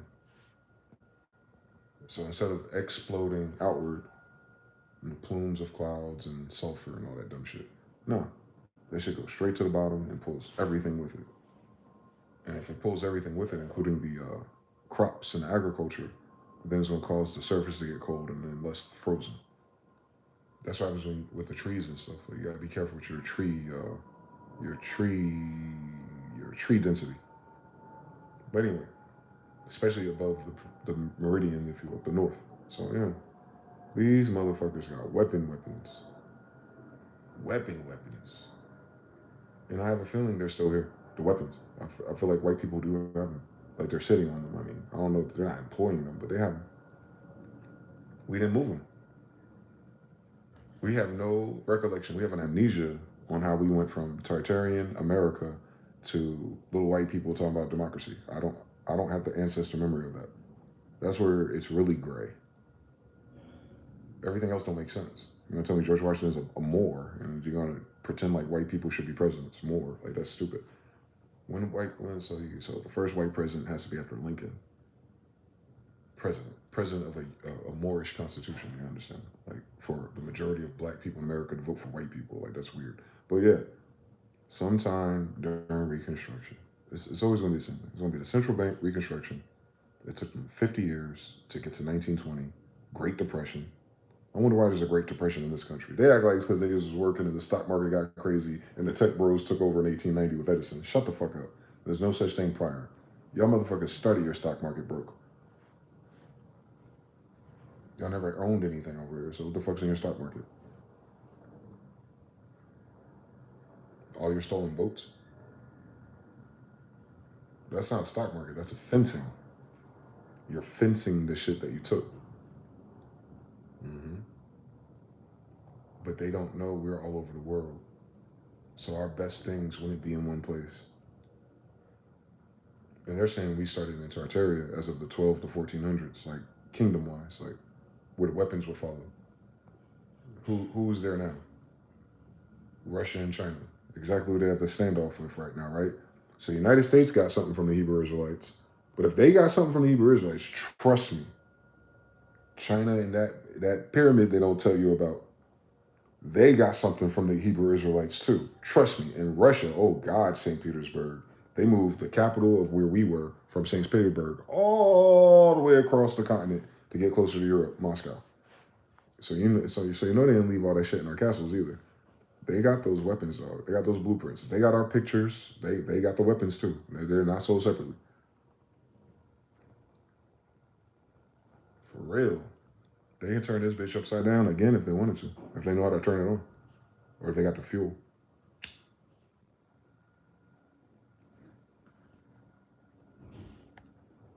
That's what keeps both of the sides honest. I don't know which side has UFOs, but someone does. I've seen the stupid UFOs out here. The disc. That's unless it's interdimensional. The disc that can phase out of reality. That's impressive. The ones that just flying across the sky. That's theirs. Hmm? They have them. They absolutely do have them. I don't know if they can leave this bitch, but they can travel across this bitch really fucking fast. Whatever they got, it travels fast. White people are holding out, boy. They learning from niggas eventually. Look, what are white people gonna do? Pretend like it's a fallen UFO from another planet. Pretend like they reverse engineered it from a gray alien, and then they're gonna get the credit for it for the next 1,000 years. Fuck you. On wing chariots, fuck you. On Zechariah 4, fuck you. On Malachi 4, fuck you. On the Hebrew Bible, fuck you. You did not come with that shit. On the Vedatas in Sanskrit, our original language, fuck you. You did not come up with none of that shit. You gonna tell me Hitler and the SS had a secret society dedicated to finding our artifacts? Fuck you, and fuck you. You know, sell stories and tell the narrative and have humans waste their fucking time imagining and dreaming shit that can never be, and then wonder why everyone's fucking depressed and miserable when it fucking pops. When the American dream bubble pops. That's why I call it American dream, because your ass sleep. To the degrees of what they did.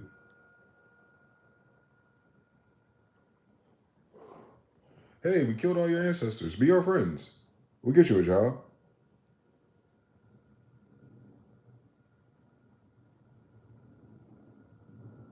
Hashtag free Palestine. Like, it's just like that. Like, now imagine the Palestinians in 20 to 50 years after Palantir, whoever rebuilds up Gaza, and their grandkids of this conflict got to go to school with the grandkids of the people who used to rape their daughters. That's what the United States is to black people.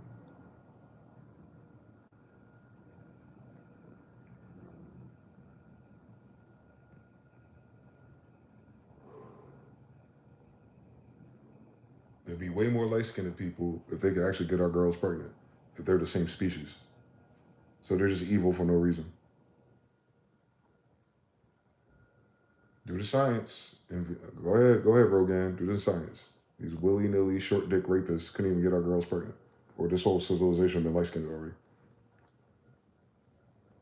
They're still rapists, even if they don't like black people. I noticed something. They're weird. They're fucking weirdos. If I don't like a particular race of people, I ain't trying to rape their women. I don't like them. Why would I want my dick in them? Y'all some fucking sickos, bro. Y'all lost your damn mind. Something fucking wrong with you, bro. It don't even make sense to real niggas. Like, y'all don't have no men in your story. That's what it is. You ain't got no fathers. You got a bunch of niggas who get poked in the booty so they can be a politician. Your granddad got doggy style to be the commissioner of the FBI. That's crazy. Your president had to suck some dick to be the president. That's crazy. All y'all shit gay. Politically. Ain't it? Tell me I'm a fucking liar.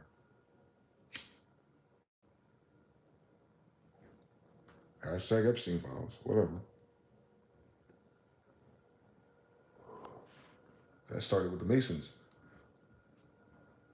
That started with black people. Can you imagine? Can you fucking imagine?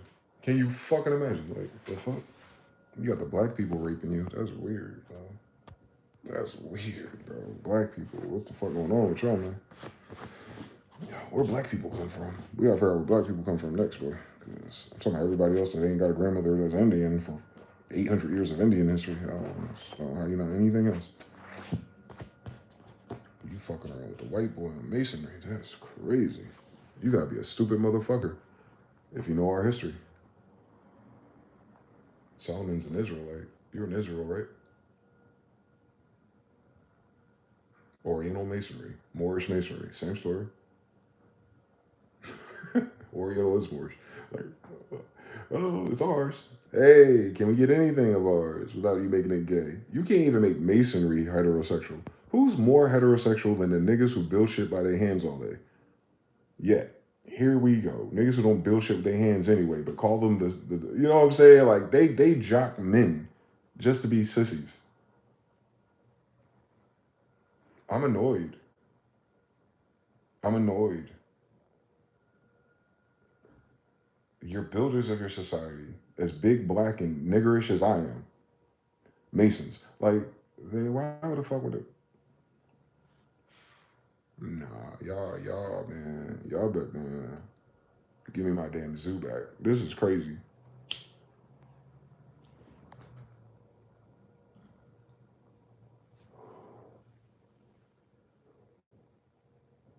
Thank God for mass communications. Because they can't lie no more. They ain't even answer us, boy.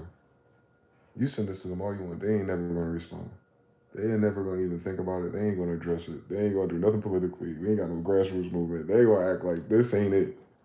Like, this ain't the absolute truth that they got in their own damn laws. And I find in their laws, too. They want to, I'm like, come on, explain it, please.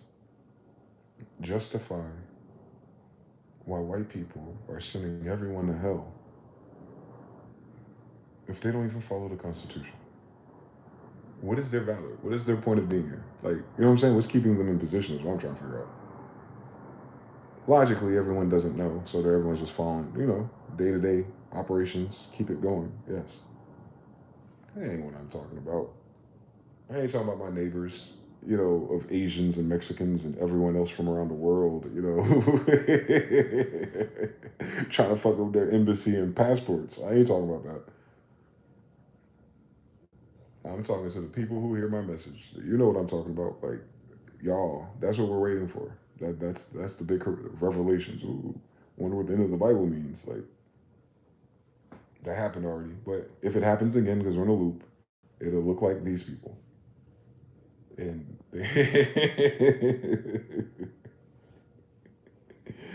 oh man, yo, we got PlayStation though. You feel me? We ain't got to go to war no more. We can do simulated war and online tournaments now. We good. We got video. We got low bit entertainment out of this shit. These asteroid people. I love it, man.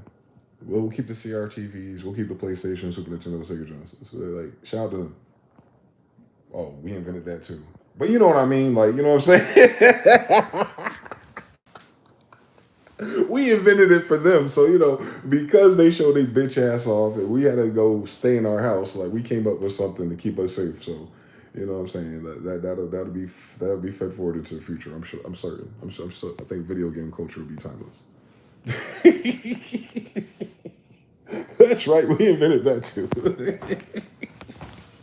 The people writing about simulations 2,000 years ago. Motherfuckers with Morse code and telegram poles all through Moorish territory. Yeah, bitch, please. Don't tell me the TCIP algorithm matches a Mandinka they found in Judah territory, Africa. Shut the fuck up, boy. Shut the fuck up talking to us. Nerds, boy. Theory of nothing. The theory of how we jacked all these Hebrew Israelites culture. Like, fuck you. That's why your dumbass closing down NASA libraries now. The jig is up. I cursed them a year ago too. Same story. It's always gonna be the same story. Who's next? Who else we gotta expose?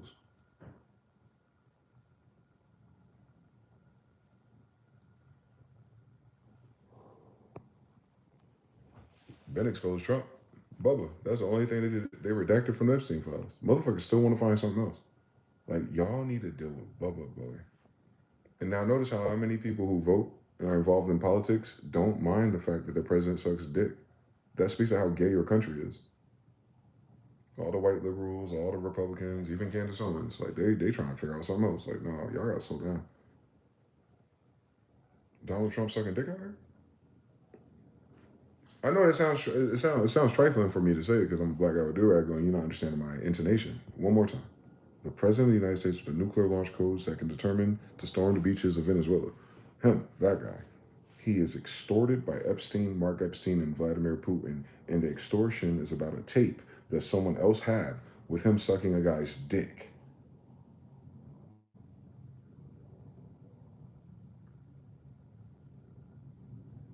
You gotta slow down time to understand there are all the other nodes connected to that story. One, he's not just sucking dick because he's a closet homosexual. He's sucking dick of someone important.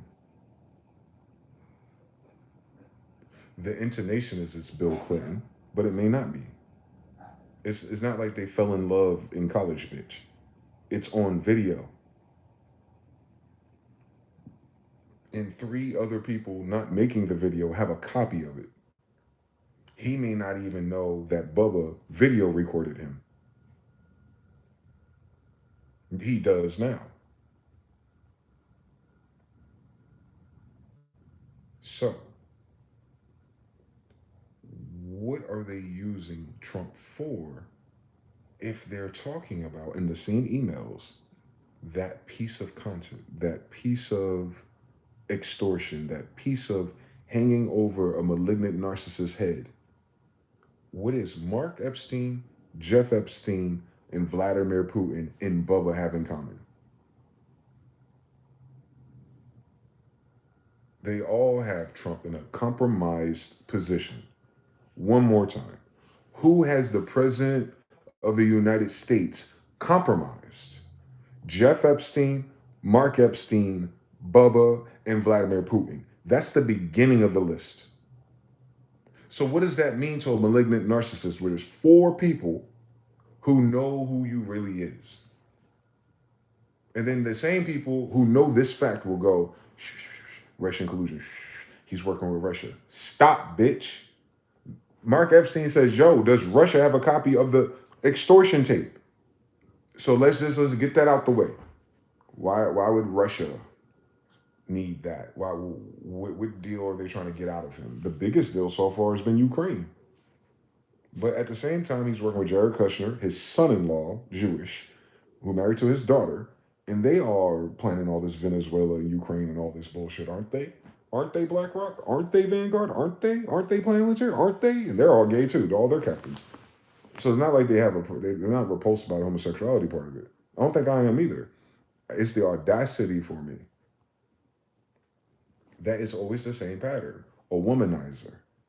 A person who allows pedophiles, even if he's not one alleged or whatever his relationship is to the game, That because he sucks dick, he allows that to happen.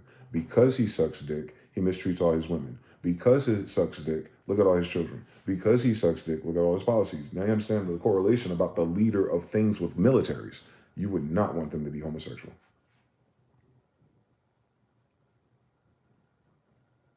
No, nobody civilized would do that. If you don't even want them trying to rape your guests walking into your town, like imagine. So not us. That's not our design. That's just what it is. On God, like argue with God. He made you to reproduce, and you want to go the other direction. They ain't on me. But if you want to elect a man to rule a thing that requires procreation, productivity for families and nations of people, then he should at least be the man who thinks having kids is important. You know, the natural way. So stop fucking playing. Like, nah, this shit's disgusting. And he's disgusting. And everyone that has that tape's fucking disgusting. And that's all the tapes they make for all the other Republicans. We know the Democrats gay. We know the Republicans are in the closet gay. They're extorting each other on who's really gay. Cut it out. Like, you know what I'm saying? Like, our whole world stopped with gay Obama, and then all the gay politics and all the gay marriages. It's like, and you're like, who are the men that are like lobbying for gay rights all day? And listen, all of that except for the other things to make families right. All of that except for mandatory DNA tests for all these fucking girls who 1 out of 3 babies is a different guy. It's like, where are the men policies? Where are the men putting together politically? War, shut the fuck up. No. I'm talking about the men that live in America. What are they doing with their voting power? Pandering to bitches, Karens, and homosexuals? Like for 20 years in a row, guys. For 20 years in a row. The drugs haven't been cleaned up. The terror hasn't stopped. So the men haven't stopped anything. They still. I ran into MS-13 the other day. Like they ain't going away. So it's like, what are the men doing? What are the men doing? You're like, oh, let's look at Grindr. On atrazine to make the frogs gay. And you know what's crazy? Atrazine ain't the only chemical that make frogs gay.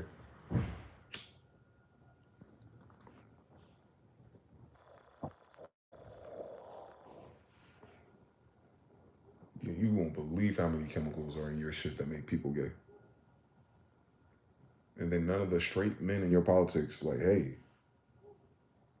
can we look into that? Oh yeah, that's right. RFK did. And came out the same. And it was a black guy that told you that atrazine made the frogs gay because he was the black guy in charge of finding out why the fuck is atrazine making frogs gay. So he was a scientist. He was a scientist. He was a scientist and knew what the fuck he was talking about. You know what white people did? Oh, this black guy. You're not even a black guy. Look at his head one more time in that interview. So anyway, that Jew told you that the atrazine makes the frogs gay. And then RFK Jr. tells you atrazine makes the frogs gay. And then you find out how many years and how many things they put atrazine in. And then you look at society, you're like, damn, all the frogs are gay. And you think it's, and then Gen Z will tell you, oh yeah, all that transgender thing in the 2020s was a trend. Yo, getting your booty blown out ain't a trend, you weird little niggas. But I imagine if, socially, because your school and your government and your education and your Netflix, 1 out of 4 damn episodes for kids, is about this shit. I know, we wanted to be Power Rangers and Ninja Turtles. Influence. Like, why would anyone choose to be gay? Why would anyone influence all your kids to be gay? Y'all be asking stupid fucking questions. Ain't that many damn gay people on paper, so why the fuck every damn thing about gay people? For real, why is everything LGBT centered? Are they going to have kids and reproduce and carry the nation forward with all their fucking labor for the next 60, 120 years? No, they fucking die. Like, so what do we... Come on, guys. Come on. Let's do the fucking science. This is common fucking sense. They don't have enough kids in order for their political voice in terms of future to matter, bro. They're going to die. So all their ideas die with them. They don't pass it down to no kids. No kids to pick up their bills and their debts they leave when they die either. We're going to have to pay that shit off with our kids. Our kids are going to have to pick up all the fucking financial loopholes and all the fucking loopholes of all the gay people that decided not to have kids. But they're the ones with all the fucking money per capita. So you see what I'm saying? Like, it's not a good strategy is all I'm saying. Nothing wrong with being gay. Nothing wrong with loving who you love. Just take the fuck out of Israelites' face with the bullshit, but do it. That's your God. That's your customs and your traditions. But why you bring that shit here to us? Why did they push that for 20 years plus, like, and nothing else? They ain't pushed nothing else but gay shit, y'all. And none but the little gay little communist yuppies in our society on social media pushed it and then got all you goofy ass niggas convinced that gay is all right. Meanwhile, all their accounts come from India and Israel. Because y'all stupid motherfuckers, right? Like multiple countries are involved in propagandizing you to be faggots. Last time I checked, propaganda wasn't to help you. And then you have all these people and all the women talking about where all the real men at. Bitch, where all the real women at? Half of y'all are lesbians. All the issues y'all have with men and all that rebellious nature that you have is because you think you're a man in your head. Atrazine makes the frogs gay.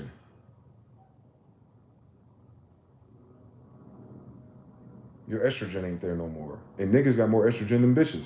Do the science on this. So, like, why the fuck you masculine for? You're not masculine. You're annoying. Masculine will fix some shit, build some shit, destroy some shit, rebuild it, and not complain and hypothecate about how our privileges is. So you guys aren't even being masculine. You're being lesbians. It's like a man, but the annoying version. Y'all just lesbians. Atrazine babies, aluminum babies, is what it does to your brain. Quite literally, it changes the polarity of your neurons.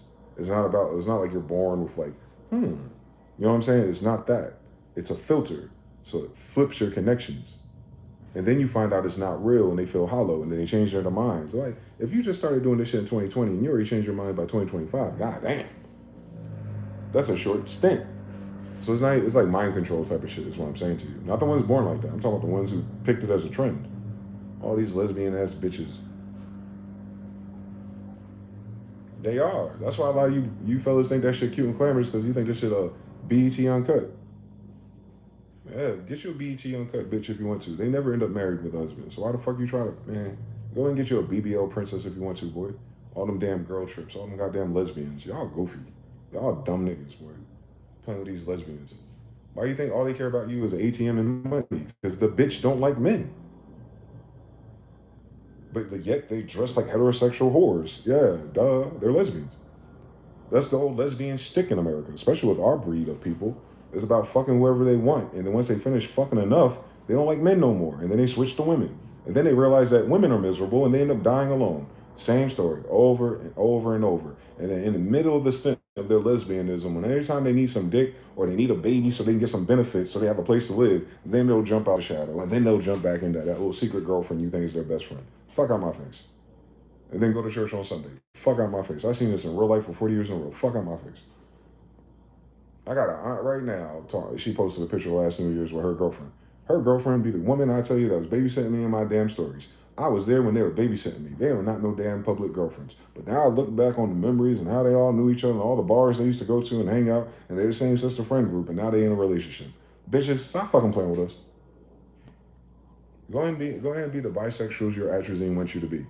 And you don't deserve ever to be treated like a princess or a heterosexual wife of a traditional family. That's why your hoe ass can't find it. Because who the fuck wants to marry a lesbian? Let's be honest. Lesbians don't want to marry lesbians. Let's be fucking. Pull up the stats. Let's look up domestic violence between lesbians. Pull up the stats. Let's cool. Who kills the most children under 6? Let's pull up the stats. But men are losers because they getting pussy for being heterosexual, but they don't make enough money. You niggas are loser because you killed a third of Gen Z. Y'all closeted fucking lesbians, and you're miserable. Injustice and all the system pandered to your stupid ass with these wildflower girls from Woodstock and lesbians from Germany and Poland after they normalized child brothels, and you got your kids on camera all day and your ass on OnlyFans, and you can't see the connection. But atrazine make the frogs gay. I wonder what the other chemicals do.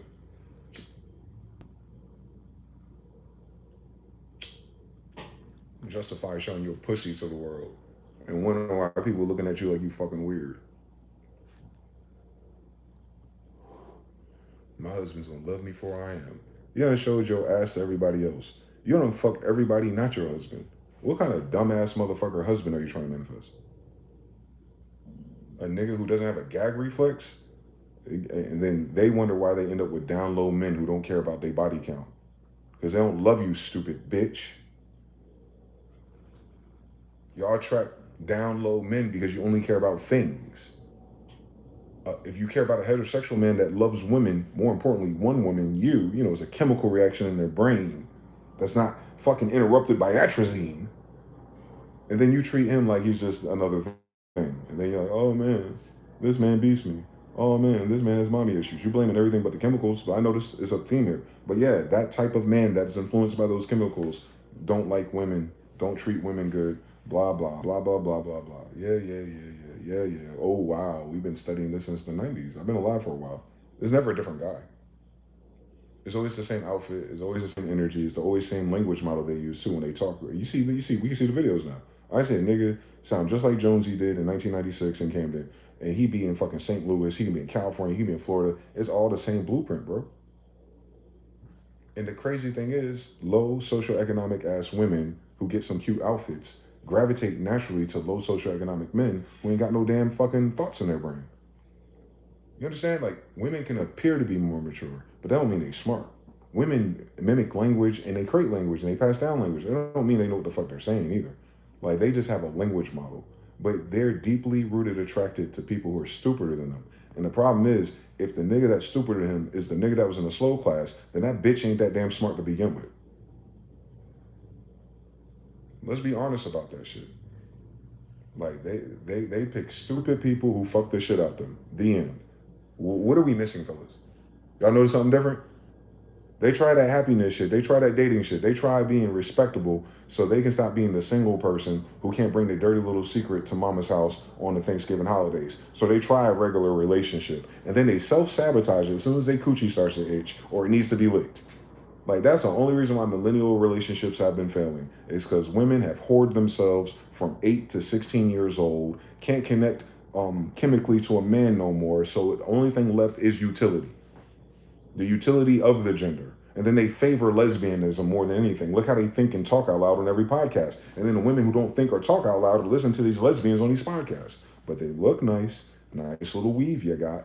Nice little fake lips you got. Nice little fake ass you got. Yeah, she's winning, goofy lesbian bitch.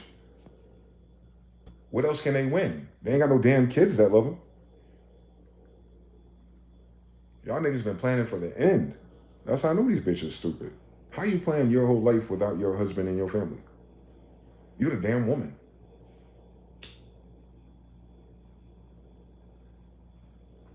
They thought that was a trend. Like, you would change the variables of the function of how to grow a nation because of self-determination and degrees, licenses, and fake paper. Man, shut the fuck up.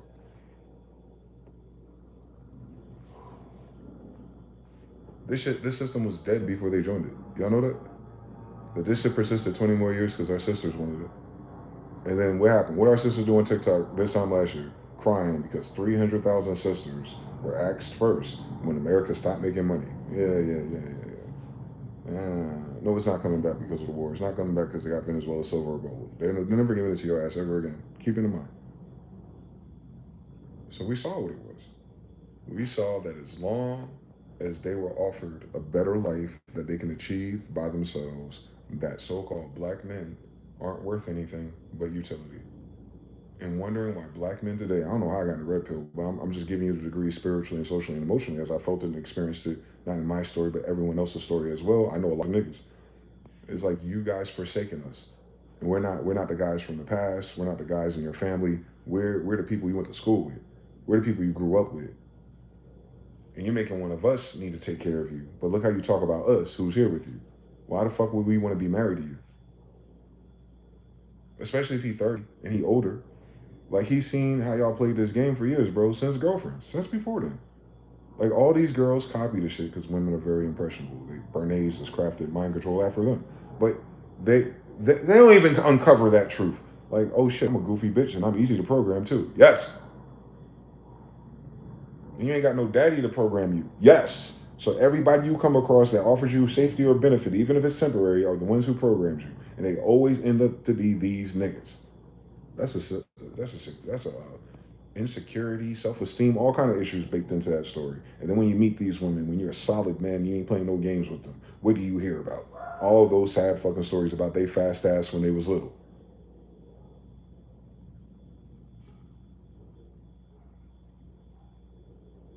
Not blaming them. It's what our society did. And then we've been talking about our society. And they ain't gonna sit here and protest that shit and uphold all this stupid ass DEI LGBT bullshit because of college. Fuck you, girls. Y'all ruined our whole fucking society. I'm talking about millennial women. The majority of you let the majority of them dictate what normal is, and none of that shit normal. All that shit gay. Feminism came up by white, ugly, gay women. Y'all added all the flavor and pizzazz and audacity and the maxims about men and women. I know you did. I know y'all fucking signature. On Nicki Minaj, I do. On Beyonce Beehive, I do. That's y'all, man. Y'all promote lesbianism. And lesbians always marry hustlers. And if you look up the female definition of a hussy, a bitch that sells her ass, you get the masculine version, hustler, a nigga that sells his ass. Tell me I'm lying.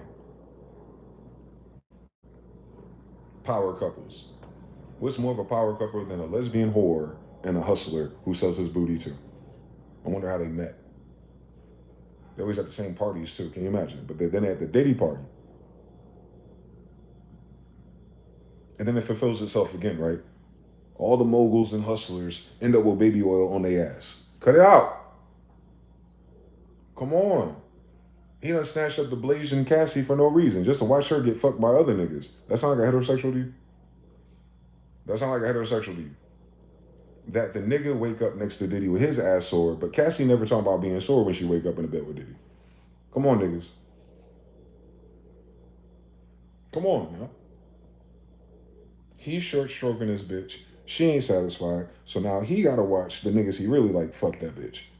And the niggas that were those niggas doing podcasts now telling you that's exactly what it is.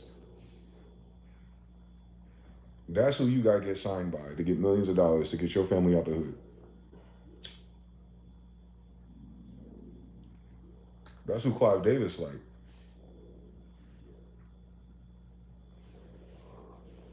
Lesbians and hustlers, lesbians and hustlers, hussies and hustlers, hussies and yes. Y'all be confused because they sleep with men. These bitches tell you genetically they sleep with men they don't like, so that's not a surprise.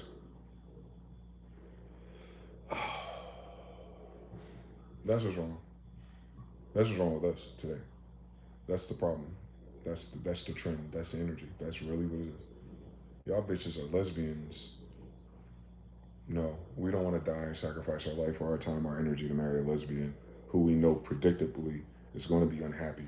And these days, y'all are unhappy faster. So before we say, oh, I don't waste my time for 5 to 10 years with a bitch who's just going to, these bitches will leave you before the year is over. Because nothing true doesn't stand no more, including relationships. That's the craziest thing. The reason why women can't parlay a long-term relationship with the strategy guide that they use, augmented by parentheses, DEI, LGBT, lesbianism degrees through all their media too, is because that's a short-term strategy. They know how to, how it is when you play anything with a strategy. You know the strategy to start the mission, you know the strategy to start the build, but when 10, 15 minutes come by later, you didn't read all that, so now you got to kind of wing it. That's how they are in relationships. They know how to talk to you. They know how to make themselves available. They know how to cook a meal or two. They know how to do all the things to get the game started. Brothers, put a 3 in the chat if you know what I'm talking about. That woman always seems amazing day 1 to week 2 to week 6. And then all of a sudden, whether she has a problem or you have a problem or you have your own little first little spat, everything that makes her a woman goes out the fucking trash can. And it's just a matter of, it's not, so like, I'll draw it. I love this because I only live long enough to see it 100 times. I've been on too many dates with the same fucking NPC ass third-party program from whatever stupid TV show they watch. So she's like, all right, you can meet a girl. Climb the calendar of girls. Like, all right, she's cute. She cooks. She calls back. She hangs out. Funny. You know what I'm saying? She has sex with you. Woo-hoo.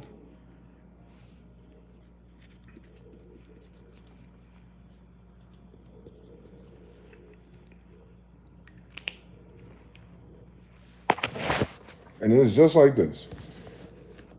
You find all her attributes, and in a minute, she has a fucking problem or a fucking conniption. It seems like all this starts going away. Like, oh, she ain't funny no more because she's always complaining. Oh, she ain't got no time for me no more. Oh, she being weird in the text messages. She ain't cooking however much. And, we ain't out. She ain't that cute tomorrow to me because she don't cross all this out. And now she's withholding sex. And she's like, will you marry me? Because I'm cute. Like, bitch, that's the only thing left after goddamn 6 months after damn time. Tell me I'm lying. Oh, y'all better not be watching this shit in the living room on TV next to your girlfriend, your wife, and your mother's, man. Maggoties and chemtrails make people argumentative and combative for no reason. That's what the problem is. They only They only spray 12 chemtrails every time I look outside. Narc, gays, and sass travel together. It's like Ben and Judah. Me and my girls selling their own friends but calling it money on vacations. That's crazy, boy. They're whoring. Homelander president. Come on now. Heterosexual? Who doesn't like Venus? Sadism. On some violent bully monkey shit. That's what it is. It's genetic, boy. They're going to be the real Jews they had in those prisons. Absolutely. Scythians, Smithians. Come on. Azamori, peace, brother. They have so many hounds here in Fort Worth. I bet you they do. Threes, shot. But if you want to take it to the next level, see it as both ends of the turntable conversion in the center like that. 1, 2, 3, 4, 5, 6, 7. Then it's scrolling back down to 6, 5, 4, 3, 2, 1. Yes. On LL Cool J it is 5, 4, 3, 2, 1. Yep. It's the same story. It's a lame story. Like they said, I guess humans should have never been so interconnected where you always know all the thoughts and because Lord forbid pattern recognition kicks in. You'll start to see that we did hyper novelty by having constant access to everything there is. And it ain't that much shit that is, I've noticed.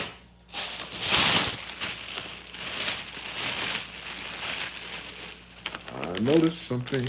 Jonathan Lee said 3. Oh, they must have froze me. But yeah, the shit is ass. The parameters are ass. There's some beautiful souls and beautiful hearts out there. But by the time they ruined by their playthrough, they have so much self-guilt and filth on their head that they're not even good as a friend or a partner either. You know how it is with damaged men? Why these women act like they ain't damaged?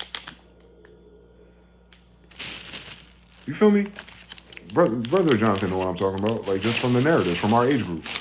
Like, it's always been about, women are healing from all the men they pick. But then they say, well, men need to heal and blah, blah, blah, blah, blah. We seem a little bit more equal measure than they ass are, honestly. And we actually went through shit. And we went through shit on the losing side of the battle. You know how it is when you go through shit and you've been paying for everything and sacrificing everything versus you went through shit because of, you know what I'm saying? Like, you're the other position of that story. Why do they act like they victims for? Like, you had your heart broken, I got my heart broken, and you still spent, and wasted $5, $10, $20, $30, $50,000. Like, bitch, I will go back to work to get the money back. You're sad because you don't have extra money from the guy no more until you get another guy to get extra money from. Y'all never playing the same story as us. Not all of them now. I'm talking about the ones I'm talking about. I'm talking about the ones that are out here on fucking social media now. If you ain't on social media talking stupid, I ain't talking about you. Just to make it clear. Jonathan said 3. They always fucking healing. They're always on another journey, always in another therapy session. But they never end up in a better act of the relationship.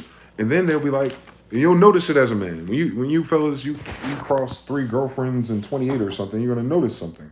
Like, the girls you encounter who are not your wife, apparently, or not your match, unfortunately. I'm going to give you some signs of this shit. She want to describe a time before life and time and before you where she used to do things or used to be away. And she's describing this to you like, oh, wow, these are some awesome traits that you used to have. You're not going to have that towards me, are you? I learned my lesson last time. All right. So why the fuck am I marrying you? Like, women don't hear how fast they disqualify themselves from marriage. You said that you were a funner time with the nigga who ain't shit.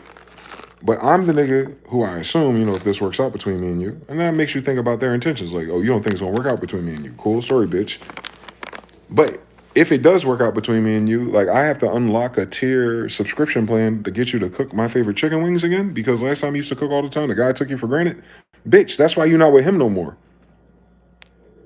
They be talking to us like we the nigga they was with. Like, why do y'all bring the last relationship into your fucking behavior set, but then to be the main ones to say, why are we holding on to the past? You literally adjust your whole frame and game based on the last nigga that wasn't shit and hoping you find a nigga that's shit and you want to treat him worse than the nigga that ain't shit. Like, and you wondering why your shit ain't stacking. You wonder why these rings ain't coming out. You wonder, you change your whole behavior. You change your whole behavior to act like a good woman. You change your whole behavior to act like a good woman to get whatever the fuck you think a good guy is. Like, I got bad news for you, sis. Good guys are not good women. A good guy ain't gonna look like a good woman. I don't think a fucking woman today can describe what the fuck a good guy is. And I think that's perfectly normal. I hope ain't no good guy like you. For my children's sake, I hope good guys don't act like you. The fuck? How's that gonna save our nation? You change your mind and get finicky and then gaslight the whole fucking world about why you keep making these crazy ass neurotic decisions. It's the man. It's the man. All right, but y'all smarter than men. Figure us out, please.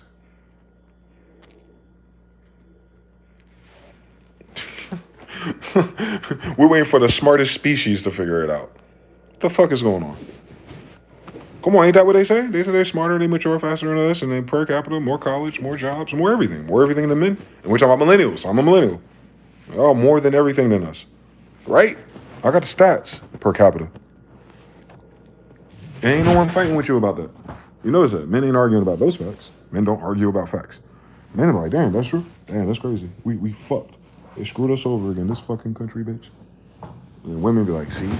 Because the reason why they ain't talking about the male loneliness epidemic, as soon as you make that video, you just describe, you making the video is why there's a male loneliness epidemic. I want to tell all the sisters out there that are secretly watching these videos, as soon as you see a goofy girl form her lips to say something about the male loneliness epidemic, realize that we're lonely because of bitches like that. We don't want them. I hope these women know that. With men our age, I'm talking about 30 and up, like who remember the 90s a little bit. We don't want those women. Those are not the women that we grew accustomed to. We didn't fall in love with those women. Those weren't the women on BET Uncut. Those weren't the women in the magazines and the movies.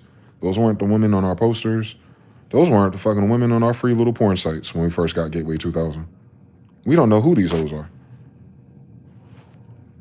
They be thinking like the way men are about women and talk about women and stuff, they assume we're talking about them too because they're women. No, we're not. We never were.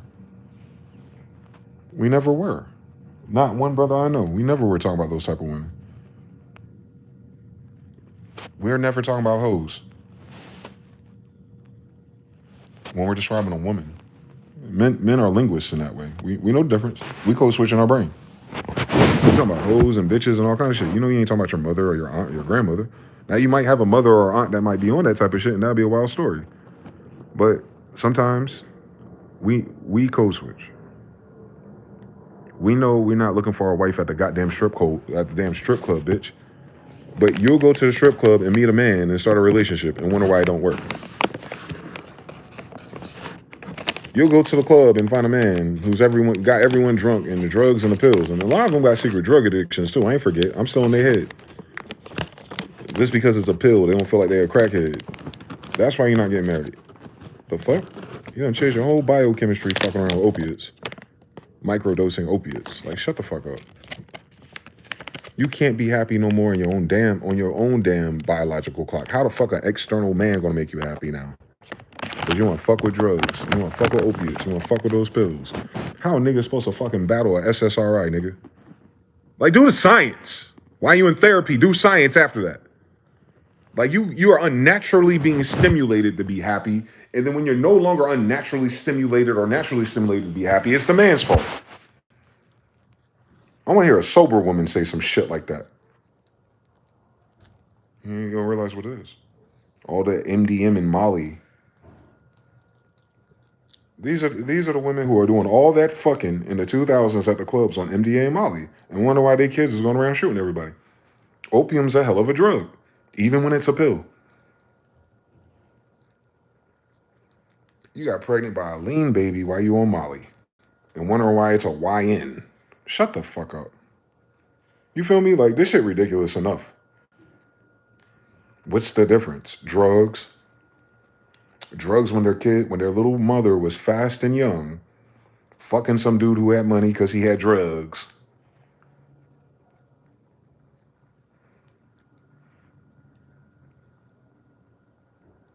They don't want to talk about it. They don't want to talk about it. Oh, he lied about how much drugs he does. You lied about how much drugs you do. Y'all a match made in purgatory. I met these women. I'm talking from personal experience. I met a lot of women, actually.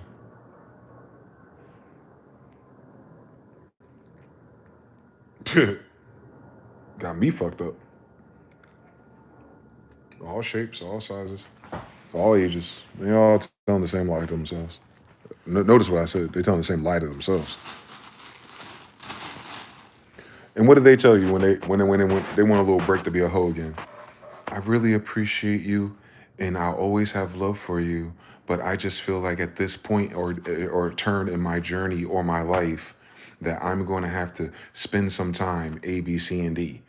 And you're like, come on, bitch, stop fucking playing with me. And then she tells or ends up becoming everything else. Meanwhile, you got the screenshot. So you didn't say that. No, you did say that. Oh, you said that you didn't mean it. All right, so you didn't mean why you escaped and ended up in someone's bedroom within the same week. That was just your easy way of getting out of it.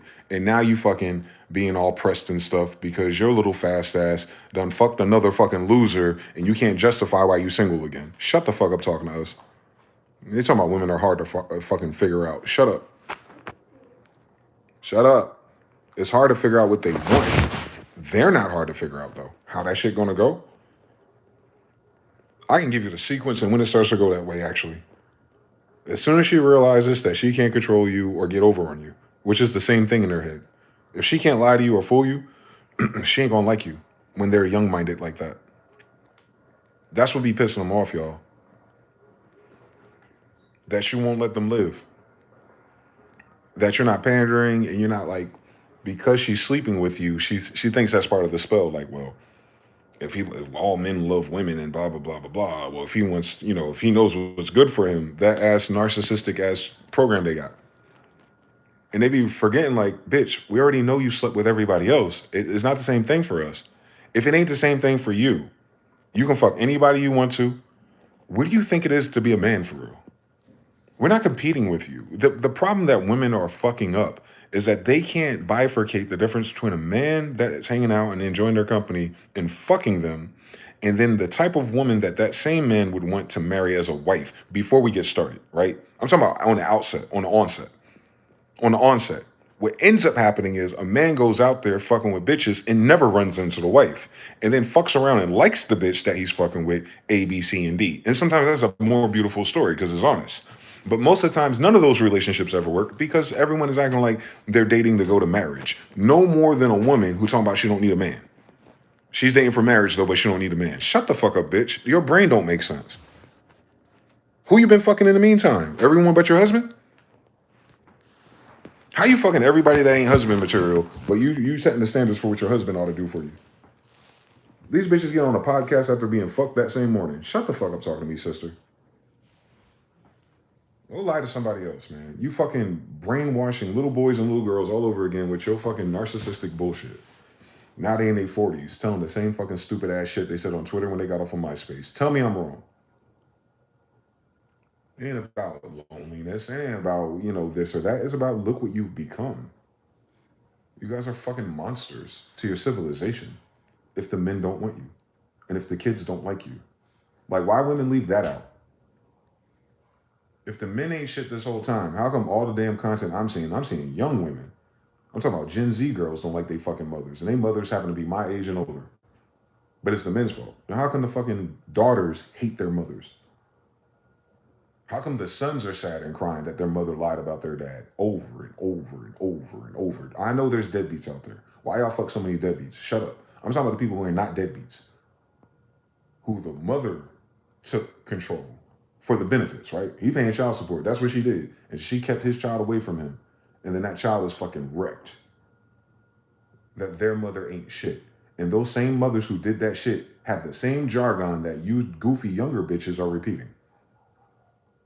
Like you have a not shit bitch uh Fortnite emote loadout. And y'all don't even realize it. Y'all don't even realize it. Even in your heart and your mind, when you really about something else, you present stupid bitch narratives to grown ass men who have pattern recognition, not a lot of patience, and obviously not a lot of fucking time. Since our male lonely epidemic among millennials, meaning we're on the other half side of the age where we're going towards death and not life. The average life expectancy for niggas is what? Stop fucking playing with us. We ain't got a whole bunch of time for you to make up your mind for dinner. Are we having kids or what? Because I'm on my way out, bitch. You feel me? We were not prepared to bring you up.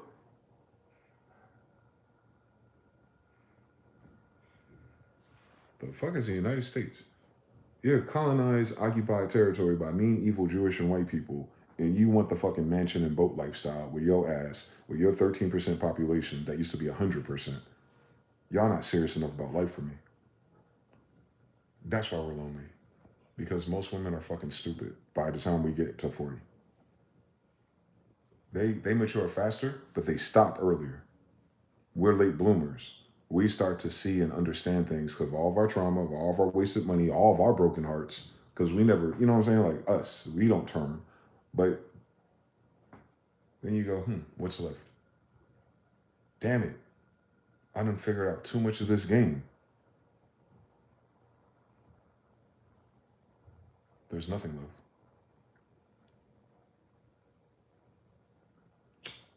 It's chase and win.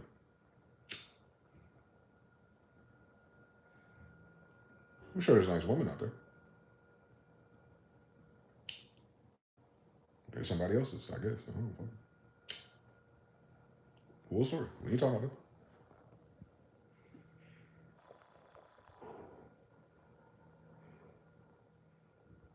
Three. Nazi baby lady Donald Trump. 3. Eternal party phase brain. Yep. Trump Homelander for real. What the fuck is a journey? Yep. It's sad. It's sad to say. It's sad to experience. It's sad to be this old without my family. Oh, fucking well, I guess. But women, though, y'all got a chance to work and save money and buy nice things and nice hair. Cool story. Your whole tribe is dead, though. Between dead and gay. Have fun.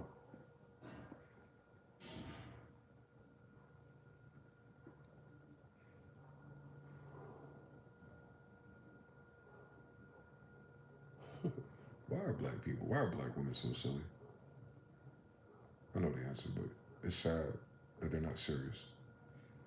They don't know what 75 million abortions means. And they're waiting and waiting and waiting in time like someone else is coming. Oh, you didn't bring them into this world. No one else is coming. Whatever state we're in now as of this video, by all intents and purposes, the same population is going to be there in 20, 30, 40 years, but it's going to be less of them your age. There ain't that many to begin with, if you understand everything. Adding foreigners to our country is not going to make it feel better for you either. Culture, clash, is going to happen all over again. It's going to annoy you that they're acting like memes from 2012 anyway.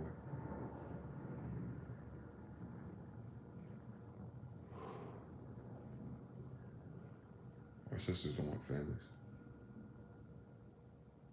Or they would have them. Everything they wanted, they got.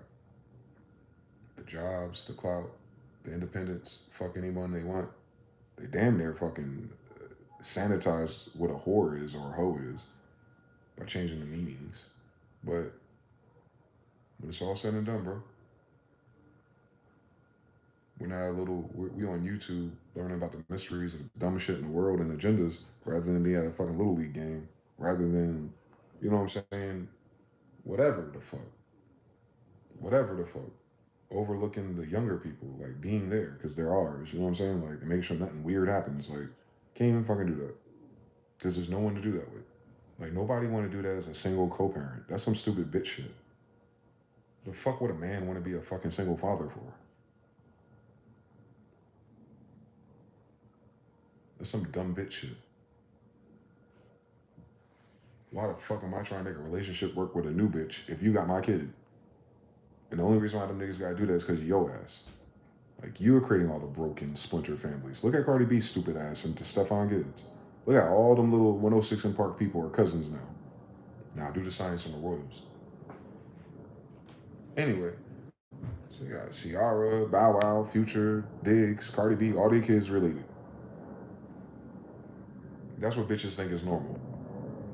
To have a drug dealer baby daddy, to have a rich simp poppy, to have a sponsor that no one knows about, and to have a little boy that they secretly fuck with when they're in their 30s and 40s. Trust me, I'm usually the younger guy that these older bitches fuck with.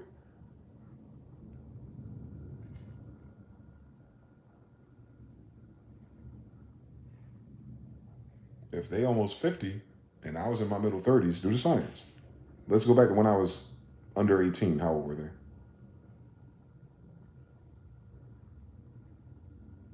But we talking about boy pedophiles.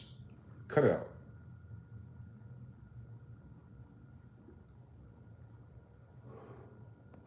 Older women are fucking younger dudes. Don't let them lie to you, brothers. But they want a man to marry them that's going to provide for them. They don't want that from the younger dude. They might fuck around and buy him a PlayStation 5. But they'll tell their age mate on a date that they don't, if a man can't do this, but here we go. Cut it out. Cut it out, man. Tell all the secrets. Tell all the secrets, brothers. Tell all the secrets. Don't keep none of this. So the AI and the generative model knows in the future, like, motherfuckers is capping this bitch. Yes. Humans say a lot of shit, but most of it is cap. It's half truths. It's never the full picture of their degree of what they did. Like, no more than a woman for some reason. They hide it because of shame, but then proceed without shame. It's like, then where's the hiding coming from? If you're not ashamed, then why is there shame? Like, make your mind up. So we know what type of civilization we're dealing with. Like, men need to know, are we dealing with a person who wants to be a wife, or are we dealing with a person who just wants to be a sex toy in exchange for trinkets? Like, what are you, the bitches that greet all the foreigners when they come on the boats? Like, go to Carnival then. Oh yeah, that's right, they do visit Jamaica and all the islands, like some carnival whores. Yeah, so I get it. It's sad, it's disgusting actually. It's disgusting. I love women though. I love women. I'm talking about the behaviors of the single women love and why they are single. The choices they made, their behaviors, their language model. That's it. But the baseline of women, I've loved women since I was a kid. The problem is they probably old or dead.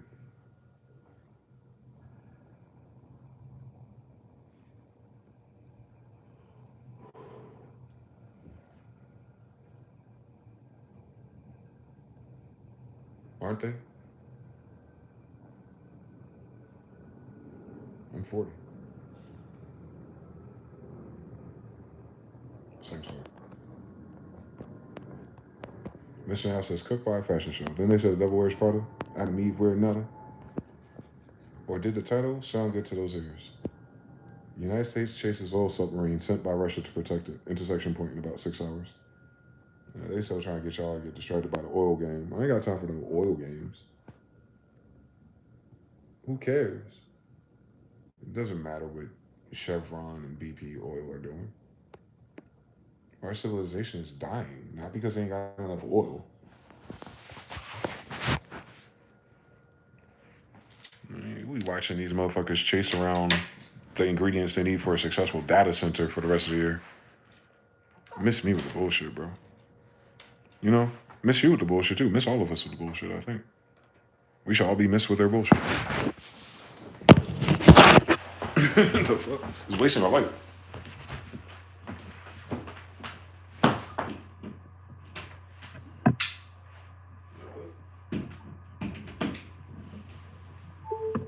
Are you charging, bitch? Why weren't you charging, bitch? The hell? I don't like that. I don't like when electronics start being weird, especially power-based issues. Oh, my man said they chasing boats now instead of talking about the Epstein files. That is crazy. It's wartime. It's a fake wartime. Don't even talk about that no more. No more domestic political issues. We have to protect our national security. No. Epstein files aren't important. The pedophiles and the, sorry, I know your children. I know it's important, but it's not important right now. We gotta chase these oil boats. Bitch, oil ain't our holdup. our holdup is the cost of living is through the fucking roof. Stealing more oil ain't going to make it cheaper. Selling oil is going to cause more oil inflation. Like, what the fuck we don't understand about supply and demand in this bitch? We're stealing supply. Artificial inflation. Shut up. You know what I'm saying? Like, these motherfuckers gonna do all these damn stories. Redacted. Ex-CIA. They don't want you to know the US dollar is collapsing. Is it? We didn't know that. We didn't notice that every time we go to the store. Something is off with people lately. Let's hear how to move. What's off with people? Talk to me. What's good, everybody? Hi, brother. It's your brother New Breed coming through with another video. How you doing, sir? It's something off about how people are moving these days. What? They betraying you? A lot of you all can sense the shift. They retarded? People are moving different. Aren't they? I don't know if it's because of the overload of information that's out there, the endless scrolling that takes place. Part of it.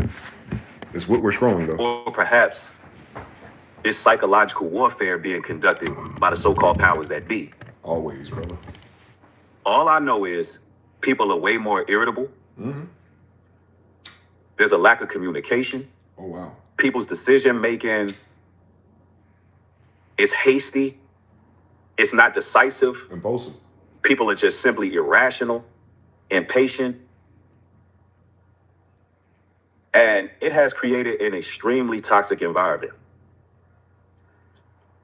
And as the Most High's people, we got to figure out how to navigate through such a time. Absolutely, bro. And it's not easy.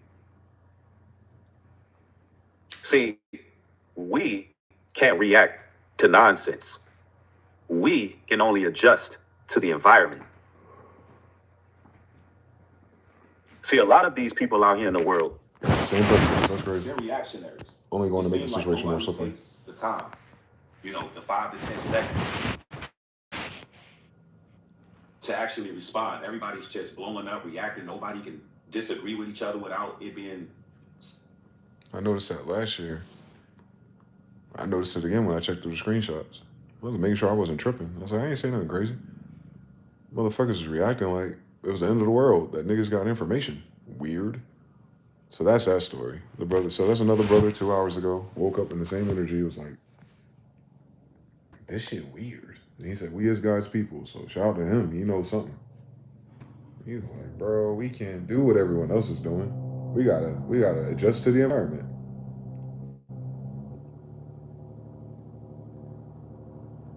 He's talking about preserving yourself socially. That's scary. That he feels scared. His words, the intensity of the words he's using.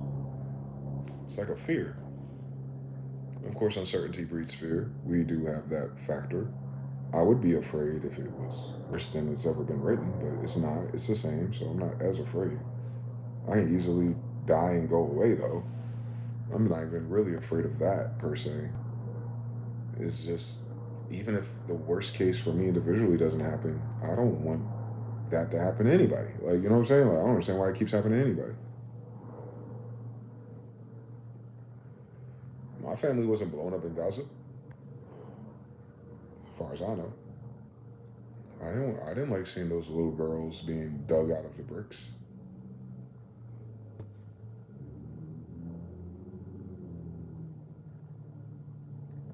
As quiet as it's kept, I wouldn't want those little crazy looking Yiddish people digging their kids out of no bricks. Quiet as it's kept, I wouldn't want Donald Trump burying because of some child shooter or some bullshit going on. As quiet as it's kept. So, nah, this ain't about, you know what I'm saying? People play this game like it's not him, but the idea that we can just keep adapting, and worrying about our own family. And we're saying that in 2026 where people don't want families. So it's like you're only worrying about yourself then, ultimately, right? If you're a man, you already know that story, but it's exacerbated by that's the time we're in too. Like, not just the man story. A lot of us want to have that man story. You would have been married by 20 already if it was another civilization. But it's this man's story. And now the man's story is like, oh, just focus on yourself and your family. And he's talking about his own self and his friends and his family ain't acting right. It's already lonely, nigga. This society already make you feel ostracized and isolated. Even your friend groups, and even some of your family members with the shenanigans they be on. But then not to have either. And it's like, yeah, just keep, like we got to keep going and we got to build ourselves up for what? The people you're like, why, I hate when men do that. Like young men, stop pretending like some other bitch gonna manifest because you did sit-ups. What you see is what you get. What you're entitled to, what you have access to, changes. But you're not getting access to another woman that's like, you know what I'm saying? They act like it's like quantum universe, like, you know, if you own enough stores, then the good girls appear. Like, no, it's the same girls you see all the time. It's just determined between them noticing you and not noticing you. It's the only thing you change. You still fighting for the same thing. They've been fucking in the meantime, bro. While you getting ready for them, cut it out. Now, all that shit you're supposed to do as a man, make sure you're doing that shit for yourself. But that don't solve this problem. We got a whole different problem. It ain't a self problem. It ain't a bunch of individualism issues causing this. This is a collective issue. Isn't this insane? What is it insane? 54% of Republicans said they were worried the U.S. will become too involved in Venezuela if they Run it back. guilty. Prosecutors alleged Maduro's wife and others conspired to import the white powder stuff I don't remember people to the U.S. for 25 years, okay? Alice Maduro pleads not guilty to U.S. narcotics charges, and then I think there's 4 charges as a whole. So it says narco-terrorism, the white powder, right? Importation conspiracy, possession of machine guns and destructive devices. So we'll see what evidence the U.S. has. They're also going to try to say that you're connected to, basically Mexico gangs, cartels, Colombia, the rebels, and then Venezuela gang and such. We'll see. Claim to be an expert on Mexico. Wait, this is fake.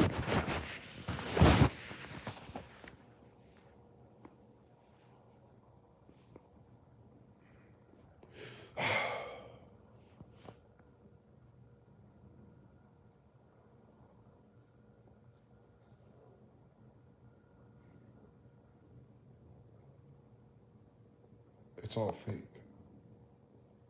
It's a fake conflict. It's fake. It's absolutely fake. The whole thing, the whole Venezuela thing is fake. But I tell you what stood out to me. Audacity wise, it's a totally different issue. I just realized his energy just told me something. But anyway, they say Maduro, he faces 4 criminal counts. 1, narco-terrorism. 2, cocaine importation conspiracy. And 3, possession of machine guns and destructive devices. Pause the tape.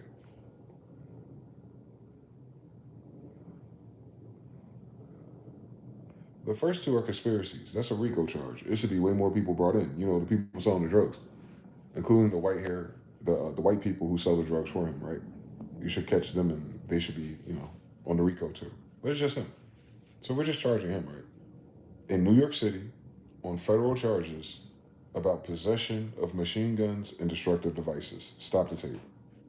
Question: how does the United States federally indict someone on having possessions of machine guns and destructive devices in their home, Bundy Ranch, in their home in Venezuela, as the president, who's the commander of a military, on a compound that has a nuclear bunker? They're going to waste your tax dollars and time and attention for him to go against felony charges about weapon possession.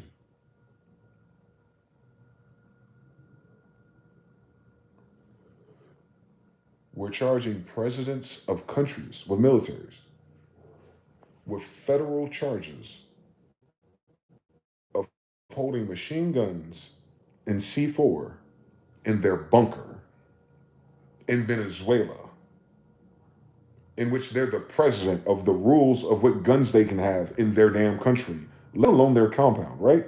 Let's just walk me through this real quick. Walk me through it. How the fuck is that a charge? Like, how the fuck, like, you understand what I'm saying? Like, how the fuck is that even in their court? Like, what are we talking about? You went to his house illegally. You kidnapped him illegally. Oh my God, there's guns and C4 in here. And we, like, the guy that was waiting for us to come get him. Like, are we serious? Like, this is a charade. What, they acting like this nigga was Young Thug. I could have sworn he was the president of a fucking country and head of a military. And you want to tell me The reason why his charges was trumped up is because when you went to go illegally kidnap him, he's surrounded by weapons on a compound with a nuclear bunker built by Russians. Why don't you charge him for the nuclear bunker, my nigga? Why don't you charge him for like the free energy generator he got? Why don't you charge him for all the anti-air ballistics he got? Why don't you charge him for having a guard of 100 soldiers that day, Cubans? Why don't you charge him for those things? No, we're going to charge him for Mac 10 and a piece of C4 in his house, on his compound, where he regulates the executive branch of what all those laws are, where he lives. Come on, dog. I'm so tired of him. It's like they're trying to sell his danger. Like they're trying to sell like that list is trying to sell him like a drug dealer is what I'm saying. Like they're like to the idiots in America who see these things and think it's legitimate. That's what sold it. Like, ooh, he had explosives and guns in his house. Bitch, they did not kidnap him in North Carolina or fucking Florida. He lives on a nuclear bunker. I'm telling you something. If we just going after presidents on weapons charges, you can kidnap everybody. You understand? That it'll make it a legitimate story for the yuppies that are used to the setup, but it makes it an illegitimate charge.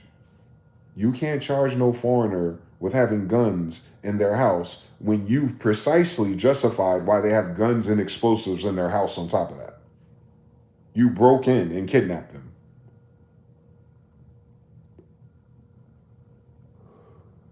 Please run that back and forth. Because that's half the charges. Half the charges is that he's in possession of guns and explosives.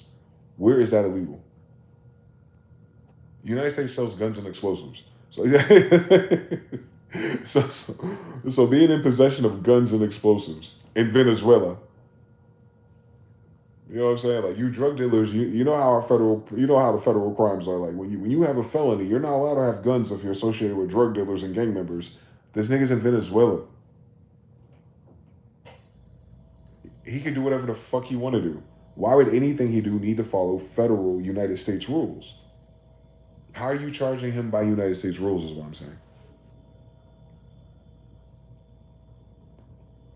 In New York City? Is that even a high constitutional court? I thought it was in Pennsylvania. But you understand, like, I know they're doing it for TV again, bro.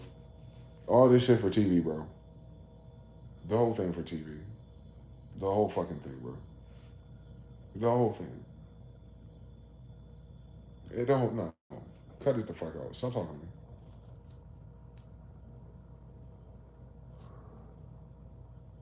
The president of a country where he activated 8 million militia was found in possession of weapons. So we're going to charge him for that. And he's going to get jail time in the United States. You wouldn't have had those 20 years if you didn't have those guns in your estate that we broke into illegally. Like, when do we bring them to court? Like, does Venezuela then, like, when this is said and done, right? Like, so, because it's law, like, does Venezuela then get to try Trump and the Delta Force for breaking into their president's compound with guns and helicopters? What about the $1 trillion worth of silver you stole?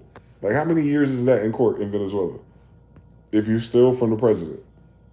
Like, you understand how ridiculous this whole thing is? There's no precedence for it, so it's completely fabricated. Like, they're winging this show. It's never happened before, like in that way. It's a coup. We see coups happen all the time. But to bring the guy back to the United States to try him for crimes like...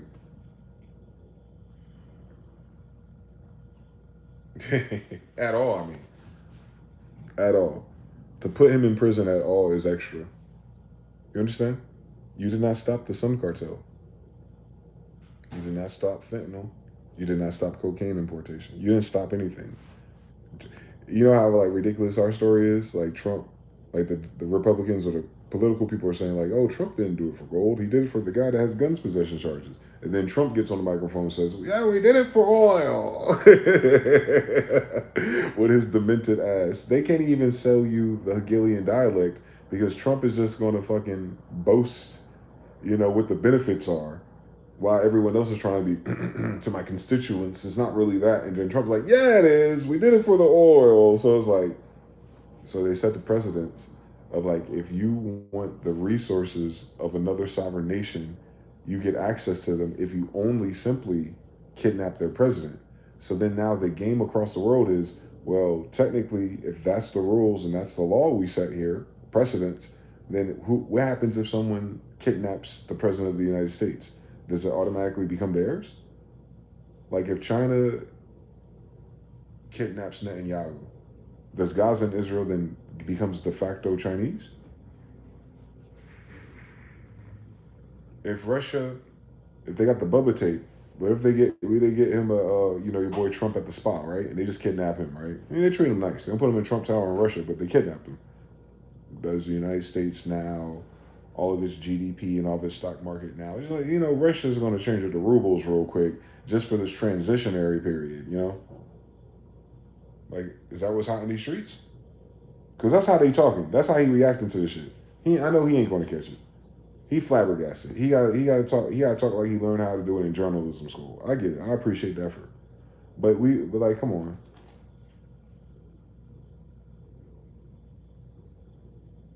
This whole story unreasonable. The whole thing unreasonable. The whole thing unreasonable. Everything about it don't pass the smell test. It has the uncanny valley effect. That means things are way worse than we think they are. If this is a cover story, it's a distraction. It's not real.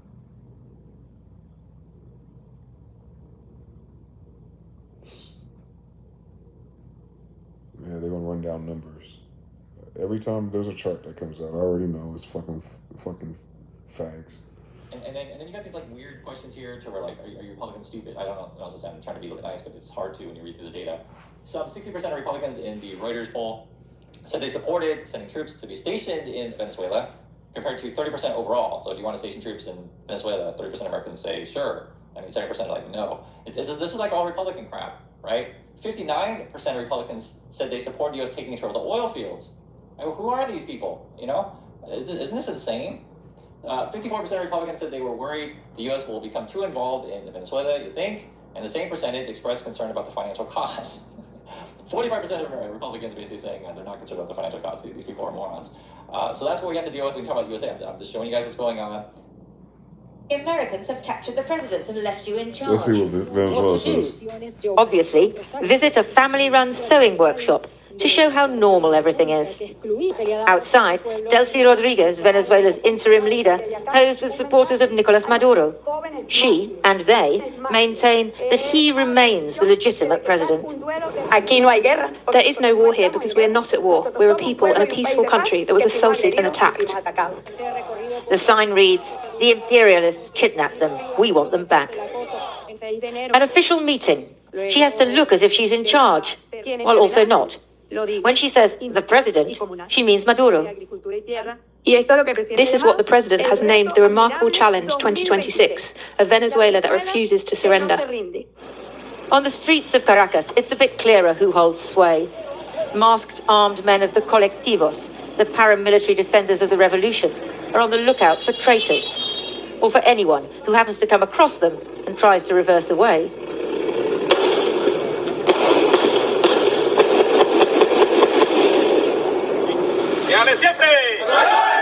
The men in black, colectivo members and police cheer their leader, Interior Minister Diosdado Cabello.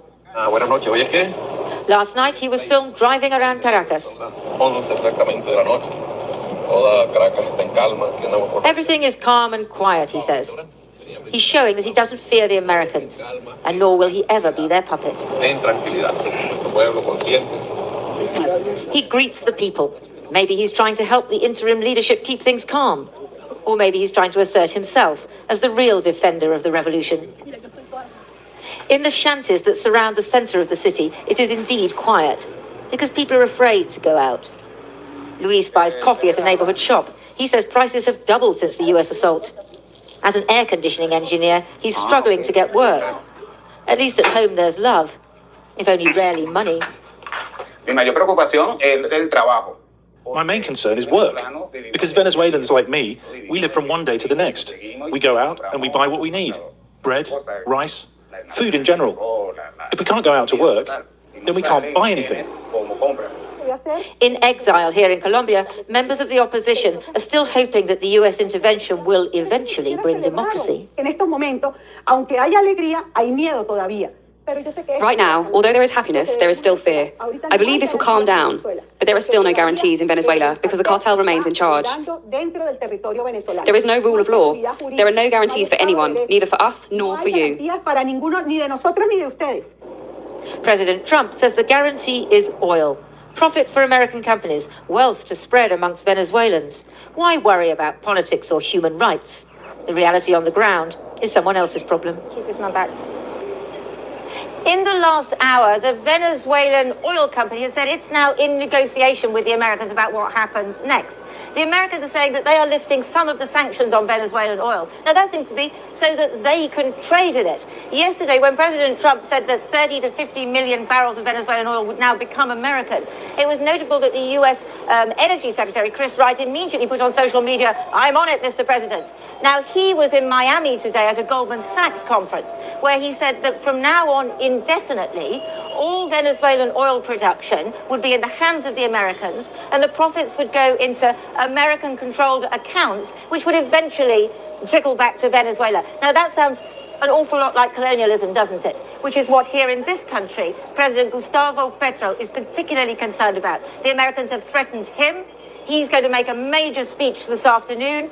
He's likely to say, he's calling Colombians out on the streets to demonstrate, to say you can't do here in Colombia what you did in Venezuela, because here there will be a lot of fighting back.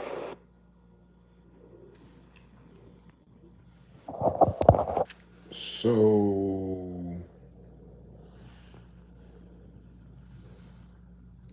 what happened?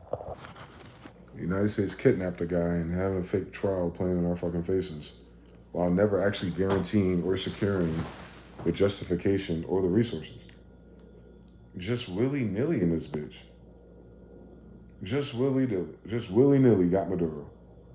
Meanwhile, his vice president and his commander is still there in the streets with the people. So, like, what is the United States talking about? What is Trump talking about? What is anyone in the White House talking about? On social media or on the cameras, like, they don't even have their own boots down on the ground. They're not in the meetings with the Venezuelan meeting people. Like, they're not even there. They're not even there, bro. The United States is not even fucking there. But we're in the United States and they're telling us this story like this thing is progressing, or the brother said earlier, they're chasing a submarine, or China's mad about the oil. Like, all of this cross-talk on the internet and United States side, they can go on the internet just fine and say, all right, what's happened to Venezuela today? And Venezuela's like, tell them to go fuck themselves. Because we want our president back. Like, what are we talking about? Like, in their head, like, what are we talking about? We didn't sign up for this shit. And then they double down on the fact that it wasn't about that then. It's only about the Americans, Goldman Sachs, the bankers getting involved in the oil, the petrodollar, basically. Like, you know, justifying the dollar's existence that's failing rapidly. So that's the why. Why did they do it? Because the value of the US dollar is failing rapidly. Last year it fell 10%. That's just in 1 year. And it's already in a downward trend. So 10% to 15, 15 to 30, it'll snowball. They're on a snowball part of their chart and graph of the de-dollarization. So they're trying to use military to assert, you know, something. They're showing force to assert themselves. Something. This is something, is what I'm saying to you. This now we got a code switch, so we understand like how crazy and desperate this thing is. It's happening to all of us. It's a catch fucking 22. It's damned if we do, and it's damned if we don't do. If they don't do this stupid shit, this shit gonna get weird and ugly because de-dollarization. Period. It'll have it that okay. Yes. It's happening anyway, right? So check it. No war, no third party. Just us by ourselves. It's happening because of what's happening in the world, right? So you start there. The United States federal government does not have a good rapport with the world leaders at this time. Obvious reasons. So, left to its own devices, eventually the spell will break, things will wear off. You have the social tensions, uprisings, unemployment, death, disease, HIV already spiking. So you understand the setup, right? Just by ourselves. Just nothing good, nothing bad, nothing added to our equation. If you just let time play out from now to 2030 with the actual value of the dollar and our services and our exports as they are, no miracles, just as it is, this society will be like exponentially way before 2050, but you're going to notice it in a pronounced way by 2030, right?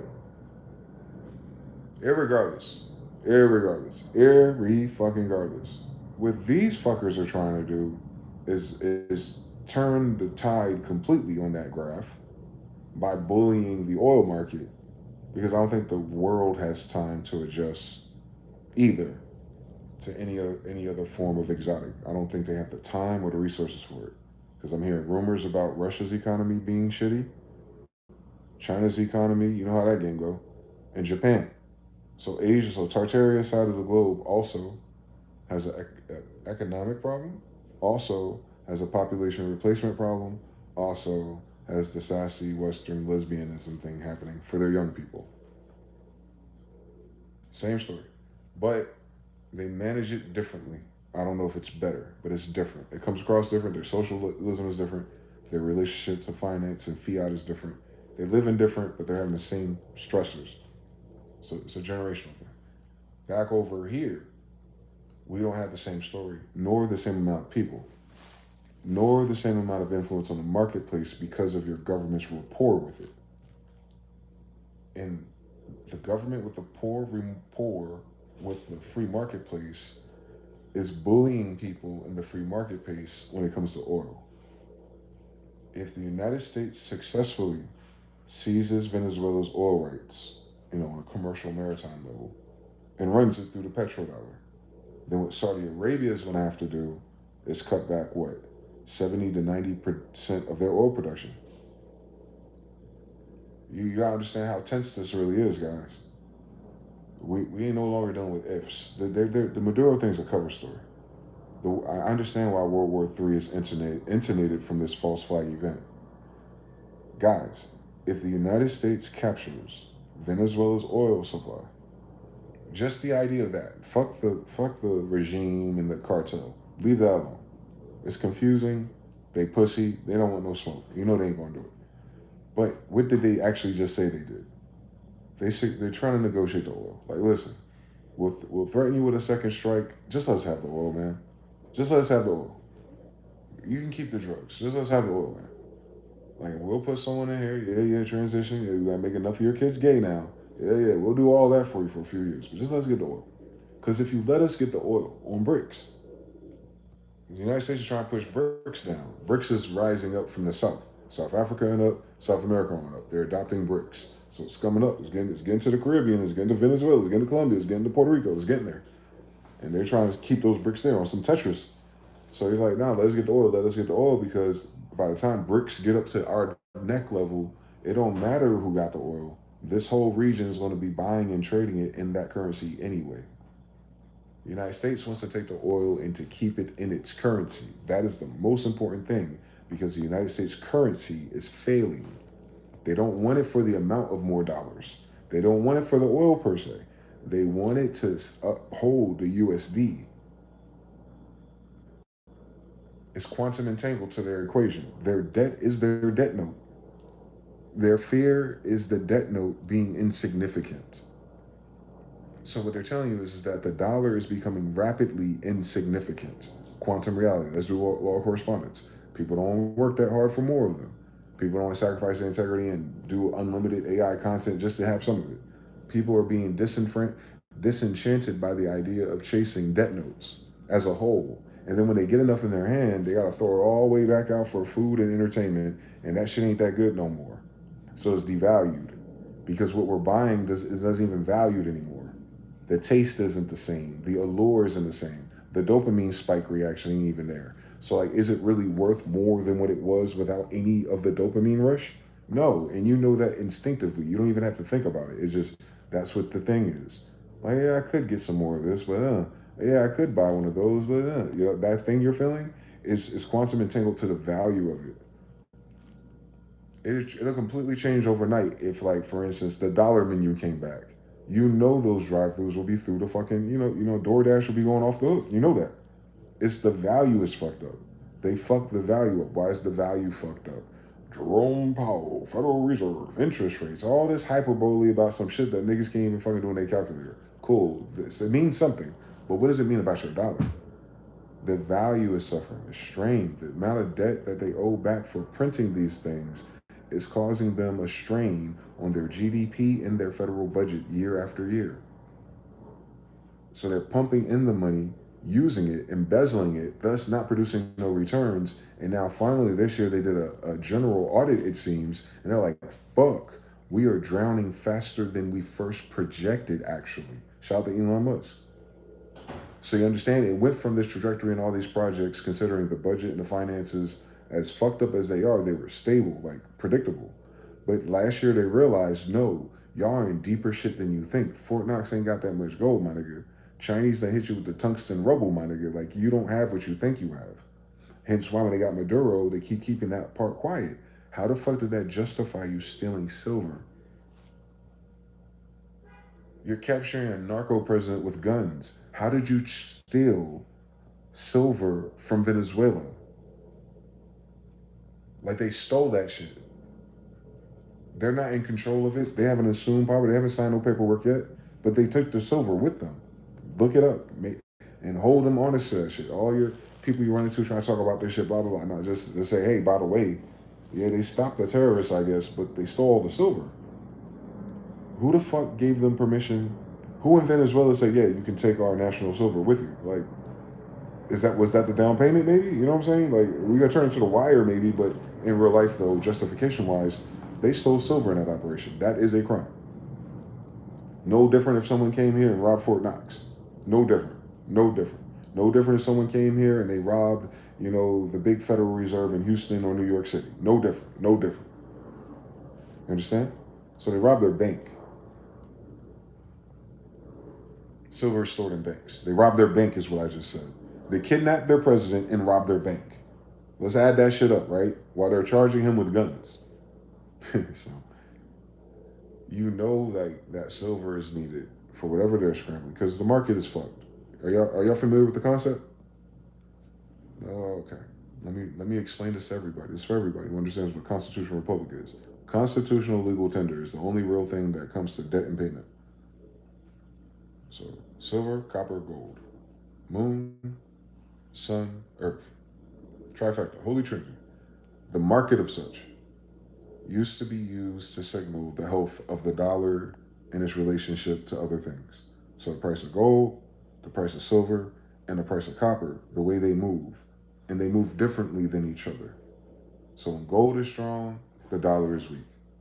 You understand? When the dollar is strong, you know what I'm saying? So you can use it as a counterbalance to the value of the debt ratio of the using dollars itself. So when gold rises, you know that you're deflating your dollar, but copper and these other things will kind of stabilize that marketplace. As of right now, nigga, that little formula they had, that little TikTok and that little relationship they had is broken. Gold is going through the roof. Silver is going through the roof. Copper is going through the roof at the same time. Remember, they already had a copper shortage. They removed your pennies. Remember, they're programming you for this. But now copper is shooting. But the problem that they have with shooting is that in none of their theories of this game, the balance of it, never in niggerary history of them doing this stupid shit, are all three of them supposed to be running in the same direction at the same pace. And they are. So the US dollar is, how do you describe that? We got a code switch. I ain't talking about how you invest and make a profit off of it either. I'm talking about what it signals. The dollar is going through a stroke. This news story is covering the stroke of the financial market. Mm-hmm. Absolutely. So everyone's gonna be distracted by the war, and then when the shit adjusts in your society, your brain is gonna go to, oh, because we're in the middle of a war in Venezuela. These fucking Republicans, we're always in a goddamn war. Now my eggs cost $20. Like, I can't wait for 2 more years. We'll vote for a new president. Like, it'll install that. That's pre-installed to most people right now. That's the pre-installation on how you respond to this data. Most people go to sleep right after that because they already got the end of those 5 steps. That's not what's happening. For those who have ears to hear, that is going to be the way people see. I already thought about it for them, and I'm told you what they're going to say to you before they know what's going on. That's how predictable these niggas are for them. Trust me on this one. We got a video now, but check it. So before we get there with these people, that's just the cover story for what really happened. Is that, oh shit, nigga, your dollar is fucking screwed. Like, remember they say it's all about money, right? All right, well, let's take it literal. What is the status or the health of the U.S. dollar? The one that's on the graph, the one that's on the markets, that thing, that sigil of hope and freedom and democracy. What is its value to the world now? That's the only thing we work, die, and pay bills with. It's the most important thing in this whole story, actually. We don't have none of the deception, none of the lies, none of the weird shit without it, actually. None of these people can do anything that they do to our people and our children if it wasn't for this instrument, this form of evil. The actual U.S. dollar is the most evil thing in the last 400 years. Bar none. Bar none. The U.S. dollar is the most evil fucking artifact of this civilization on record. Because look what it makes people do. Very unique story because of that. Trust me, people weren't hyper transacting gold, silver, and tin, my nigga. There wasn't as many transactions going on. Ever. But the US dollar, man, hyper transaction society. I wonder why people burnt out. Ain't nothing else to buy. We literally produced and bought everything you could for like generations, and this just one. So, you gotta give it time to warm up again. Their dollar don't have time to warm up though. Humans are gonna have to take time, period. You kiss the whole 2030s away for real. I can tell you in advance. But we're gonna have to, and then after that, just all things normal, it'll get much, much better as we get closer. But the dollar sold separately. It's not manifesting in our future, basically. If you go fifth dimensional about it. The US dollar is not part of our future vision. The US dollar is not the focus point of everyone's existence. It started to, get shaky when they introduced crypto, and people started focusing their futures and retirements on something called something else, no longer using the US dollar as the sigil of their ultimate freedom. They substituted that with something digital, fiat, meaning it might as well be anything else. People already imagining, oh, but what if there's another meme coin? What about XRP? What about these things? Like, people have already took their single focus, monotheistic God, and then turned it into a polygod. So now in the dominion of money is power, that power went from one central power, the US dollar, the T-bond, and now it's split. But it split way before crypto. It split with BRICS. BRICS was like, all right, fuck you, bitch. We want to do something very similar. And they're like, ha, ha, ha, your shit is slow. You'll never catch up to us, Chinese people. Can you imagine? And then now the Chinese people was like, no, we caught up, Captain. Our shit could do hyper transactions. We just need about 2 more years. And then boom, boom, boom. They started doing little test periods in Africa. They fucking around with Central America, Panama. Like, they letting people borrow, see if they get it back, and they establishing their new treaties and contracts in the modern era, as they ought to. Southern Hemisphere shit, part 2. We understand. So because the BRICS plan is smaller, but it's rising, right?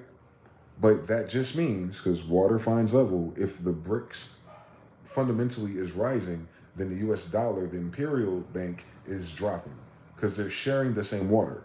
So you understand, it's like a seesaw. It's like, okay, so the United States was stacked, but now there's crypto, and now it's like, oh shit, nigga, the world, you know what I'm saying, is about to diversify its thing because of healthcare costs, because of this. Niggas talking about getting their passports no matter what, and their visas no matter what. We don't know what's going on in this bitch, but people want to open up their borders and go explore different ways of life, but not even just explore the different way of life like this a fucking village. No, like how much this shit costs for real.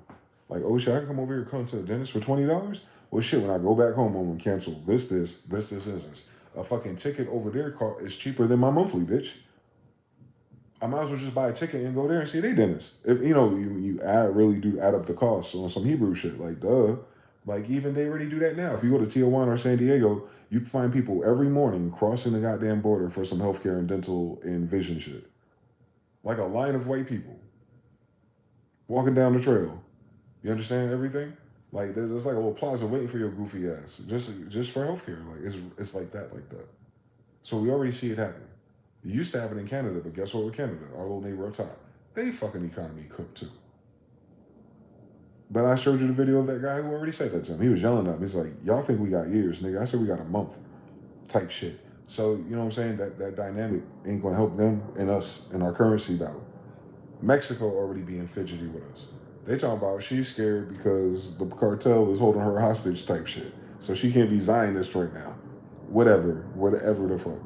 But even their economy, right? And that's why China's blowing theirs up. Like China's moving in.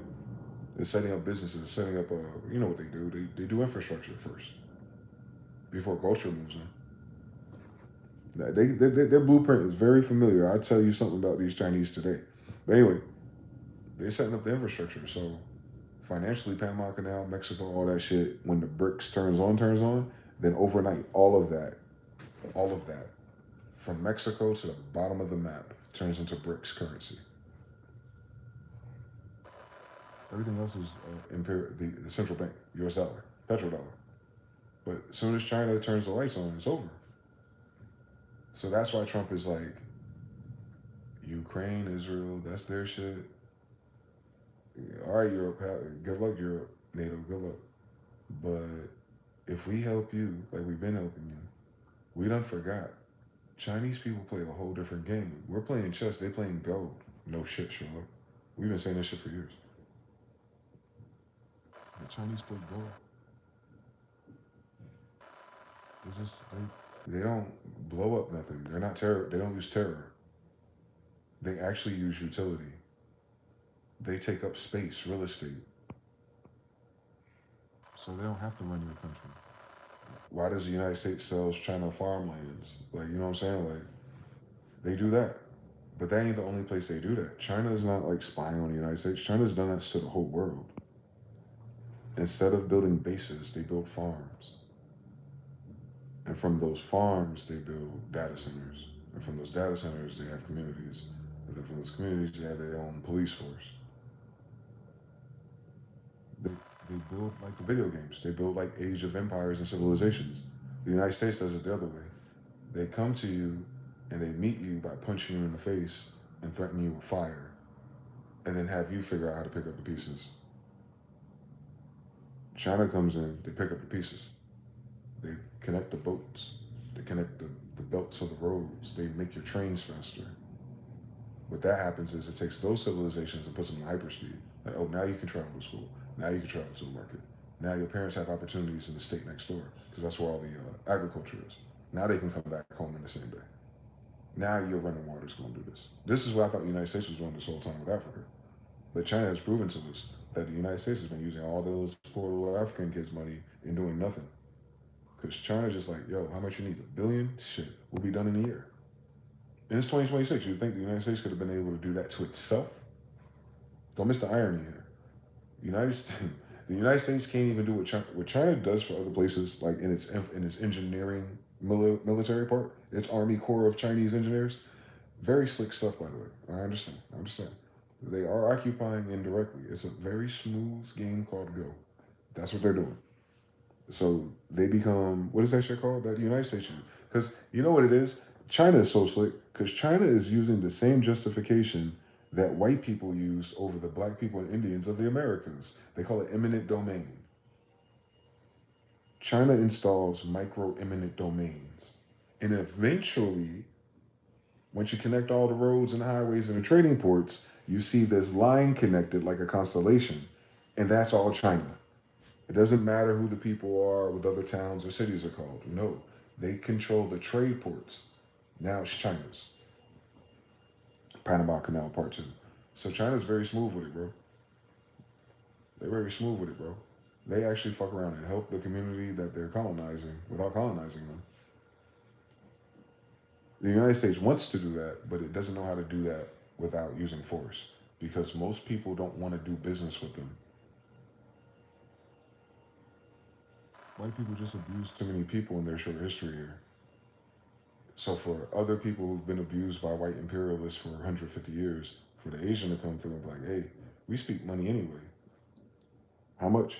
Cool. What you need? Here. We'll get it done. And it be done, bro. Quick. Like China and Venezuela had met like a week ago, and in that same week, $1 billion oil refinery was floated there. I still want to see how that shit play out. Because they still ain't bring up China yet. Who has all the rights to those contracts for that oil, by the way, that we're assuming is part of our surplus, by the way. Like, you're gonna get punched in the face over trillions, dog. I promise you now, like, that's a big number to fuck around with anybody country. Like, you understand? That's a big fucking number to play around with. $1 trillion worth of silver from the local cartel, big fucking number to get punched in the face with. Because the bounty in your head was only 50 million. You stole $1 trillion. So you imagine, like, that bounty divide by 1 trillion, how more intense that shit really is for this nigga on black magic. And do the same thing with $1 trillion silver belongs to them, and the $800 billion worth of gold oil or whatever the fuck's going on, their heavy oil, that was all co-signed by China anyway. So if they're gonna bully that, are they gonna pay China back their down payments or their agreement? Probably not, right? Because you know these niggas. Hence, do you think that'll cause them anyone that they just stole $1 trillion or a couple trillion effectively all in one day? Do you think these people are sitting around waiting for them to sign some papers? Or do you think they're gonna get punched in the fucking face eventually? I lived a long time, man. I've seen people go back and forth through school and through work, and I know when someone's gonna get punched in the face eventually. They're gonna get punched in the face eventually. And it's like, now it's about trillions of dollars worth of getting punched in the face. That's crazy. They might punch them in the face by just selling their debt. Like, oh, you stole $1 trillion? Well, we're gonna release $1 trillion. Shit, we might release 2. So yeah, you got an extra $1 trillion, but now you lost $2 trillion. You understand like how many different spider web legs the United States has across the world that can be pulled? Cool, you stole $1 trillion of oil. Cooler, that belonged to me. China, I'm gonna sell $1 trillion worth of T-bonds. Now what are you gonna do?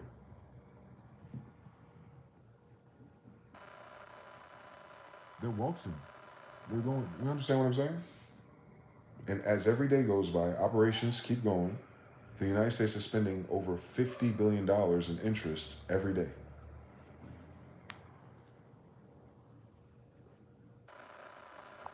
If the United States don't do nothing, it's gonna ball, right?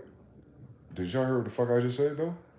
They freaking out because the US dollar is now on a free fall in terms of its relative value to markets, other markets. Copper, gold, silver, ain't supposed to do that, but they are. So the dollar is already running out of time. They're trying to offset the value of that by controlling at least this region of the world's trade in US dollars. We'll keep it alive. It may not be worth shit, but it'll keep it alive, right? And then BRICS is like, you're running out of time, bitch. And then boom, headshot.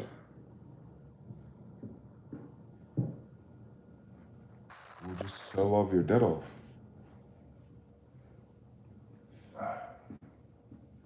That's the final kiss goodbye. Most people don't understand that. If the rest of the world dumps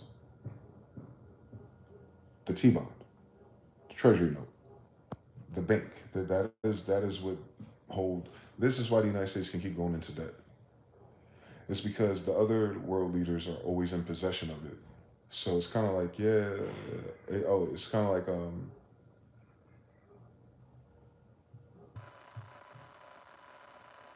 it's their form of tithes, or it's their form of marks of attention, basically. So even if your adversary on a trade war level is holding your debt they still get kickback, interest. So China holds your debt, and why that's useful to them is when they get that interest kickback they get. I don't know if it's quarterly, I don't know if it's yearly. They get that, holding the debt. They're just holding the debt, right? They're accounting for it. The reason why they're holding it $1 trillion worth is so that the United States can say, well, China holds $1 trillion worth of our debt notes. So when we multiply and fractional reserve it, you know, it is a reserve. It is a value. As long as China is a thing with its own bank, it's technically on the books. They're holding our debt. So that's our credit card. So it's like China is letting us spend $1 trillion because they're holding $1 trillion worth of T-bonds. It means nothing. They didn't buy nothing. They're holding it. They're justifying the United States to go spend it and do what they do, but the United States in this little Ponzi scheme has interest. And then China gets the interest, right? Well, then China can just sell that T-bond to another nation or whatever, you know, split it up and diversify it for their portfolio sakes. And they might just go one day, well, do we need $1 trillion worth of T-bonds on paper for anything going forward? How much is this interconnected into this stuff? You know, we're working on bricks anyway, so how many of these old world market notes do we need to take into our ledger into the future? Is it that important for us? The percent back, the kickbacks we're getting. Because we know they're owing $50 billion worth of interest that we're in the pool of every day. And this is why my headache with these niggas who talk about money won't go away. Do you understand that? Like when you get a mortgage, you pay the interest rate first, right? Now imagine the United States accrues $50 billion of interest first every day as soon as you swipe your card. Just by having a US dollar debit system, all of us at once, we're triggering our system, our market, to accrue $50 billion worth of charge that went to anything in exchange, anything paid for, nothing gained value. That's just the energy required for the United States to play the game that it plays with money. The system, the flow, the traffic, the current, the blood of your society is measured in this thing. And what I'm saying to you is they're paying for that at the tune of $50 billion a day. To use the US dollar in this way, it costs the United States $50 billion a day, no matter what. And out of $50 billion a day, we have X amount of dollars in rotation. And out of that, we're supposed to create something interesting, usually on GDP, world trade. So you take the free Indian nigger resources and you hit everyone else in the head with cheap labor, and you come up with ideas, concepts, systems, technology, information, whatever it is, military, guns, you know, the deadly things, biology. You notice what the United States specced in with these Nazis for 100 years. And then that is supposed to be the justification because it's like, oh shit, we expanded our markets and our timber into this territory. You know we're going to slowly crawl over and go into their jungles and steal their gold and blah, blah, blah, blah, blah. And then boom, put that on the books. And then boom, now we can go to our creditor and say, hey, we brought $1 trillion in gold and silver back. Now you can let us borrow 10 trillion debt notes. Now we're going to use that to cause people to move 10 trillion degrees faster. Whatever they're building, whatever they're investing into, whatever they're changing, that's how they're playing this game on a macro level. We don't see it that way because we're the individuals. But you gotta zoom out. Like the bank is playing at that level I'm describing to you. They're StarCraft. They're outside the game. They're looking down. And that's what I'm showing you what they're seeing. They're like, yo, it costs us $50 billion a day to do shit. And we, let's say last year, they did it for 365 days, right? So it's like 1.5, what is it, almost 2 trillion, right? It's a lot of fucking money that went out there for the US dollar and all your little bank systems, all that shit just to be turned on. Like the electric bill, there it is. The interest rate every day they get is effectively a power bill. So the power bill is $50 billion a day to keep the system on. The rest of the world was subscribed, grandfathered in, colonial imperial takeover of their resources and stuff to balance it out. More so to make them codependent on the same bank. So as long as all these other countries are codependent and gotta provide the same thing to the bank, the United States could always get a new credit card. And they can go terrorize somebody else and get them on. You know what I'm saying? It's a Ponzi scheme. The United States just used the military in a prolific way to sign up other members, whether or not they wanted to sign up or not. In any country that had a great idea, they knocked the head off of their president and put a coup president in there, it was like, yeah, sign me up for benefits. Like, that's the game we've been playing, CIA, right? Economic hitman be damned. It ain't that deep. Zoom out again. It's about the USD. It belongs to the central bank. It's a foreign bank. It has nothing to do with the United States or me and you. It's always been foreign. 1933, Banking Emergency Act. It's always been foreign. FDIC has always been foreign. Federal Reserve notes are foreign. They're not legal tender of the Constitution. They're not a constitutional republic anyway. You wouldn't have a foreign bank. That goes against constitutional everything. Do the science, bitch. So we know this is a different thing. And unfortunately, everyone co-depends on its sigil, the USD, your dollar. But not just the paper, not just your card. The sigil is actually the bank itself. Like, how do I explain? It don't matter how much you save and how much you work in this country, guys. The US dollar is not yours. You're in a debt-based society called capitalism. It borrows economic values. It seems like a country. It's none of those things. It's a bank-ran plantation. So what I'm trying to tell you is, I'm going to code switch it to a more familiar language since it got here during the Civil War. $50 billion a day to run a plantation full of wage slaves.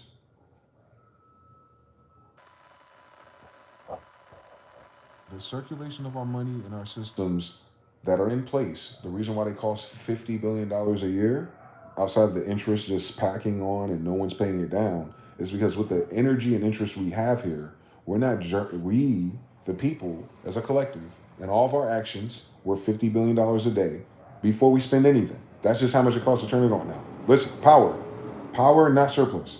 That's how much power it costs. It's always a deficit. Go. In all we do, rich, poor, black, white, Mexican, as long as we're using USDs, and all that we USD holders do, and buy and invest and flip and all that, all on the charts, all that shit, as long as it's in USD when you spend it, bitch, all that we do, it never turns out to be a surplus when the year is over. So let me stack it on you. It costs them over $1 trillion a year to watch on their board, on their papers. 350 million people lose with already inflated, stimulated, bailed out banks constantly putting motion and giving access to the people who had motion, rich white people, and they say, hey, take another billion, make it swim.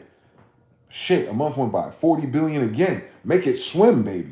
And then the stock market kids are like, look what they're doing. We can bet on the dip and bet on the short and the bleep, bleep, bleep, bleep, bleep. The whole time, your debt day by day is still 50 billion, bitch. It don't matter if you captured 1 million crypto or 10 million crypto. That's about you, bitch. The United States dollar ain't yours. You ain't rich. It is. You are a stockholder in the dollar. The dollar is one thing. You have a piece of it. It's called fractional reserve banking. What are you fractionalizing? The value of the dollar. So the dollar is one coin. Oh my God, stack this shit up. Everything else is a fiat because it's a copy. It's a treasury note saying, hey, in place of this dollar that represents 38 trillion, we're going to have all these little paper debit notes, these little charges, these little pieces, these little fringes as a collective in motion in your society is all what that means. The US dollar is all for one, all for nothing, nigga. This is My Hero Academia. You don't have no dollars. Why do you think I use that language? You're always in debt. It's not yours. It's not technical. We're not being superfluous. We're not being cute and clamorous. No, we're not being funny because we're not rich. No, bitch. Quite literally, the US dollar is not yours. So you saving a bunch of them, it'll never be yours. It's written into the sigil, bitch. Like, you don't even understand the sigil shit. So like, why they be arguing with us? So the US dollar is one thing, and its value is based on oil. So if the United States gets more oil and able to continuously prop up the US dollar with it, then the US dollar gets strong. You're still in debt as a citizen, though. The charges that you held on to and that you spent in yourself, they're not worrying about you. You're going to figure it out, or they're going to discharge your debt when you die. Either way. Meaning, you know how discharge debt works? Like the idea so you can see it in your head? Like a video game or like a fantasy movie or a cartoon. It's like, you know how like when the character dies if they have like special armor or special loot, it kind of like turns into like light or dust, or like it evaporates or it disappears, but in a magical way. Like it goes back to heaven, basically. They're trying to show you. That's what discharge debt is. So you saved $1 million when you died. It's in a bank account of U.S. dollars, FDIC approved Federal Reserve Bank branches. That's assigned to your name in all caps, and that name gives you access to it. You got access to the charges, but the bank is the charge. It has all your charges. That's just the little file and folder with your name on it. Out of all the charges this bank has, you have access to $1 million. Good luck trying to take that shit out in cash, though. So that means you're looking at the monitor screen like a commissary, like, I have $1 million. But when you go to where your $1 million is and you say, hey, give me $1 million, they're like, bitch, please. You understand everything? You understand everything. All right. So when you die, though, and you're no longer causing that shit to move, that bank don't gotta hypothecate it from you. It already did, bitch. You just have 1 million library cards in the book, but you ain't here no more to call that book back. So what the bank do? It's gonna take your $1 million back before he even gave it to you. And if you have no next of kin or nobody to claim it, they'll have it on a file somewhere, or Treasury Department for a little while. Hence why it's always on a Treasury Department website, because the Treasury Bank already has your damn bank account. It's just trying to see if anyone else is going to transfer it to one of theirs, so they keep their little circuit going in case they got to transfer between banks. But it's not because it becomes yours. It's accounting.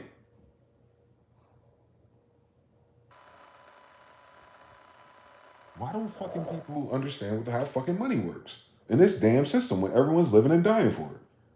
The more you have, the least valuable it is. You're holding on to death notes, debt charges, mortgages, death pledges. Like, nigga, it's literal. These are people who are doing things on an ecclesiastical level, meaning they understand as above, so below. They're attacking you psychically in a different realm of thought. And that dollar is a sigil from those thoughts that they put together to do that. That is the creature of Jekyll Island, bitch. To have something that's worth everything, yet it doesn't exist. That hypothetical dollar in a vault worth $38 trillion is not a physical item. That's why they call it a fiat currency. It's hypothetical. So the United States doesn't actually have $38 trillion. Right? The dollar itself isn't worth anything tangible. It is not a quantum entangled to gold or reserve. The US dollar printed by the United States Treasury is on promissory, or it's on commission or contract through the Federal Reserve. And that's how they got you yuppies. You think federal government and Federal Reserve are horizontal ideas. No. The Federal Reserve is a foreign bank that wasn't even made by anyone in your country. None of your presidents, nobody. Like, nobody in your constitutional nothing. Not in your republic, not in your fucking democracy. Nobody created the Federal Reserve, bitch, from that cast of characters. That's the creature of Jekyll Island. These are Jewish people. Cut it the fuck out playing with me. Cut it the fuck out playing with me, bro. Why you think the Jews and Israel's behind Venezuela? It's their bank. They just gave them a fake Holy Land in 1940, bitch. Look what they did to the place. Like, we ain't worrying about that. It's their bank, bro. Why do you think it's usury based? Come on, dog. It's their bank, that's why. The Federal Reserve is usury based. Your dollar just has the sickness of belonging to a usury bank. It don't matter what your bank does. It doesn't matter what your Federal Reserve Union does. It doesn't matter what the Latino Credit Union does. Those are branches. Like waterways from a main reservoir. The reservoir, the Federal Reserve, is a usury lake. Everything you do from usury lake ends in usury, bitch. You're the one being used. You're the collateral. Your energy, your work, your effort, your produce, your output, your intellectual property, quantum entangled, in exchange for it, will give you pieces of our dollar. Fair trade in an open, free world economy. Your slavery is free because you exchange your time freely for it. No one made you. We didn't mandate the vaccines. You wanted to go outside. We didn't mandate the vaccines. You wanted to go to work. We didn't mandate the vaccines. You wanted to travel. Get it? Same story, bitch. You didn't want debt, but you wanted to work. You didn't want debt, but you wanted that house. You didn't want debt, but you wanted that car. You didn't want debt, but you wanted these fucking Western brainwashed bitches. You didn't want that, but you did. You know what I'm saying? So they're playing this gay ass magic game that y'all keep missing about the Illuminati and Hegelian dialect. It's not that deep. It's what I just described. Like, yes, they're playing with you because they speak differently. I don't even think they're playing per se. I just think like the way we transcoded to get the little sellouts in the middle class sellout buffer class, who has more chances than anyone to understand who the upper class is or isn't. These little yuppies up there in politics and banking, they get off on the jollies that they're more special than you are at the bottom. Meanwhile, not knowing shit above them. All dimensions. From military to gangs and everyone in between us. So it's the same behavior. So it's like, no, bitch. These motherfuckers are foreign. Your dollar is foreign. The only thing that makes it local is that your treasury prints it. It's a Ponzi scheme. They have a credit card dollar somewhere in hypothetical Jewish cyberspace, a crypto coin. Can you fucking imagine? And then the U.S. Treasury says, well, all right, here's the contracts, here's our agreements, here's our ledgers, and now I'm going to print on a cotton gin. And I'm going to make all the yuppies work for this and get shit moving and inspiring. For whatever they're ultimately trying to do in their military level, which we don't know. Whatever they've ultimately been working on the black budget and underground, we don't know. Whatever they've been working on these Air Force bases with these goddamn UFOs, I don't know. But in the meantime, bro, the shit for us sucks on the surface level because time is running out on the US dollar. It don't matter about your presidents, don't matter if they're gay, don't matter if they're black in the future, don't matter if they're white in the future, it don't matter if the Indians and the Moors get a piece of Alabama again.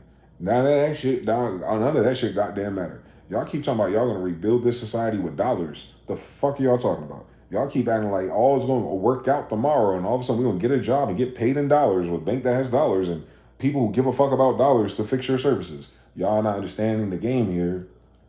Because they're talking about oil. Oil is good. Money is good. More money for us. No, nigga. Us the people, cost them $50 billion a day no matter what.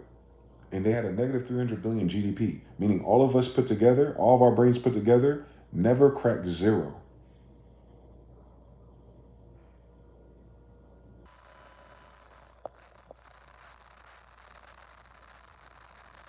We didn't crack zero, niggas.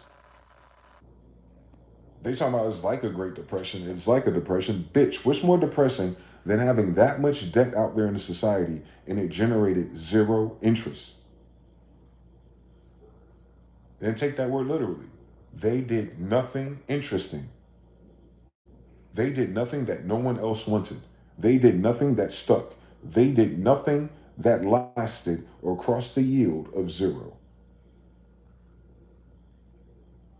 It's negative on top of that, meaning to keep it going to the very end, to keep every business open, all the internet lines active, and all the services and all the TSA going. We actually had to dig into the biggie bank and spend at least 200 to 300 more billion just to keep it on. And now our interest rate, Jerome Powell, went up. Now we owe them the Federal Reserve. And now they're confused. You call the Federal Reserve and they will show you a white guy. And you don't think he's part of the United States. No. Federal Reserve ain't your federal government. It's a word. It's not a department. So the Federal Reserve, this foreign entity. All right, 2 point whatever the fuck it is. And then people panic on the little stock market charts. Like, that's what happened to the housing mortgages rates because they're quantum. Tell that story again. Why is there so many stocks and charts and graphs for all these things quantum entangled to the Federal Reserve? Say that one more time. Oh, it's because your mortgages at your banks that they're giving you with these fair interest rates, I've noticed, is connected to this type of bond. And this over here that you get for your cars is quantumly entangled to this type of bond. And then you say, oh shit, all of our money is tied up in bondage. What do you mean we all tied up in bondage? Because all that shit leads to your birth certificate, stupid. It's a banking instrument. You are the collateral at all times, nigga. You're the profit and you're the losses. Everything you doing is working for coupons. You're not working for nothing. You're already a crypto, stupid. You have a CUSIC number on your birth certificate, bro. That shit's worth millions and billions already. You're already generating interest by having a file, an account open with their damn website.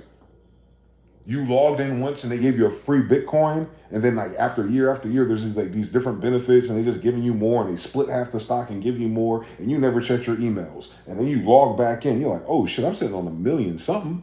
Yeah, welcome to the Federal Reserve, bitch. So what I'm saying to you is that if the money that represents your value, and I'm not talking about you as a person, I'm talking about your name with your filing cabinet, with your birth certificate, social security number tied to a CUSIC number that's tied to a fucking account ran by the IRS and FBI and all these other departments that enforce it, the taxes, the blah, blah, blah, blah, blah. Meanwhile, the IRS is also foreign. The Internal Revenue Service is basically a fucking inquisition group. Internal Revenue, Internal Inquisition is an inquisition group on behalf of the Federal Reserve. Both of those are foreign. So it's a foreign Federal Reserve with a foreign IRS agents that all up in your business and what you do for work in your country and your nation. And at that point, like, yo, MG, that seems, like, that's crazy. Why are they allowed to do that? I'm going to answer the question so we can stop doing this stupid ass shit, and we ain't got to waste no time with the more simple science of America trying to skate around this fact right here. It doesn't fucking matter what you're worth. It doesn't fucking matter what the birth certificate is. It doesn't fucking matter if the CUSIC number is true or false. It doesn't fucking matter. It doesn't fucking matter. It doesn't fucking matter. None of it fucking matters. You fucking grassroots ass people. You fucking bottom of 99%, not the 1% as people. It doesn't matter for us because all of it means you still got to convert that to USDs in your USD FDIC bank account. You will get access to the Federal Reserve in Houston and say, hey, this is my straw man. I captured it. That means I have authorization to transfer the funds. And what your stupid ass gonna do? You're gonna transfer the $1 million you're worth, dead or alive, to your own custody, and you're gonna bring it to another bank under the same custody, and then you're gonna waste that profit buying things and putting it into debt, and now you owe interest and taxes and yearly fees. You've been better off keeping that shit there and not touching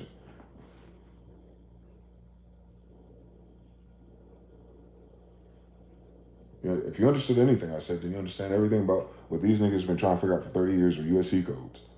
They keep missing the fucking point. The whole point is, fuck all of that dumb shit, nigga. You're not using money.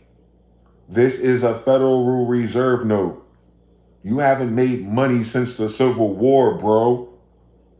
Enter Lincoln, greenbacks. You haven't made money ever. Since the Constitution was written, you haven't made money. Hence why the Constitution was about money and debts. You don't have money in debts. Hence it hasn't been a constitutional republic since it hasn't had money since. It's a credit-based operation. The fuck is going on? It requires worldwide participation. Plugs, USB ports, little filers, little antennas and branches. That's them fucking us over. Understand everything. They're bankers, not their citizens or their individuals. Their bankers are fucking us over. But if it's a negative surplus in all dimensions, and now the actual precious materials, money, is running, what does that say about the US dollar and labor? That real tangible resources, such as rare earth minerals, are way more valuable than people. I hope y'all wake the fuck up today. One more fucking time. That chart means US dollar is failing because human labor is not where it needs to be. So if you are a betting man, since we love charts and graphs and buying the dips, then what you would need to invest in is less people working, less labor force, and hold more copper, silver, and gold. When did your country prepare to hold all of its pennies besides 2019 when the World Economic Forum said we're going to have a worldwide financial reset? Go. But we're going to play stupid like it's Maduro. Fuck out my face. Bro, you heard what the fuck I just said? I said, if you own silver, copper, or gold right now, it's on a trend to be more valuable than you going to fucking work for dollars. I want to do that shit one more fucking time so you get how bad and dire their shit is. So you're not distracted by an orange fucking idiot and all his fucking gay ass constituents who don't know how to do fucking basic algebra. If it's quantum entangled to labor, US dollar, wage slaves, birth certificates, then employing these people to generate more interest, $50 billion a day, doesn't make money. It charges it up. Cool fucking story, bitch. But it's done it so fucking much. Negative $38 trillion shit since 1980s. And then, because these are credits. It's like, we get credit. We got Japan over here, get a credit card. And they took all the credit cards and they never paid back their interest rates. So that means they didn't even get to tackling the $38 trillion in debt yet. So they're never going to tackle that debt, which that means the multiplier of their debt to daily charges don't change. The only way they can get out of that $50 billion a day loop is if they pay off that $38 trillion of debt down to like 10. And even then, who the fuck they're gonna hypothecate the whole world's 10, 20, $30 trillion worth of silver and gold? They only got $1 trillion this time. All right, shit. If they gave it to the Federal Reserve and it accepted it as a legal tender payment and then they have to dissolve debt, you know what the fuck that means? When they take that 38 and it turns down to 37, that means they took $1 trillion credits out of your bank account. Meaning there's $1 trillion worth of changes, corporations' jobs that just got took off the map. This is Sim City, nigga. They're bankers, not Quakers, not pastors, not community builders. They're operating you on a StarCraft level, nigga. If not literally on top of that. I seen Rick and Morty enough times to understand something. So they're saying, all right, if you pay back $1 trillion in this debt that we have by your chokehold, you're also going to have to take $1 trillion worth of your dollars off the board. So not only does the United States have to pay off $38 trillion in debt inevitably, if you will, but it also has to, it's 38 is actually 74 because it has to replace that charge with 38 surplus of energy from somewhere else, which is why it can't pay its debt off. It doesn't generate a GDP by itself. Thus, it has to torture the rest of the world to get something going. To even create the blood to move through the heart, through the brain, it has to have some poor brown person on a brown planet doing something. And then, they wanted to Mark Zuckerberg, Zetaberg, and do all this stupid shit and have you running in a little Black Mirror episode, somehow generating current and charges and be able to use that as justification for ultimate energy transfer on a banker level. But I don't think they got time or technology to do that as quick as their banking debt is rising. That is their time limit, fellas. It's the time of their debt, not the time of civilization, not when black people are going to revolt, not when white people go to January 6th. No. Y'all already too late for that. If you fucking think this is about the fucking Washington, D.C. The United States is Washington, D.C. The end.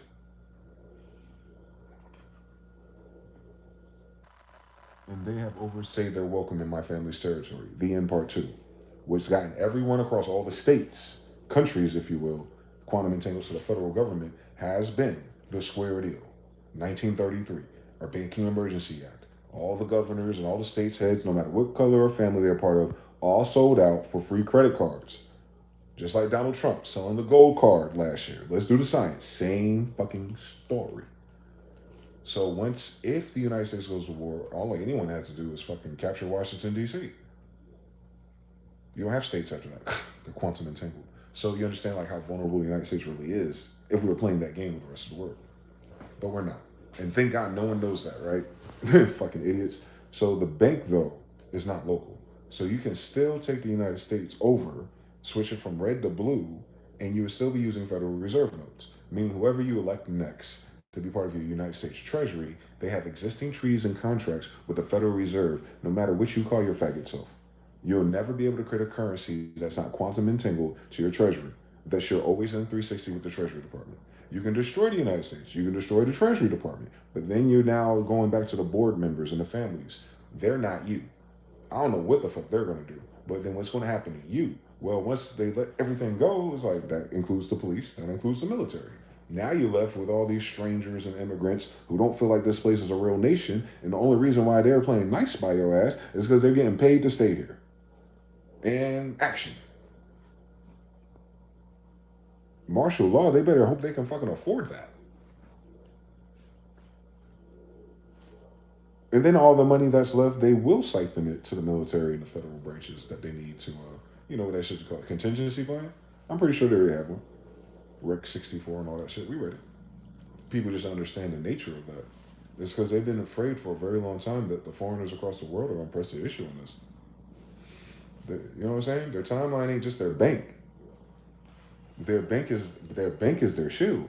The U.S. dollar is their power source, like in all dimensions. In all dimensions, the United States does not exist currently after 1933 without a U.S. dollar. It can't exist without it. It's a creditor. They're trustees. They don't have anything. You understand? The end of that is the end of their government. It's the only thing that's keeping black people oppressed currently. The U.S. dollar. Come on. Think about how many stories that's quantum entangled to. Don't leave that out. Reparations, reclamations, don't leave that out. Reparations is a thing. You don't have to pay it to us in debt notes. But you still owe that much to karma. So add that to your total debt that you owe Osama. You owe us, absolutely. You're not going to pay us, we know. And that's why your debt is through the roof. Every time you deny giving us our just due, your debt goes through the roof. It's quantum entangled because you only exist in that position because you promised it. It was an agreement. They shook on it. Spiritually, all dimensions, always honorable when you deal with spirits at least. This is a spiritual country. So yeah, they dishonored their ancestors by dishonoring the agreement with us. And thank God though. But thank God for us that they didn't pay us in fiat charges. Because then you'd be really fucking miserable when the dollar crashes. Imagine our dumbasses if they gave a bunch of niggas a FBA credit union worth $2 trillion and you can go in there with a cool idea to petition for a $10,000 loan for a house, acres, whatever fuck niggas think they was going to do. And then you build your material wealth and you build your, your little pipelines and accounts and little, how you scammers and all your boyfriends are that these women would pick. And once you start flipping all the shit, let's say you get up to $50,000. Ooh, or let's be real inspiring. 3 really special niggas have 50 million of those dollars in circulation, a little Blackville somewhere, right on the Indian territory. And then you go, all right, United States is going to World War III and Banking Emergency Act Part 2 in action. And the first thing that happens to your little black FBA credit union is that your bank, because it's black, is one of the ones that are not bailed out. What do you have left in your community? Shut the fuck up talking to me. That's how they did it the first time, Tulsa.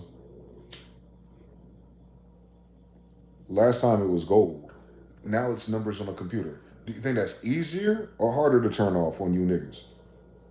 Dumbass people. Market a beast system. Visa. Wake your dumbass up.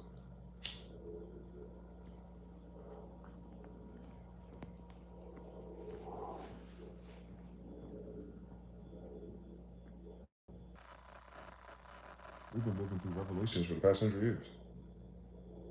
Bar for bar. The beast system is credit. All dimensions. And you need the internet to do it. All dimensions. The internet's that old. The internet was created for banking. Then it became fucking faggots at universities trading child porn.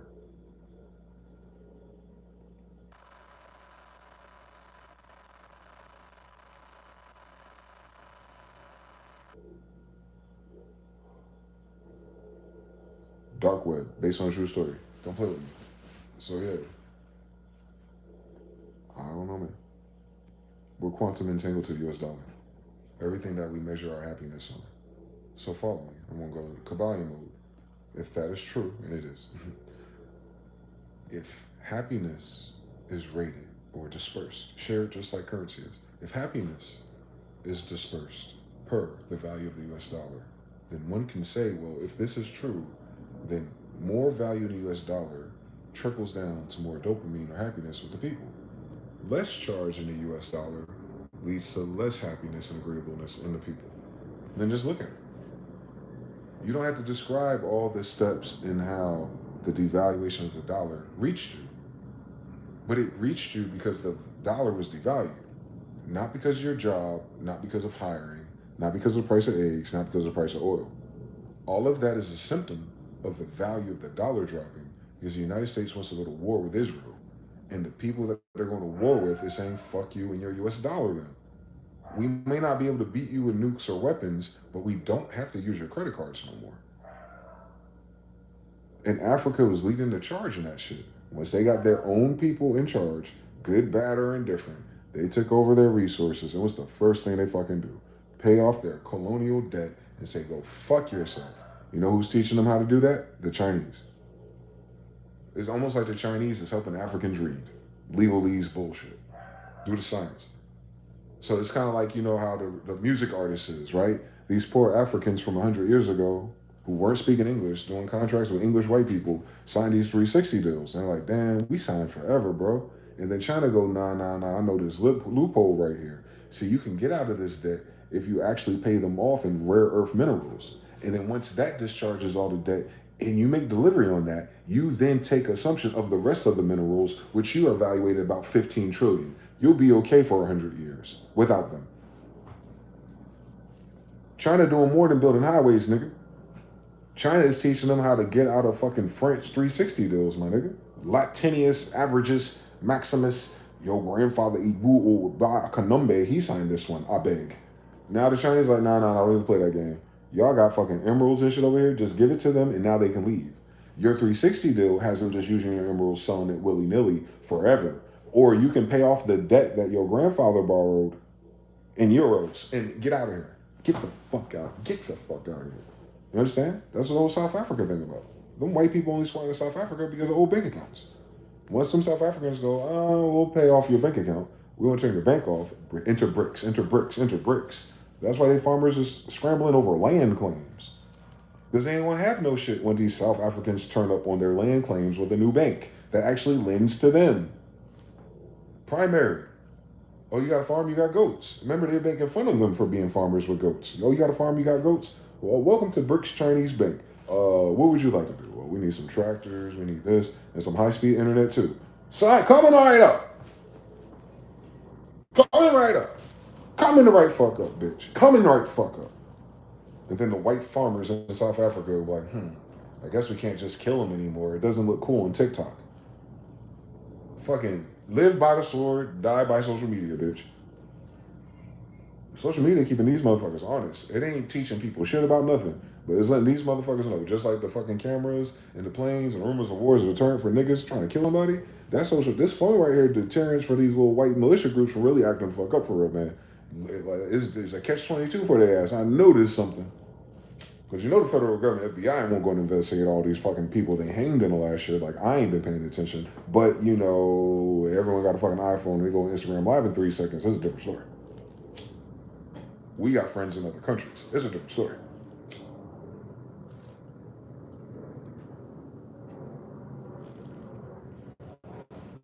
You can't lie. You can't lie to the judge no more. You can't lie to the police no more. MG got people way in a whole different country. That's all what happened. Don't even do that. Don't even do that. No, he didn't do that. He didn't say that. We got the videos. Cut it out. No, he didn't. No, he didn't. Changes everything. Streaming is almost security in a time like this. So understand everything. So yeah, we had a time like that. Overall, we're quantum entangled to the value of the dollar. So everyone politically who knows that is going to vote for war if that's what it needs to reinforce it. If there's a better option or another way to pay their debts off or to get square with the bank, they would have employed that already. This is their last waltz. And it may trigger a war, and that's contingency level. All right, well, if it triggers a war and we have to use a show of force, then we assume so many other resources by default anyway, assuming we always win. And then, yeah, people will be mad at us for the next century, but we'll still be here. And they don't have to figure out for 100 years how to get rid of us. So it actually buys them time to go to World War III.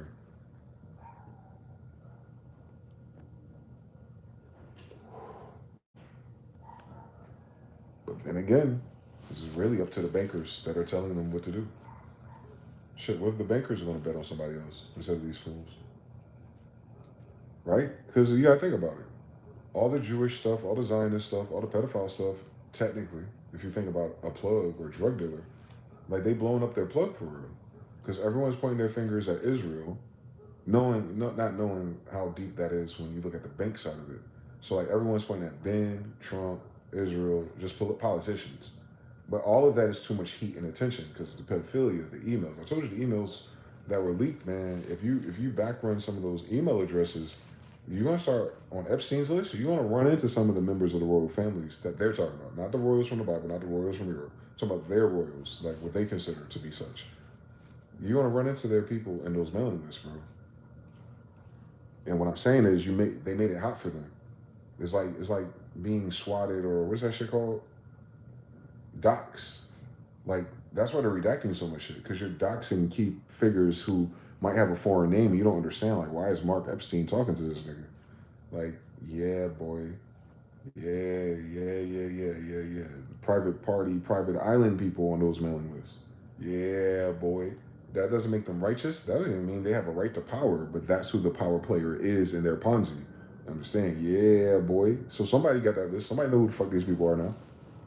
They making it way too hot for them, boy. You know what I'm saying? They're already taking out the CEOs. Like, they starting, but the CEOs is hired by someone else. So the CEO don't cut his own check.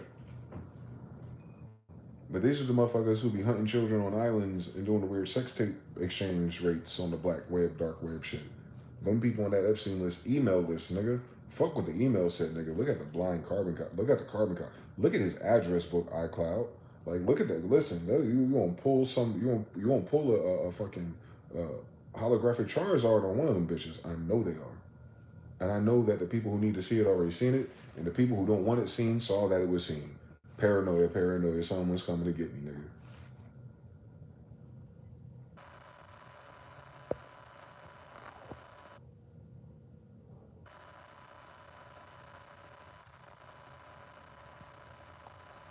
They're not sick, but they're not well.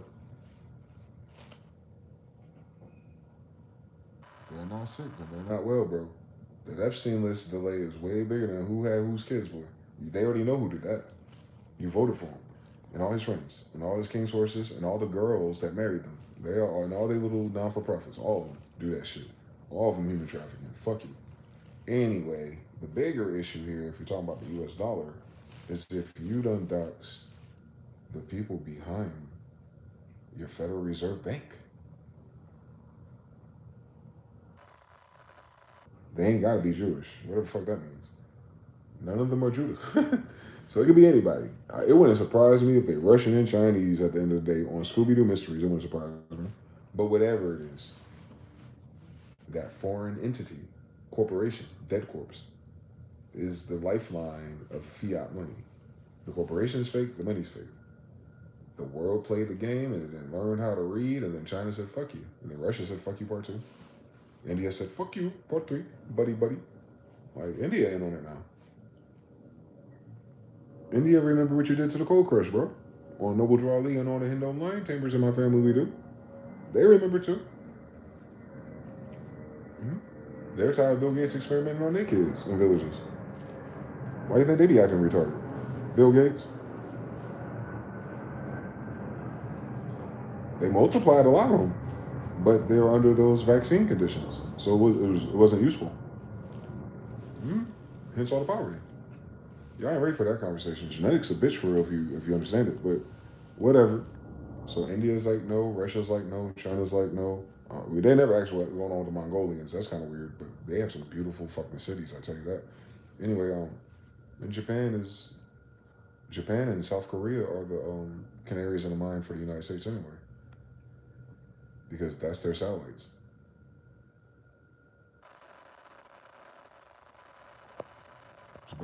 Japan's currency is what accelerated this war.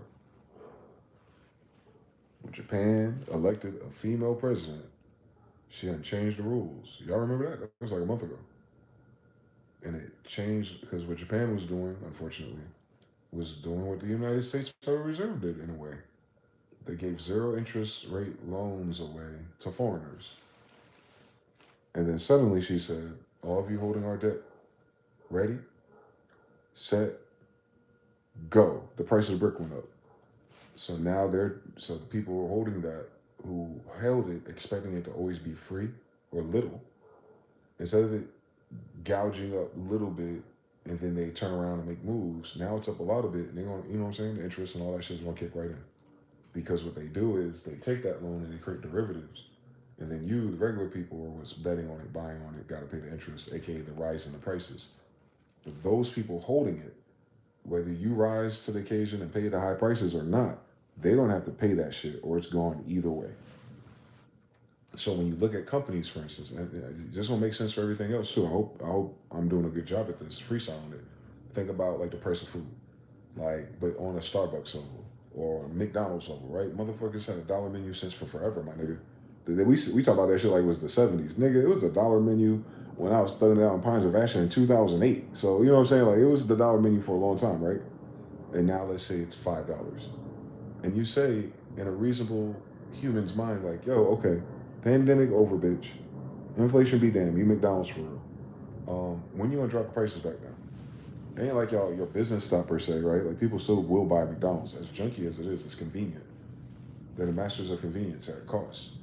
So you're never gonna become the masters of convenience at cost again, is what you're telling me. You gonna try to turn this shit into a gourmet menu? What the fuck is this, Japan?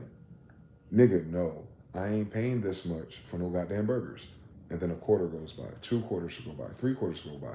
People still love fish fillets and Big Macs, but instead of buying them once a week or once a day, they buy them once a month now.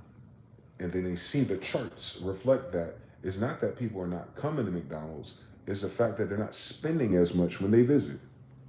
Cool, true story. That makes complete fucking sense.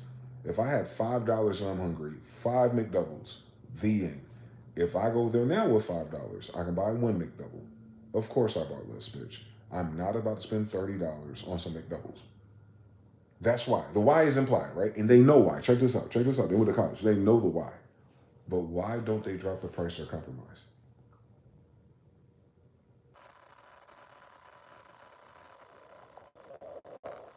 Interest rates. Interest rates is the why. McDonald's owns the most real estate than any other restaurant on planet Earth. Meaning, the interest rates of benign, seemingly banking incidents would absolutely affect the interest rate on all of those properties at once. McDonald's ain't got to worry about fake meat, soy, lettuce, and wheat farms. It is in real estate. McDonald's empire is real estate. The soy burger is just the reason why. Understand when you zoom out on a StarCraft level, the bankers behind McDonald's that expanded it everywhere. Those guys, not the guy that made McDonald's. The guys that affect all McDonald's at once. And Japan is one of them.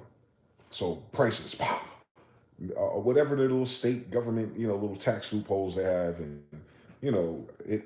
real estate and rates ain't the same in every territory. So they got a nice little blend. The problem is the ones that went up, nigga, went to the sky. So it doesn't matter the fuck if it's $5 for an apple pie, bitch. They can't drop the prices because the interest rate on their loans is already creating interest fees. So even when Jerome Powell fixes it for them, they already accrued interest payments in the billions. There's billions served and there's billions of interest payments they have to pay. That's not part of the McDonald's story though. That's part of their bank. So when you see the CEOs and the quarterly calls of the board members of the bank with the employees, with the directors, with the CEOs, they're talking about, well, what can y'all do to bring more people in? What can y'all do to expand? And what has McDonald's, Wendy's, Burger King, everyone saying? Nothing. We're telling you the same data in a nice way, ChatGPT, that no matter what the fuck this phone call about, with all the little people who invest in penny stocks with McDonald's and the actual bankers, they go, people simply aren't doing the thing anymore. Or the alcohol companies, they're like, Gen Z simply isn't getting drunk anymore, yet they're all depressed. Or, millennials drinking all the beer, whatever, make your mind up, bitch. Just tell your stockholders that motherfuckers can't afford the price because you did not increase the value. We're quantum entangled. We're years programmed to thinking this is $1. This is $1. They thought that if it's the same thing and you just change the number on it, that you'd be okay with it. We know you're not okay with it because as soon as they do that, what did everyone in politics talk about? Minimum wage. Well, should these people get minimum wage? But your college degree, go to college and you get a degree and you get a 6-figure job. And then what happened? It shut everybody up for like 5 years. Then the pandemic happened. People making a lot of money sitting at home on a laptop. Then what happened? They said, all right, come to work now. Because we have these interest rates in these buildings that we're renting for you to be here. Our mortgage investors, our bankers who invested in this building that I'm paying interest on, I kind of need you in it. And you're going, well, logically, humans, we can technically work from home. All right, man, we're going to have to clear you out and fire Salesforce. They didn't fire you because they need your work. What is Salesforce saying? We regret firing 4,000 people in place of AI for we did not know A, B, C, and D. No, the fuck they don't. They don't regret doing shit, my nigga. They had to. They cut 4,000 salaries off in order to pay off the goddamn interest. And now they got AI thinking that it can do the job of 4,000 humans that was generating the interest of the company itself and not the interest their bank is running because Jerome Powell in Japan want to play fucking games. You understand? So like even you, or even someone like me with Smyth on my name, and I had a cool business, cool studio operation, but for whatever fucking stupid ass reason, I don't have it in trust, I don't have a Lodio title, and I'm paying banks for loans of all dimensions. Whether it's my car, whether it's my studio, whether it's the land. You know how niggas are, we want something fancy. Like if I can afford $1 million land and property and studio, I'm building it, Bruce. Then that's cool. My interest is gonna be $600,000. But I was like, I'll pay it off in 50 years.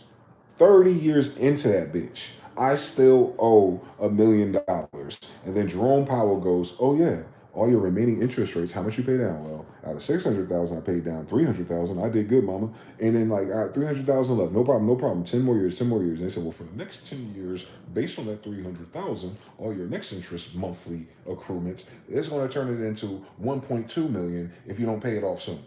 You don't need to borrow some new money. Understand everything. What MG the Future cannot do is book full new studio sessions worth $1 million in the same fucking year to make sure I pay off my interest. And even if MG the Future charged those sessions and people fuck with me to get me almost there, that is not $1 million in MG's pocket after he raised his prices. They're like, damn, MG raised the prices and he's driving the same Honda Accord. Hello. Everyone talk about how rich they are, but they never talk about their debts. That's that paper rich shit. That's that Wall Street bullshit. That's that fucking Forbes list bullshit. That's how much value them niggas are on paper. Now add up their debts and times it by monthly interest or yearly interest or taxes. And then look at the number they have and do how many years they got left before it goes to zero if they don't add on to it. Well, if you put it into a savings account on a bond and you put a 10%, you can live off of that. Shut your ass up. We talking about motherfuckers that own corporations and businesses. They can't do that strategy, dumbass. Or they want to be billionaires. The fuck? Niggas think you can work to niggas think you can work to earn $1 million and fucking invest in a fucking long-term bond to get to $1 billion in their life. Shut your goofy. That's this remedial math class after American society. Oh my God, and these things be on TV and doing podcasts, and they can't do algebra. But our society doesn't dwell on debt, credit, and things like that. They talk about it as a percent, as an abstract. So you think like all your rich people are out of debts because, damn, why the fuck would he be having $1 million in debt if he got $10 million? Shut your ass up. Shut your ass up. That's why you'll never be rich. Because rich don't come from how much money you make or how many things you sold. Rich comes from how much debt you owe every fucking time. I don't miss. You need money to get into debt, stupid. Your idea is to get you into debt. And they taught you that. It's called Shark Tank. You do as much as you can at your level, independent, sell 1,000 CDs that summer at the clubs. And then someone comes along, Mark Cuban, record label, and they say, we're going to sign you to a contract. You keep doing what you're doing, and we're going to give you $1 million up front.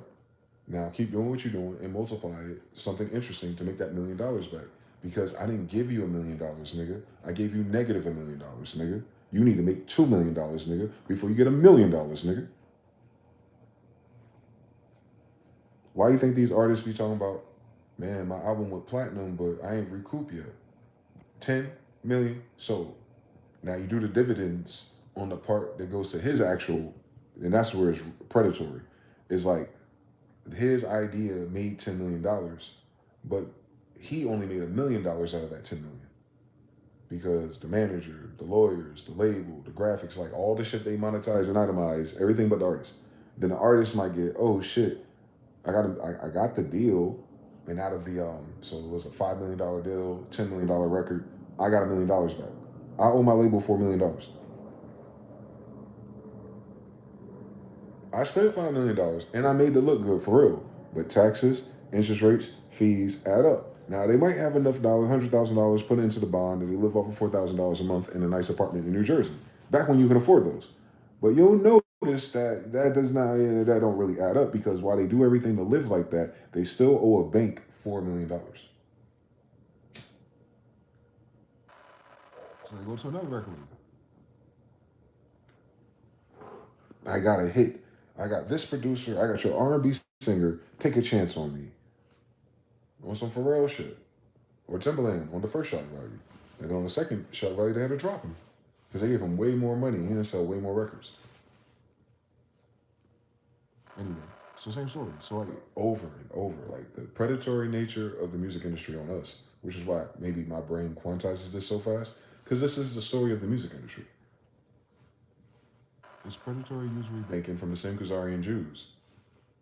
But this is their thought pattern. This is their system. That's why it shows up again in everything that they do. We learn all these lessons from the music industry, actually. Like, it's better for you to be independent, aka not to use the Federal Reserve. It's better for you to pay for your own beats, pay for your own studio time, meaning go into work, wage, barter, trade, invest, and then keep ownership of all your products, aka don't work for nobody else under the central bank, and then you sell it person to person, B2B, and then you network and connect with other people who are also doing it themselves. And then out of all those microtransactions, all those people, you get 1,000 true fans, and you'll be able to take care of yourself. True or false? And that's what everyone wishes the economy and capitalism was too, by the way.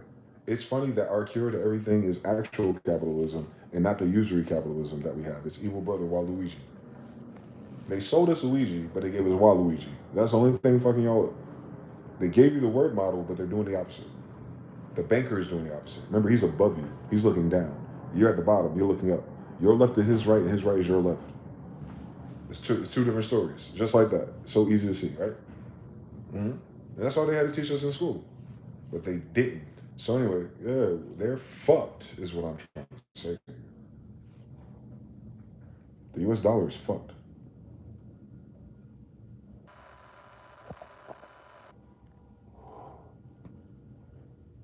They're not about to print a bunch of oil patties for you to get paid in to pay your rent. Don't let these white boys keep trying to try and sell you on the idea to be an expat or a passport or international citizen and investing in crypto and shit like that. Go ahead, keep fucking playing with them. You keep fucking playing with those people that got y'all fucking gambling on the US dollar. Y'all keep fucking doing that shit. Y'all think that GameStop shit is cute. And ever since that GameStop shit, your food prices ain't been cute ever since, have they? Trust me, the bankers are always going to win, boy. And what's more eviler than the bankers that control the whole thing are the little minions right under them who think, you know, they're team captains and they want to control where the money goes. Because they can see the fish moving. They're not playing the game for the same reason you are. They see you moving. They see that their decisions, their policies make a whole bunch of people do other shit. And they get to go on social media and read all the effects of it. We're talking about narcissists, dog. We ain't got nothing better to do.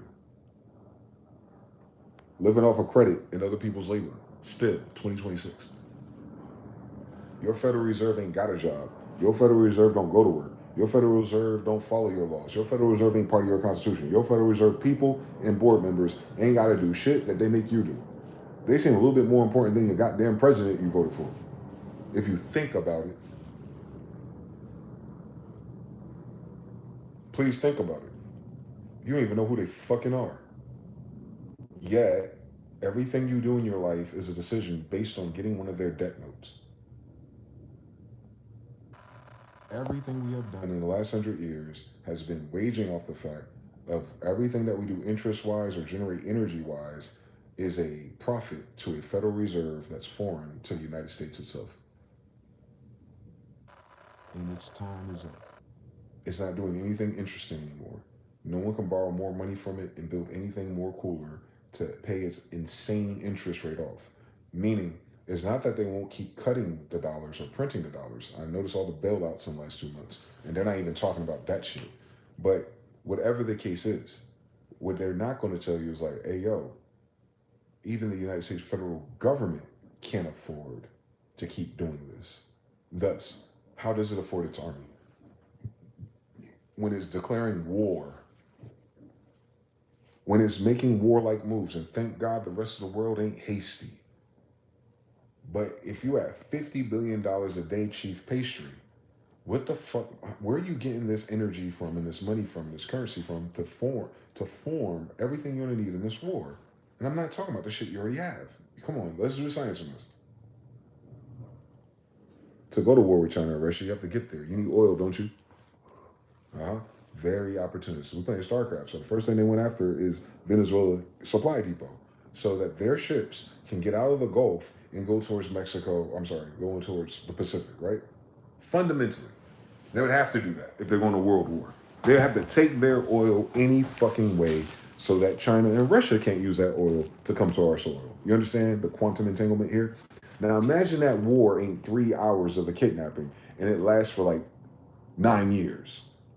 Every day you got oil to spend. Every day you got energy. Every day you got water. But you got something new this time. Every day you have societal uprisings, protests, boycotts, tax rebellions, people fighting each other. Because a lot of the soldiers getting drafted, a lot of the boys are gone. More violence, more hostile in those territories, more people breaking and entering into houses. You didn't account for that. You need to hire more agents. And then you got all that shit with ICE and sending people to the wrong designations. Supreme Court, judges, lawyers, booked till fucking infinity as soon as the war comes. Now, remind me one more time who's going to pay them. The state that's borrowing money from the federal government is borrowing money from over them niggas, then your damn state and your courtroom's going to be backed up. What does that mean? The more invigorated and the more emboldened the criminal is, the more dangerous they're going to be awaiting a chance to finally get to court, which probably be never-wary in the middle of a goddamn world war. So we got to deal with that kickback. Plus how much that shit costs when people start dying. And people got to start coming and calling in for their fucking military motherfucking benefits, SSN, and the fucking life insurance policies. And then you got all the fucking insurance policy people going fucking crazy because they're getting fucking cursed out every fucking day talking about what the fuck you mean? You ain't got no damn money. Oh yeah, by the way, our insurance is banking with this bank.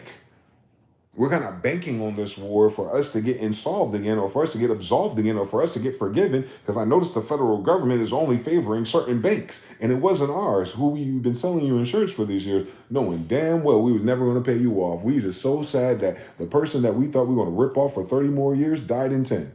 Fuck out my face part 10, bro. Fuck out my face. There ain't unexpected costs in this bitch. The unexpected cost of, what if one of them goddamn missiles hit our ass? New repair. New buildings, new electrical grid, new plumbers, new everything. Like, and then you gotta like drive around new traffic in this bitch. And then by the way, where are we getting these textiles from again? Don't tell me it's China, because China just blew it up.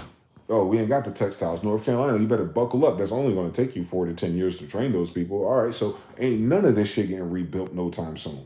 All right, cool. So we're just gonna go through the vibes and go to school. All right, well, what about all the local domestic terrorists? Since you started a war with the fucking cartels. Cool fucking story, bitch. Fentanyl be damned. Drive-bys ain't the worst of it. What about all the lethal overdoses that are spiking? Beginning of the year, 7 days in, already got 16,000 suicides registered. Cut it out, bitch. You got everything but new people being born in this bitch. You understand? It's a war, like a war, like a war, like a war. 5th generation warfare. We're already losing this shit. But yeah. They're doing it for oil.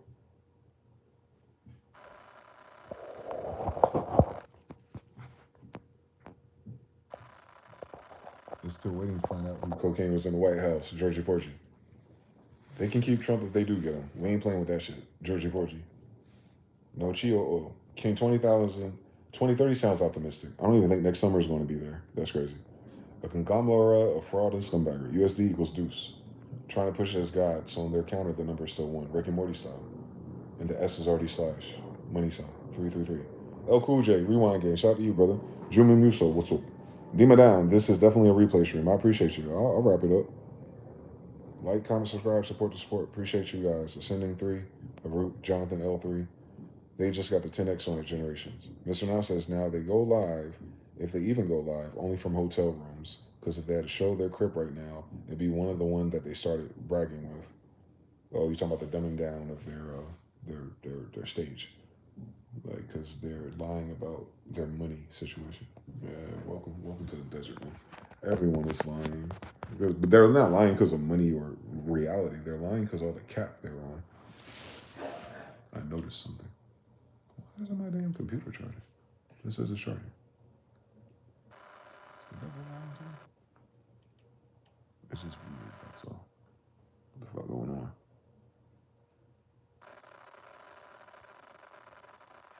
Oh, it did charge. Anyway.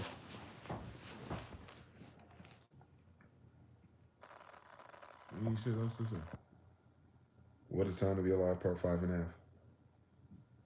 But brother Georgie Porgy said 2030 seems optimistic, but you can't even see the summer. You ain't supposed to, man. You ain't supposed to. We wasn't supposed to live another day anyway, bro. Every day's a blessing. Every day's a miracle for us.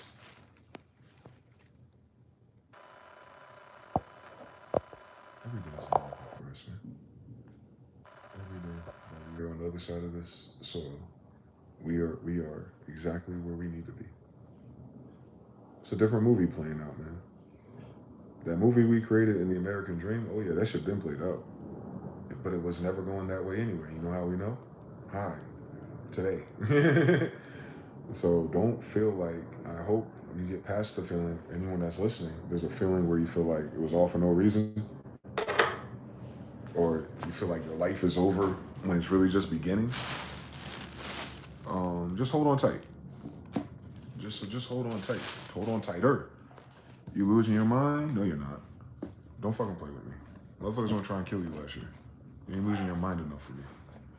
So, if I didn't lose my mind, you don't get to use that excuse to lose your mind, okay? So, talking to everyone that hasn't lost their mind, you have done everything that you could ever have done to get you to this part of the movie. You are a witness to this part of the movie. The part of the movie that after this part of the movie, everything changes anyway. All you had to do, Craig, is follow the damn train. And the train led us to this inevitable pivot in human history. I want you just to stop right there. Stop right fucking there. Just stop there. This is the most pivotal timeline in recent human history as it pertains to what's so pivotal about it is that whatever was once yesterday will not be tomorrow. And we are the beneficiaries and trustees of both of those dimensions. Whatever tomorrow brings, we will inherit. And whatever we leave after we're here, we're the trustees of currently. So, your individual plans through a filtered system of corruption did not pan out the way you hoped or wanted. That makes all the sense in the world. Then you ask yourself, why did I want that through a corrupt system? You didn't. That was the option you were presented. Yes. Now that option isn't there. Yes. So which one of those were yours? None of those options. Correct. You chose an option. You didn't create one. You chose a path. It wasn't yours. You surveyed what was available, what you heard, what your environment said, what other people were doing, and all of them are filtered by the same school and system. And then those little tethers on the way out to find a lake when the crabs are trying to sneak out the barrel. And some tried and some did, and then some got thrown back in, but this time they're already boiled, so they ain't climbing no more. Like, they got cooked. Like, and everyone's finished being cooked. Everyone's finished trying to jump out of the barrel and realize it's in the middle of a goddamn pot, already boiling water. You jump out that damn barrel, your ass gonna start boiling. You stay in that barrel, your ass gonna start steaming. And that's exactly how it feels like. Damned if you do, damned if you don't. Well, if you're a crab in a barrel that's in the middle of a boiling pot, then basically what you need to do is get someone to at least turn the goddamn fire off. And then once they turn the fire off, you give it time to cool down. That's option one. Option two, you have someone that's a little bit stronger, a little bit more decent, swoop in, pick up the whole thing, smash it against the floor or whatever, right? There's so many different ways you can imagine it playing out. But this version of the story, we're currently in a barrel called the US dollar, oil, and it's boiling and it's steaming. And if you try to jump out of it, you get caught up in boiling water or get put back in. And if you find a cool way to bring enough people, like a rope of people up out of it with you, someone else will be slashing at your legs. You're gonna fall down to the bottom. And we've been doing this for the past 20 years. Climbing up a few steps, get knocked down one. Climbing up a few steps, get knocked down four. And it's like, bro, do I need to get another degree? Bro, I got to get another bitch. Bro, like, you understand? Like another car. Like, bro, another apartment. Bro, another one. Like another one. Oh my God, there's another one. Oh my God, I just got these. Here's another one. Like, the rinse and repeat, rinse and repeat, rinse and repeat is how they've been accounting for their currency and their justification for their collective debt. It wasn't a lifestyle choice. It wasn't that's what humans wanted. You've been conditioned. This is advertising. Advertising is more about conditioning than about getting you to buy shit. It conditions the people who don't even buy it. People literally watch the Super Bowl to look at the commercials. That's free programming. Do the science. The fuck going on? So, nothing happened to you per se, the individual.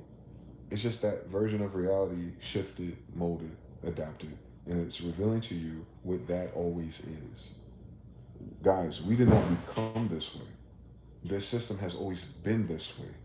The change in degrees isn't on the side of the people who are doing it towards us. They've been unmasked. They have bad business. They owe $38 trillion. They are having people threaten them and want to punch them in their face. They are starting wars with the world. They are in debt. They are desperate. They have a genetic problem. They just went through biological warfare. I forget 2019 or anything. They, them, and they. This is for the first time in our generations that we can see them for what they are. Oh. And all your plans are quantum entangled to their bank, their corporation, their idea, their mortgages. You don't feel like doing that no more. And that speaks to how you feel about them. Not the job, not the game, not the money. These are all substitutes. These are ideas. You don't feel like helping them. We know this. People want to boycott the tax reserve, the IRS. Mind you, that's a foreign entity that you're boycotting. But I get it. In hopes that somehow the United States president or the executive branch gets kicked in the balls because you guys rebelled.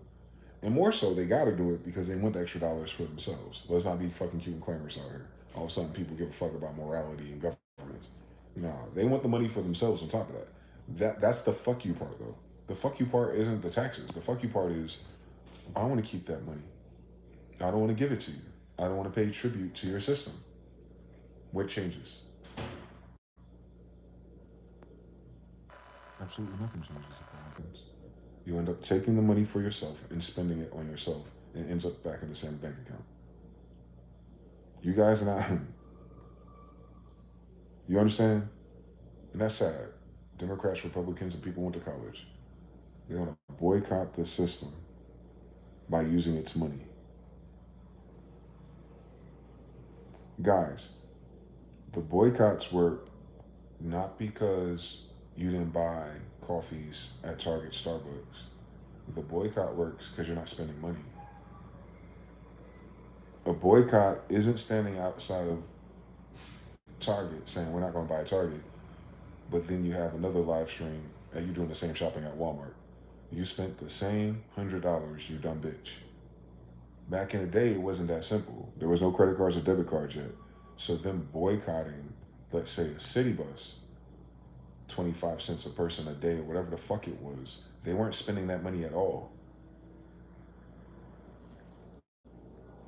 So that's an extra quarter in their pocket every day. By the end of the week, they have $1.25 or whatever it is. Now you do that times 1,000 people. They realize really fucking quick, if we boycott going on the bus to go to their fucking jobs, we save enough for ourselves and buy this instead. Like in a whole different category if you're trying to cause damage to one of the things you're buying. But when you talk about boycotting the federal government, bro, the federal government is the corporation of corporations. Everything you buy here is theirs. The fuck is wrong with you? That's why they get issued taxes on everything. It's theirs. Every corporation is registered to the federal government because all dues, all tithes, all marks of attention ends up in the federal government no matter what. Whether you go to Walmart or Target, but you're protesting the prices that your government costs you. All right, you're going to cause Target to bend the knee. You're going to cause Walmart to step up temporarily. Meanwhile, wherever you decide to shop, Donald Trump gets the same everything, bitch. What are we not understanding about this country? It's designed that way. It's a Ponzi scheme. It's a Christmas tree. They think they're Egyptian or something. Look at the pyramid on your dollar or something. Like, they're telling you everything. All of the bricks have the one seeing eye. The same Illuminati is above all the corporations. Even you, your birth certificate proves that a United States citizen is a corporation. You're the bricks across the bottom. You're the little corporations. Then they got the bigger ones and the middle ones, the middle class corporations. They hire all of you. And then you got the top 5%, 10% ones. They do the international shit for you. You can't send shit over there without a foreign corporation or international corporation from here. DHL or fucking FedEx and all that shit. And then if you use USPS, you're using the federal government again. Stop fucking playing. You'll start a business no matter what you do. If you bypass doing local stuff and you shipped it to your international friends off of Discord in Indonesia, China, Japan, what still happens, bitch? You're still paying the tariff. You're still paying the shipping costs. You're still paying the taxes. And all of that still has to be in US dollars. You cannot get out of it by boycotting. You cannot get out of it by coming up with a new business idea. You can't get out of a 360 contract with your record label. So you might as well not release any music. Hi, Joe Budden. You understand? Because them not doing music is a protest to their debt, not the words on the paper. They're protesting paying them back.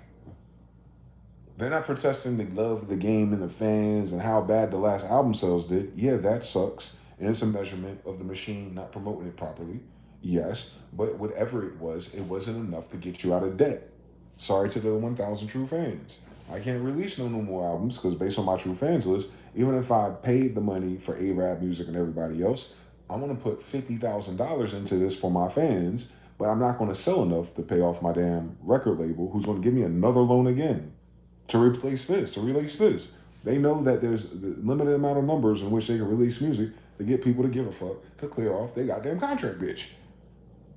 That's why the music go away with these 360 deal niggas. They're working backwards for free. And they're still in debt whether they did it or not. You understand everything. The United States is still in debt whether it does or not. The military is still in debt whether it does or not. The real estate people aren't still in debt or not. The banks are being bailed out. The real estate people, you're rich based about your bank account. Your bank with your bank account ain't got your money in it, bitch. You got a bunch of paper mortgages. Motherfucker, Japan said, yo, the price of the brick went up. They got to diversify their bond portfolio, bitch. Don't give a fuck about your goddamn bread and breakfast tortilla eatery. Get the fuck out of my face. Motherfuckers think a food truck gonna save the goddamn universe and the economy? The fuck niggas ain't gonna open up farms and start selling, 50-cent tomatoes is gonna get the $38 trillion off the road? People gonna open up more businesses at cheaper labor, at cheaper products. Meanwhile, your debt is $38 trillion. How the fuck we gonna catch up with that shit if we selling everything at half off? Back to McDonald's. This is their phone calls. How the fuck? Not only can we not drop the price of the burger as it is, but because of Trump's tariffs, the price of the brick, tomato, lettuce, and cheese went up. Because of RFK Jr., we have to buy from a totally different vendor of these non-processed ingredients, or we have to get a new plug for that, or we got to pay the new fuck you prices for that. So it's even more expensive to keep this going. So you know what we'll do? We're going to shut down 400 to 700 locations. Like, motherfucker, they shut down Starbucks in Vegas and Hollywood. That means those ain't the hot spots for goofy bitches with too much of daddy's money. No more. So you got to upgrade for like, there's been a year of inflation that they denied suffering through, and then 2026, they're not outside no more. When did they go outside again? If the whole reason why they was outside before is because they felt super imbued by drugs and money that they don't have no more. They'll never be outside again. Part 10. Big Daddy Corporation, the secret little black card account, has a Federal Reserve interest rate. All they do is spend. They take a credit card loan to buy an NFT. They take a credit card loan to buy Yeezys. They take a credit card loan to start an e-business. And then they make a profit and they spend it. Meanwhile, they didn't pay off their credit card. You know the story, bro. Banks are what? Almost $400 billion in unrealized losses. That's like saying your GDP is negative 300, 400 billion in unrealized losses. Like the bank in the GDP of the federal government is tanking the same direction, at the same velocity, at the same volume. Yeah, so invest in real metal, real money. Can you fucking imagine? Fundamentals. That's not a problem. You should do that if you can afford to do that with USD and get it out of USD as fast as possible if you got too much of it. But when it's time to use that, what are you converting it into? And what is the energy loss in doing so?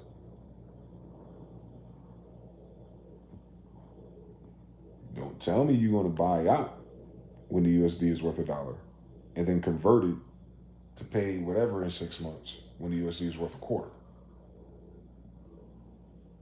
Because you lost 75% of the value because in the future you have to convert it back to a US dollar to use it. So even if you could hold your US dollars, substitute it in crypto that's floating above the price of copper, when it's time for you to buy something proper in USD, what do you have to do? All right, this amount of crypto is worth this many USDs. All right, and then you pay for the thing that is worth that. Mind you, the thing you're paying for went up, so this conversion is already tricky based on when you originally invested into it. And this is what the hard lesson that crypto bros are learning in real time. Sell low, buy high, or buy low, sell high, whatever the fuck they on. Bitch, those are 2 dimensions. What are the rest?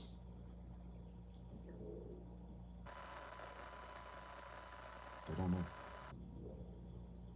And they thought ChatGPT and AI was going to help them do it better. And it did. It made them more efficient losers.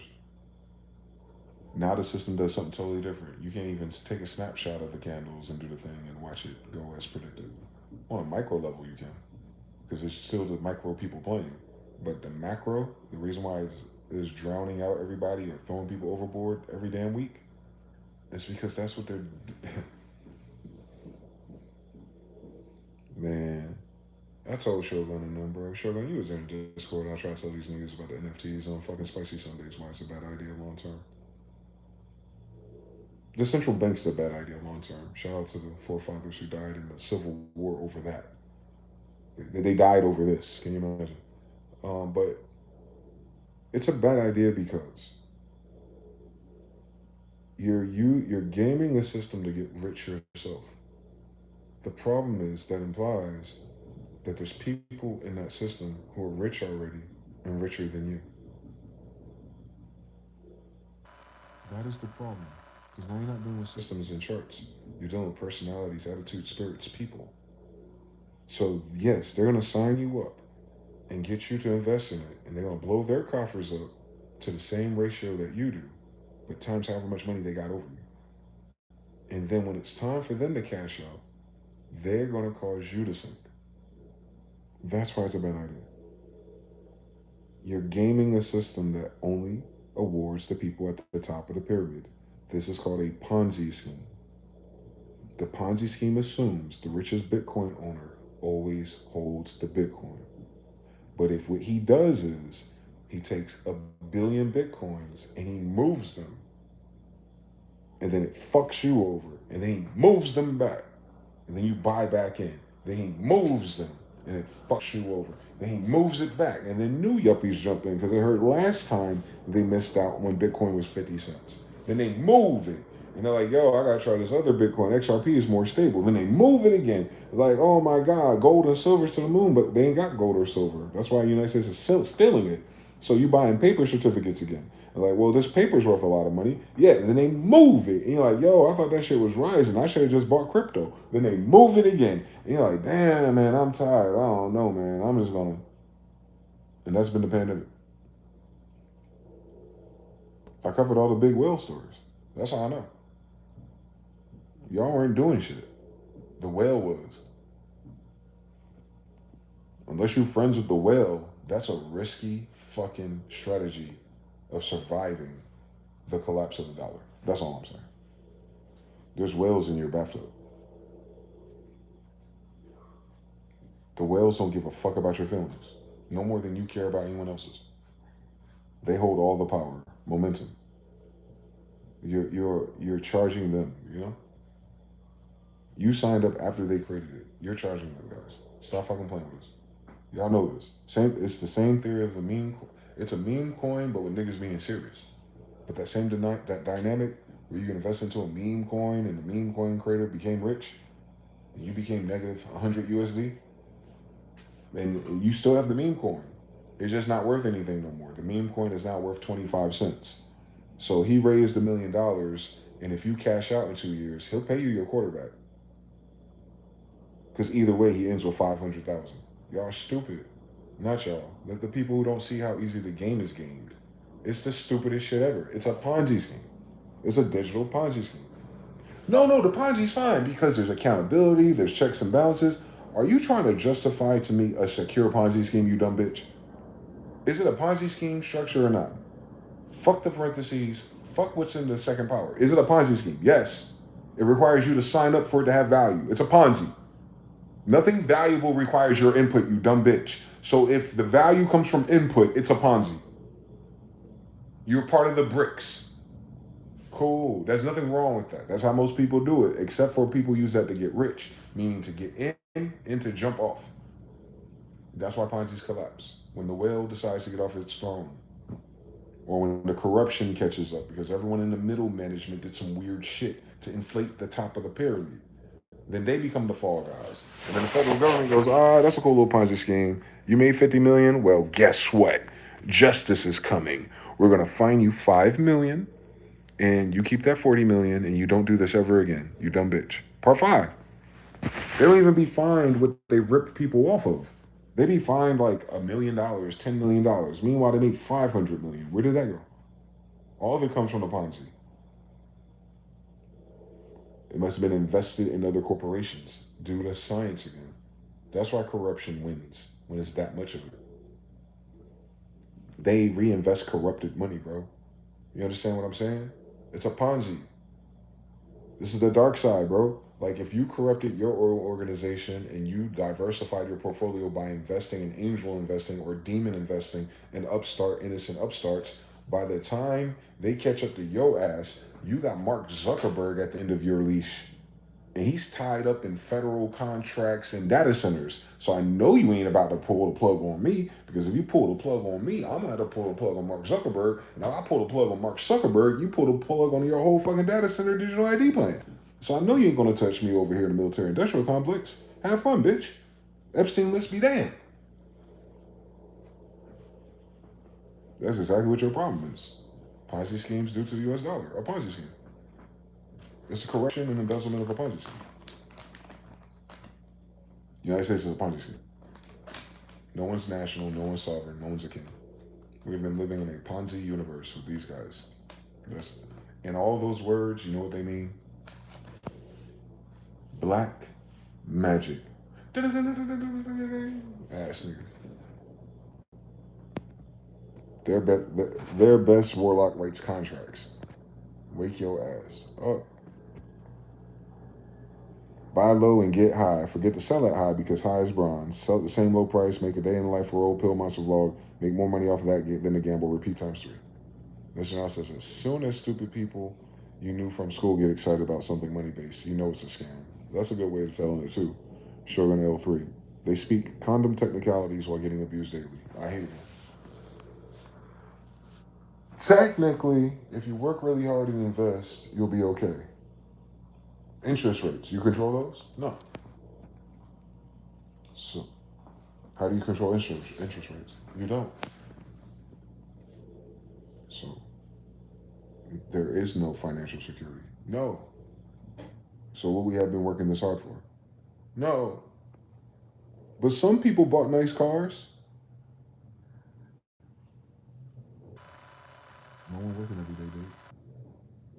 Do the science, stupid.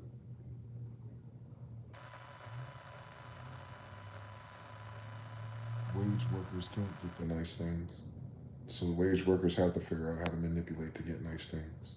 Keeping up with the Joneses. Your pay tier system prices you out of class. which is why the middle class is suffering. Because it went from $66,000 to $140,000 in terms of value. They are not telling you that half of your working class is making that much. They're saying half of your working class ought to be making that much in order to keep up that equal lifestyle. And you get on TikTok and you see that your middle class is not making that much. Half don't have jobs. The other half are in 13 interview rounds, and the other half are like, what the fuck? I don't know what life is. So that floating number is a reminder to them that every job they apply to that's not $140,000 starting is poverty. Think about it. Poverty to a person who works middle class at $40,000 versus a person who makes $5 to $10 a day over time. Like $40,000 is a lot compared to that nigga. You got an apartment and you got a hoop ride. But think of the leap between 60 and 140. That's 80.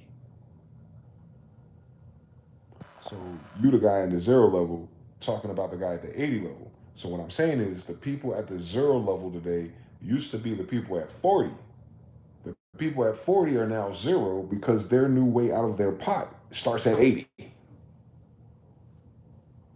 So if they kept their jobs, that's why you see them get on social media talking about, man, if you got your job out there and you got a good job, just be thankful, man, because people ain't, meaning they were thinking about applying for another job and they can't get hired.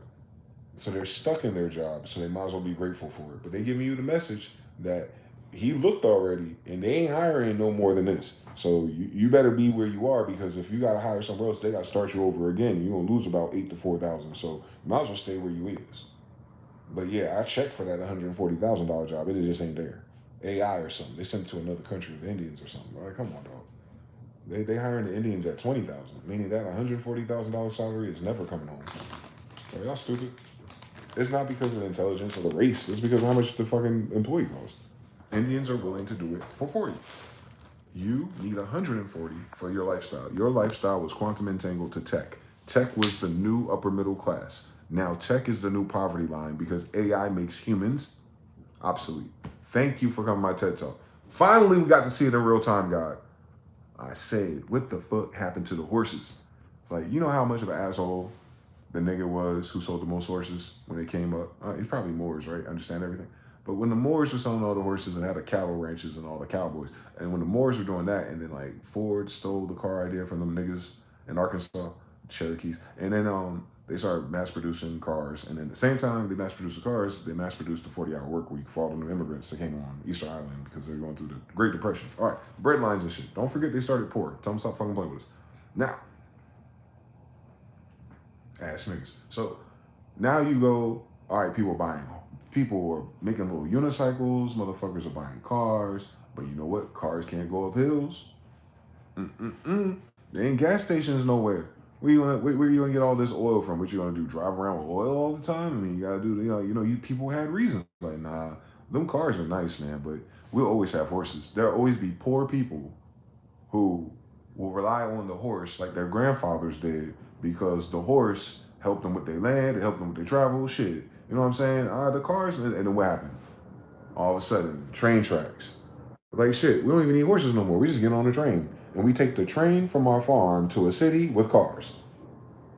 Like, white people created the first 15-minute cities. People left the rural lands to go to the metropolises because the trains connected them. So maybe they needed to ride the horse to a train station, but after that, they didn't need anything. So they can skip the car and skip the horse by making trains cost 5 cents. That's how they do it to you. So I don't need to learn how to do cattle ranching. I ain't got to feed this horse. I ain't got to pick up horse shit.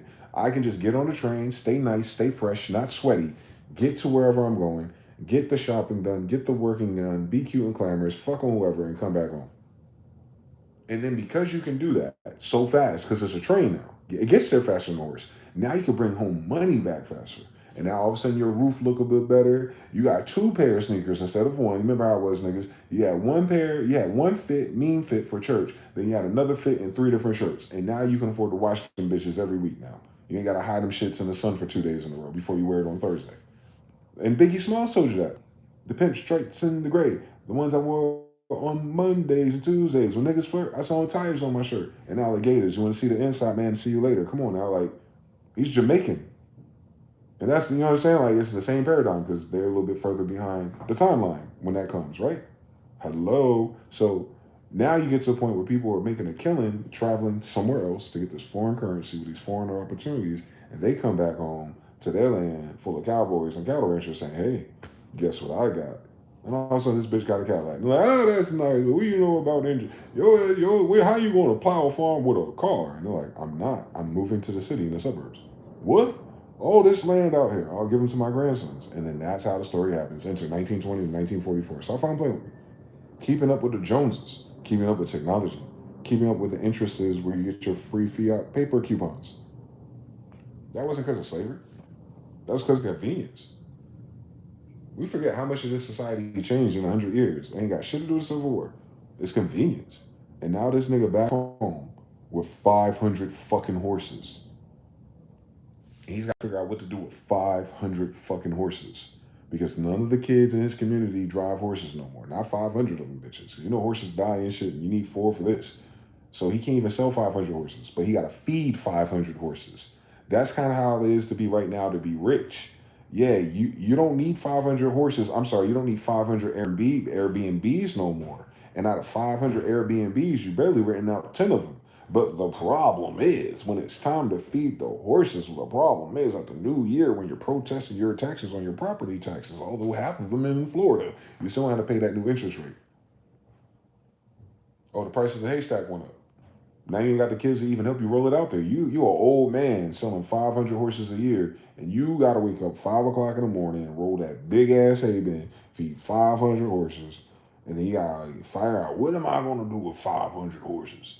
They're getting mangy. And then someone says, what if we turn them into hamburgers for the prisoners? Ass niggas.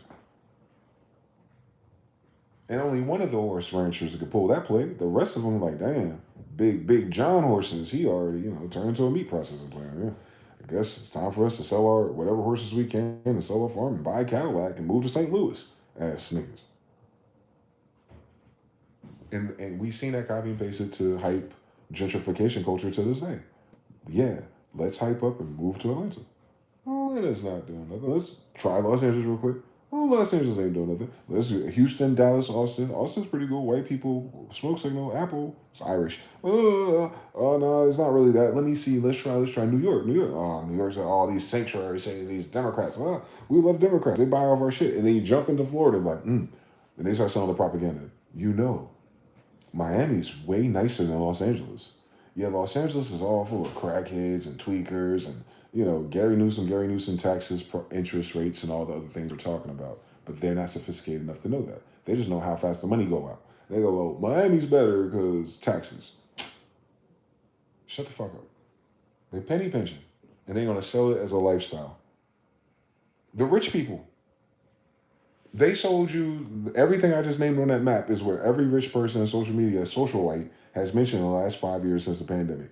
And they said every place they went to in the last 5 years was the next space. These niggas are now in Miami. New York, Atlanta, Houston, Vegas, Los Angeles. Now everybody is talking about Miami. Right? And even New York people, the rich, we're talking about the rich now. Moving to Florida, moving to the islands, expat to Mexico. Everybody's coming back to the Caribbean with money. People who can afford to. And then where they left. You saw what they did to New York. New York's always crazy, but you see what the cultural impact of New York as a result of those millionaires that left. Texas, Houston, Dallas, Austin, interesting dynamic because there's a lot of middle class there. But then the flavor and the nightlife and like why are we kind of downstairs? Because y'all don't see rich bad bitches no more because they're going somewhere else to find rich bad niggas. I know that's right. And it ain't over there. You better go to Denny's. And then you go to Los Angeles. I haven't been to Los Angeles yet, so I can't fucking fathom or imagine it. But judging from all the social media content I get, yeah, it doesn't look that interesting outside there anyway. But that never stopped them from making money in the 90s.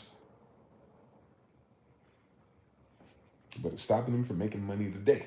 So everyone's trying to head out to Miami and Florida and all those things. And that's the last bastion. Like, that's the last socialite place. Miami, Dade County, can you imagine? Grand Theft Auto 6, do the science. Loop, loop, loop, loop. And then you know that Florida is the linchpin of the housing market. So all those foreigners gaslighting and showing everyone, hey, if you got money still out of your crypto game, Go ahead and invest in all these empty properties in Miami that's always building empty properties as tax shelters for the wealthy. But they're now saying to the kids, why don't you not just invest in those fake rents and those tax cuts? How about you actually move here? Because I brought Igazalea from Florida, from Australia to Florida. Shut the fuck up, boy. You understand? The narrative moved to Miami because Hollywood ain't got studios no more. The narrative moved to Miami because Atlanta ain't got the cool black people and all the drugs and the lean and all the music popping no more, all the shows and concerts. They moved the party from gambling and all that bullshit from Vegas. Because now you go to Miami and you can just do all your betting in Miami while you're on your phone. Understand everything? You ain't got to sit in the lobby of the hotel and watch the screen and talk to all the scalpers and find out what the odds and evens are. AI already does that on your phone. You're going to lose either way. But you might as well lose in fucking humid-ass Florida. And then Oregon, Washington, California, the west coast of people trying to go upper middle class. They're not even there no more, dog. Everybody in Los Angeles is an influencer. Now it's so bad that they're saying, hey, Los Angeles influencers who haven't figured out how to make money yet, come to Vegas. There's way more opportunities than you know. Like, yeah, because people in Vegas don't have business because no one watches TV or listens to radio no more. So you can open up something right now in downtown Las Vegas and no one around here going to know. Because most people, once you live here, you bypass that shit, right? They got a highway that goes right outside of it, so you don't even have to see it. If you're used to it, right? And you fucking poverty, you can't fucking trick off $1,000. Well, I need to stare at a new casino for you understand? So they allow you to bypass it. So if you coming out here with $1 million trying to start a new thing, you're trying to get the locals to give a fuck, it'll never happen. You have to use Instagram and social media and generate traction from foreigners to come through, and maybe, right? But then it's like, oh, that was cool. That's like Route 88. Like, I took a picture of Instagram, I ate there once, and the end. You see? So even like the Gen Z and the millennials who had the money and the liquid to open up things, and they're selling it as internet novelty, all you're enticing people to do is to go there once and to take a picture. Same thing with food trucks. You go there once to try it out. I heard about the tacos. I had the tacos. They were good. All right. The end. This motherfucker's going to hear about somebody else's tacos tomorrow. Y'all know that. Hyper novelty. It's not cool when everyone's doing it. It's not cool that everyone sees that everyone's doing it. So you take this is my favorite away. Options. Too many options, you don't get favorites.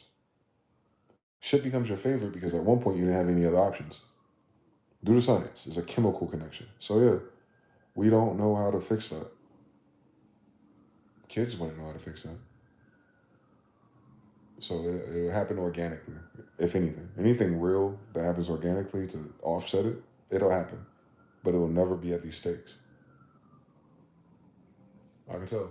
It'll be just like the 90s. It'll be adjusted for inflation, if anything. Turn art. What'd you say, bro? They catch the oil. Russia is big mad. Okay. You can't leave the grid by making more grids inside of it. There you go. Peace to Gorilla Gospel. Shout out to Turn Art. Shogun 3. He said, as soon as people you knew from Excited, I saw that. Turn Art said, bro, Year of the Cooked Horse is crazy. Year of the Cooked Horse is crazy, bro. On 420, that's crazy. But yeah, let me 420 my ass out of here and buy one more black and mild for today. Thank you guys for watching these videos and being here in real time. I can sense the energy, just like you can sense that there's NPCs or AI on the server. So I appreciate it. I don't feel completely isolated. Maybe that's the only reason why I ain't lost my mind yet, for real. And hopefully these insights help you navigate just day-to-day headlines and conversations. And then ultimately on the children of Israel and everybody else who wanted to know what's going on in the world, hopefully you'll see this language model and what I'm describing to you automatically change the matrix variables for everything else you're dealing with. And just realize, like, at the end of the day, you know, you only got one life to live, you only got one day at a time, and there's only one God, so might as well figure that out. Everything else is a game. So, you know, we'll play it. We'll see. We'll see. We got some more oil. We got oil and another oil. Let's see if the price of eggs drop tomorrow. You know what I'm saying? We'll see. We'll see if insurance costs drop real fast. We'll see. The things that are threatening and killing everybody, mRNA changes with this oil rig. We'll see. You know, but if not, if we don't see, which we'll never see, which we know we won't see, Just make sure no matter what, you keep your head held high. Affirmations and denials. Head to the sky. It is true. On an individual level, your favor, your gift, your protection, your purpose ain't got shit to do with nobody's politics anyway. So just keep the faith in the fact that your spirit and your connection to the Most High has the GPS coordinates to get you to navigate through this as we survive some shit. And you might not want to use that word because you know quantum entangled polarity. So maybe you don't want to survive some shit. Maybe you want to thrive through a survival age, right? Meaning you ain't got to glide through the bottom and scrape your knees on the dirt following God at all. That's just when you get initiated. But ultimately, once you scrape all your knees and you realize like all the scars and all the dreams and all the lies and you dust yourself off and you journal and you document your transition of thought and what you're thinking about and how people are responding to it and how you're responding to it and how your dreams respond and like you're keeping track of that. Understand that you're shedding dead weight. You're shedding old, like it's a born again process. Born again implies that you grow again. So if we're going through a rebirth, if you will, awakening, a re-awareness, meaning you're going to live your life differently than yesterday, a rebirth of the mind, sin, no more, a supreme change of mind. We all have to go through that. It's called a come to Jesus moment. Everyone across the board got to go through it. You're watching it on social media. But at the end of your come to Jesus moment, if you will, that's room for growth. But the thing is, the growth is going to prepare you in an odd way because if God is behind it, if growth is behind it, if creativity is behind it, it's going to take you on a strange path. But ultimately, if you trust it, it's going to give you way more than you could have bargained dealing the fucking rinse and repeat. Let's stop fucking playing like they're going to offer me some good stock options. Like once you figure out your unique path and navigation and sensitivity of navigating through it, it should land you closer to an oasis than it does hell anyway. And I'm talking about on an individual level. On a collective level, cooked. But I understand, my collective for 100 years have been cooked. So if you come from the cooked tribe, we're well done. That's nothing but opportunity for us. We're playing musical chairs. The rest of them and their kids want to be cooked for the first time in United States history. Cool. That means there's no reason for me to be quantum entangled to the cook degree. Because the first shall be last and the last shall be first. That's just a pole switch. Well, if the people we've been watching for years are the producers are coming to podcasts, the superstars are coming down selling drum kits. If they all coming down Mount Olympus, then obviously the Most High is kicking their ass out. Meaning there's some empty seats up there. And we're not recreating the same dusty seats and we're not doing the same dusty roads. We're going somewhere else, a story that's not yet quite tell, and that's why you got to stay in. That's why you got to stay logged in and play this shit day by day with the intentions held high that God ain't a fucking chicanery, a narcissist that is empty on his promises, Israel. You should ask about him. You should inquire about that. Like, yo, I like all this saving and salvation going to heaven thing, but tell me about these benefits of being righteous. And see if I will not pour down the windows of heaven and a blessing that you will not have room enough to receive. It's in the same book. God picked kings. God made kings. There's many kings. Kings of all kinds of things. Everyone ain't a warrior king. You got kings of industry, kings of art, kings of music. God picks them. Understand everything. And the ones who ain't doing right, who set up all the infrastructure, what does God do? When it's time to pole switch, take that infrastructure and pass it to someone doing right. So you just got to figure out whatever path you on, whatever your dreams you have, try to align it to righteousness. And this way, don't run out anyway. It might get dicey. You might lose some friends and some family members. People might not understand anything, but they never did. But that's just a testimony to what time it is. If it's not just me, it's not just you, everybody noticing the jig that is up. It's time for a new jig, baby. It's time for a new Harlem Shake. It's time for a new slang. It's time for a new beat. It's time for a new genre. All dimensions. You don't know what that is. Cool fucking story. I tell you where it's not. Behind you. To God be the glory.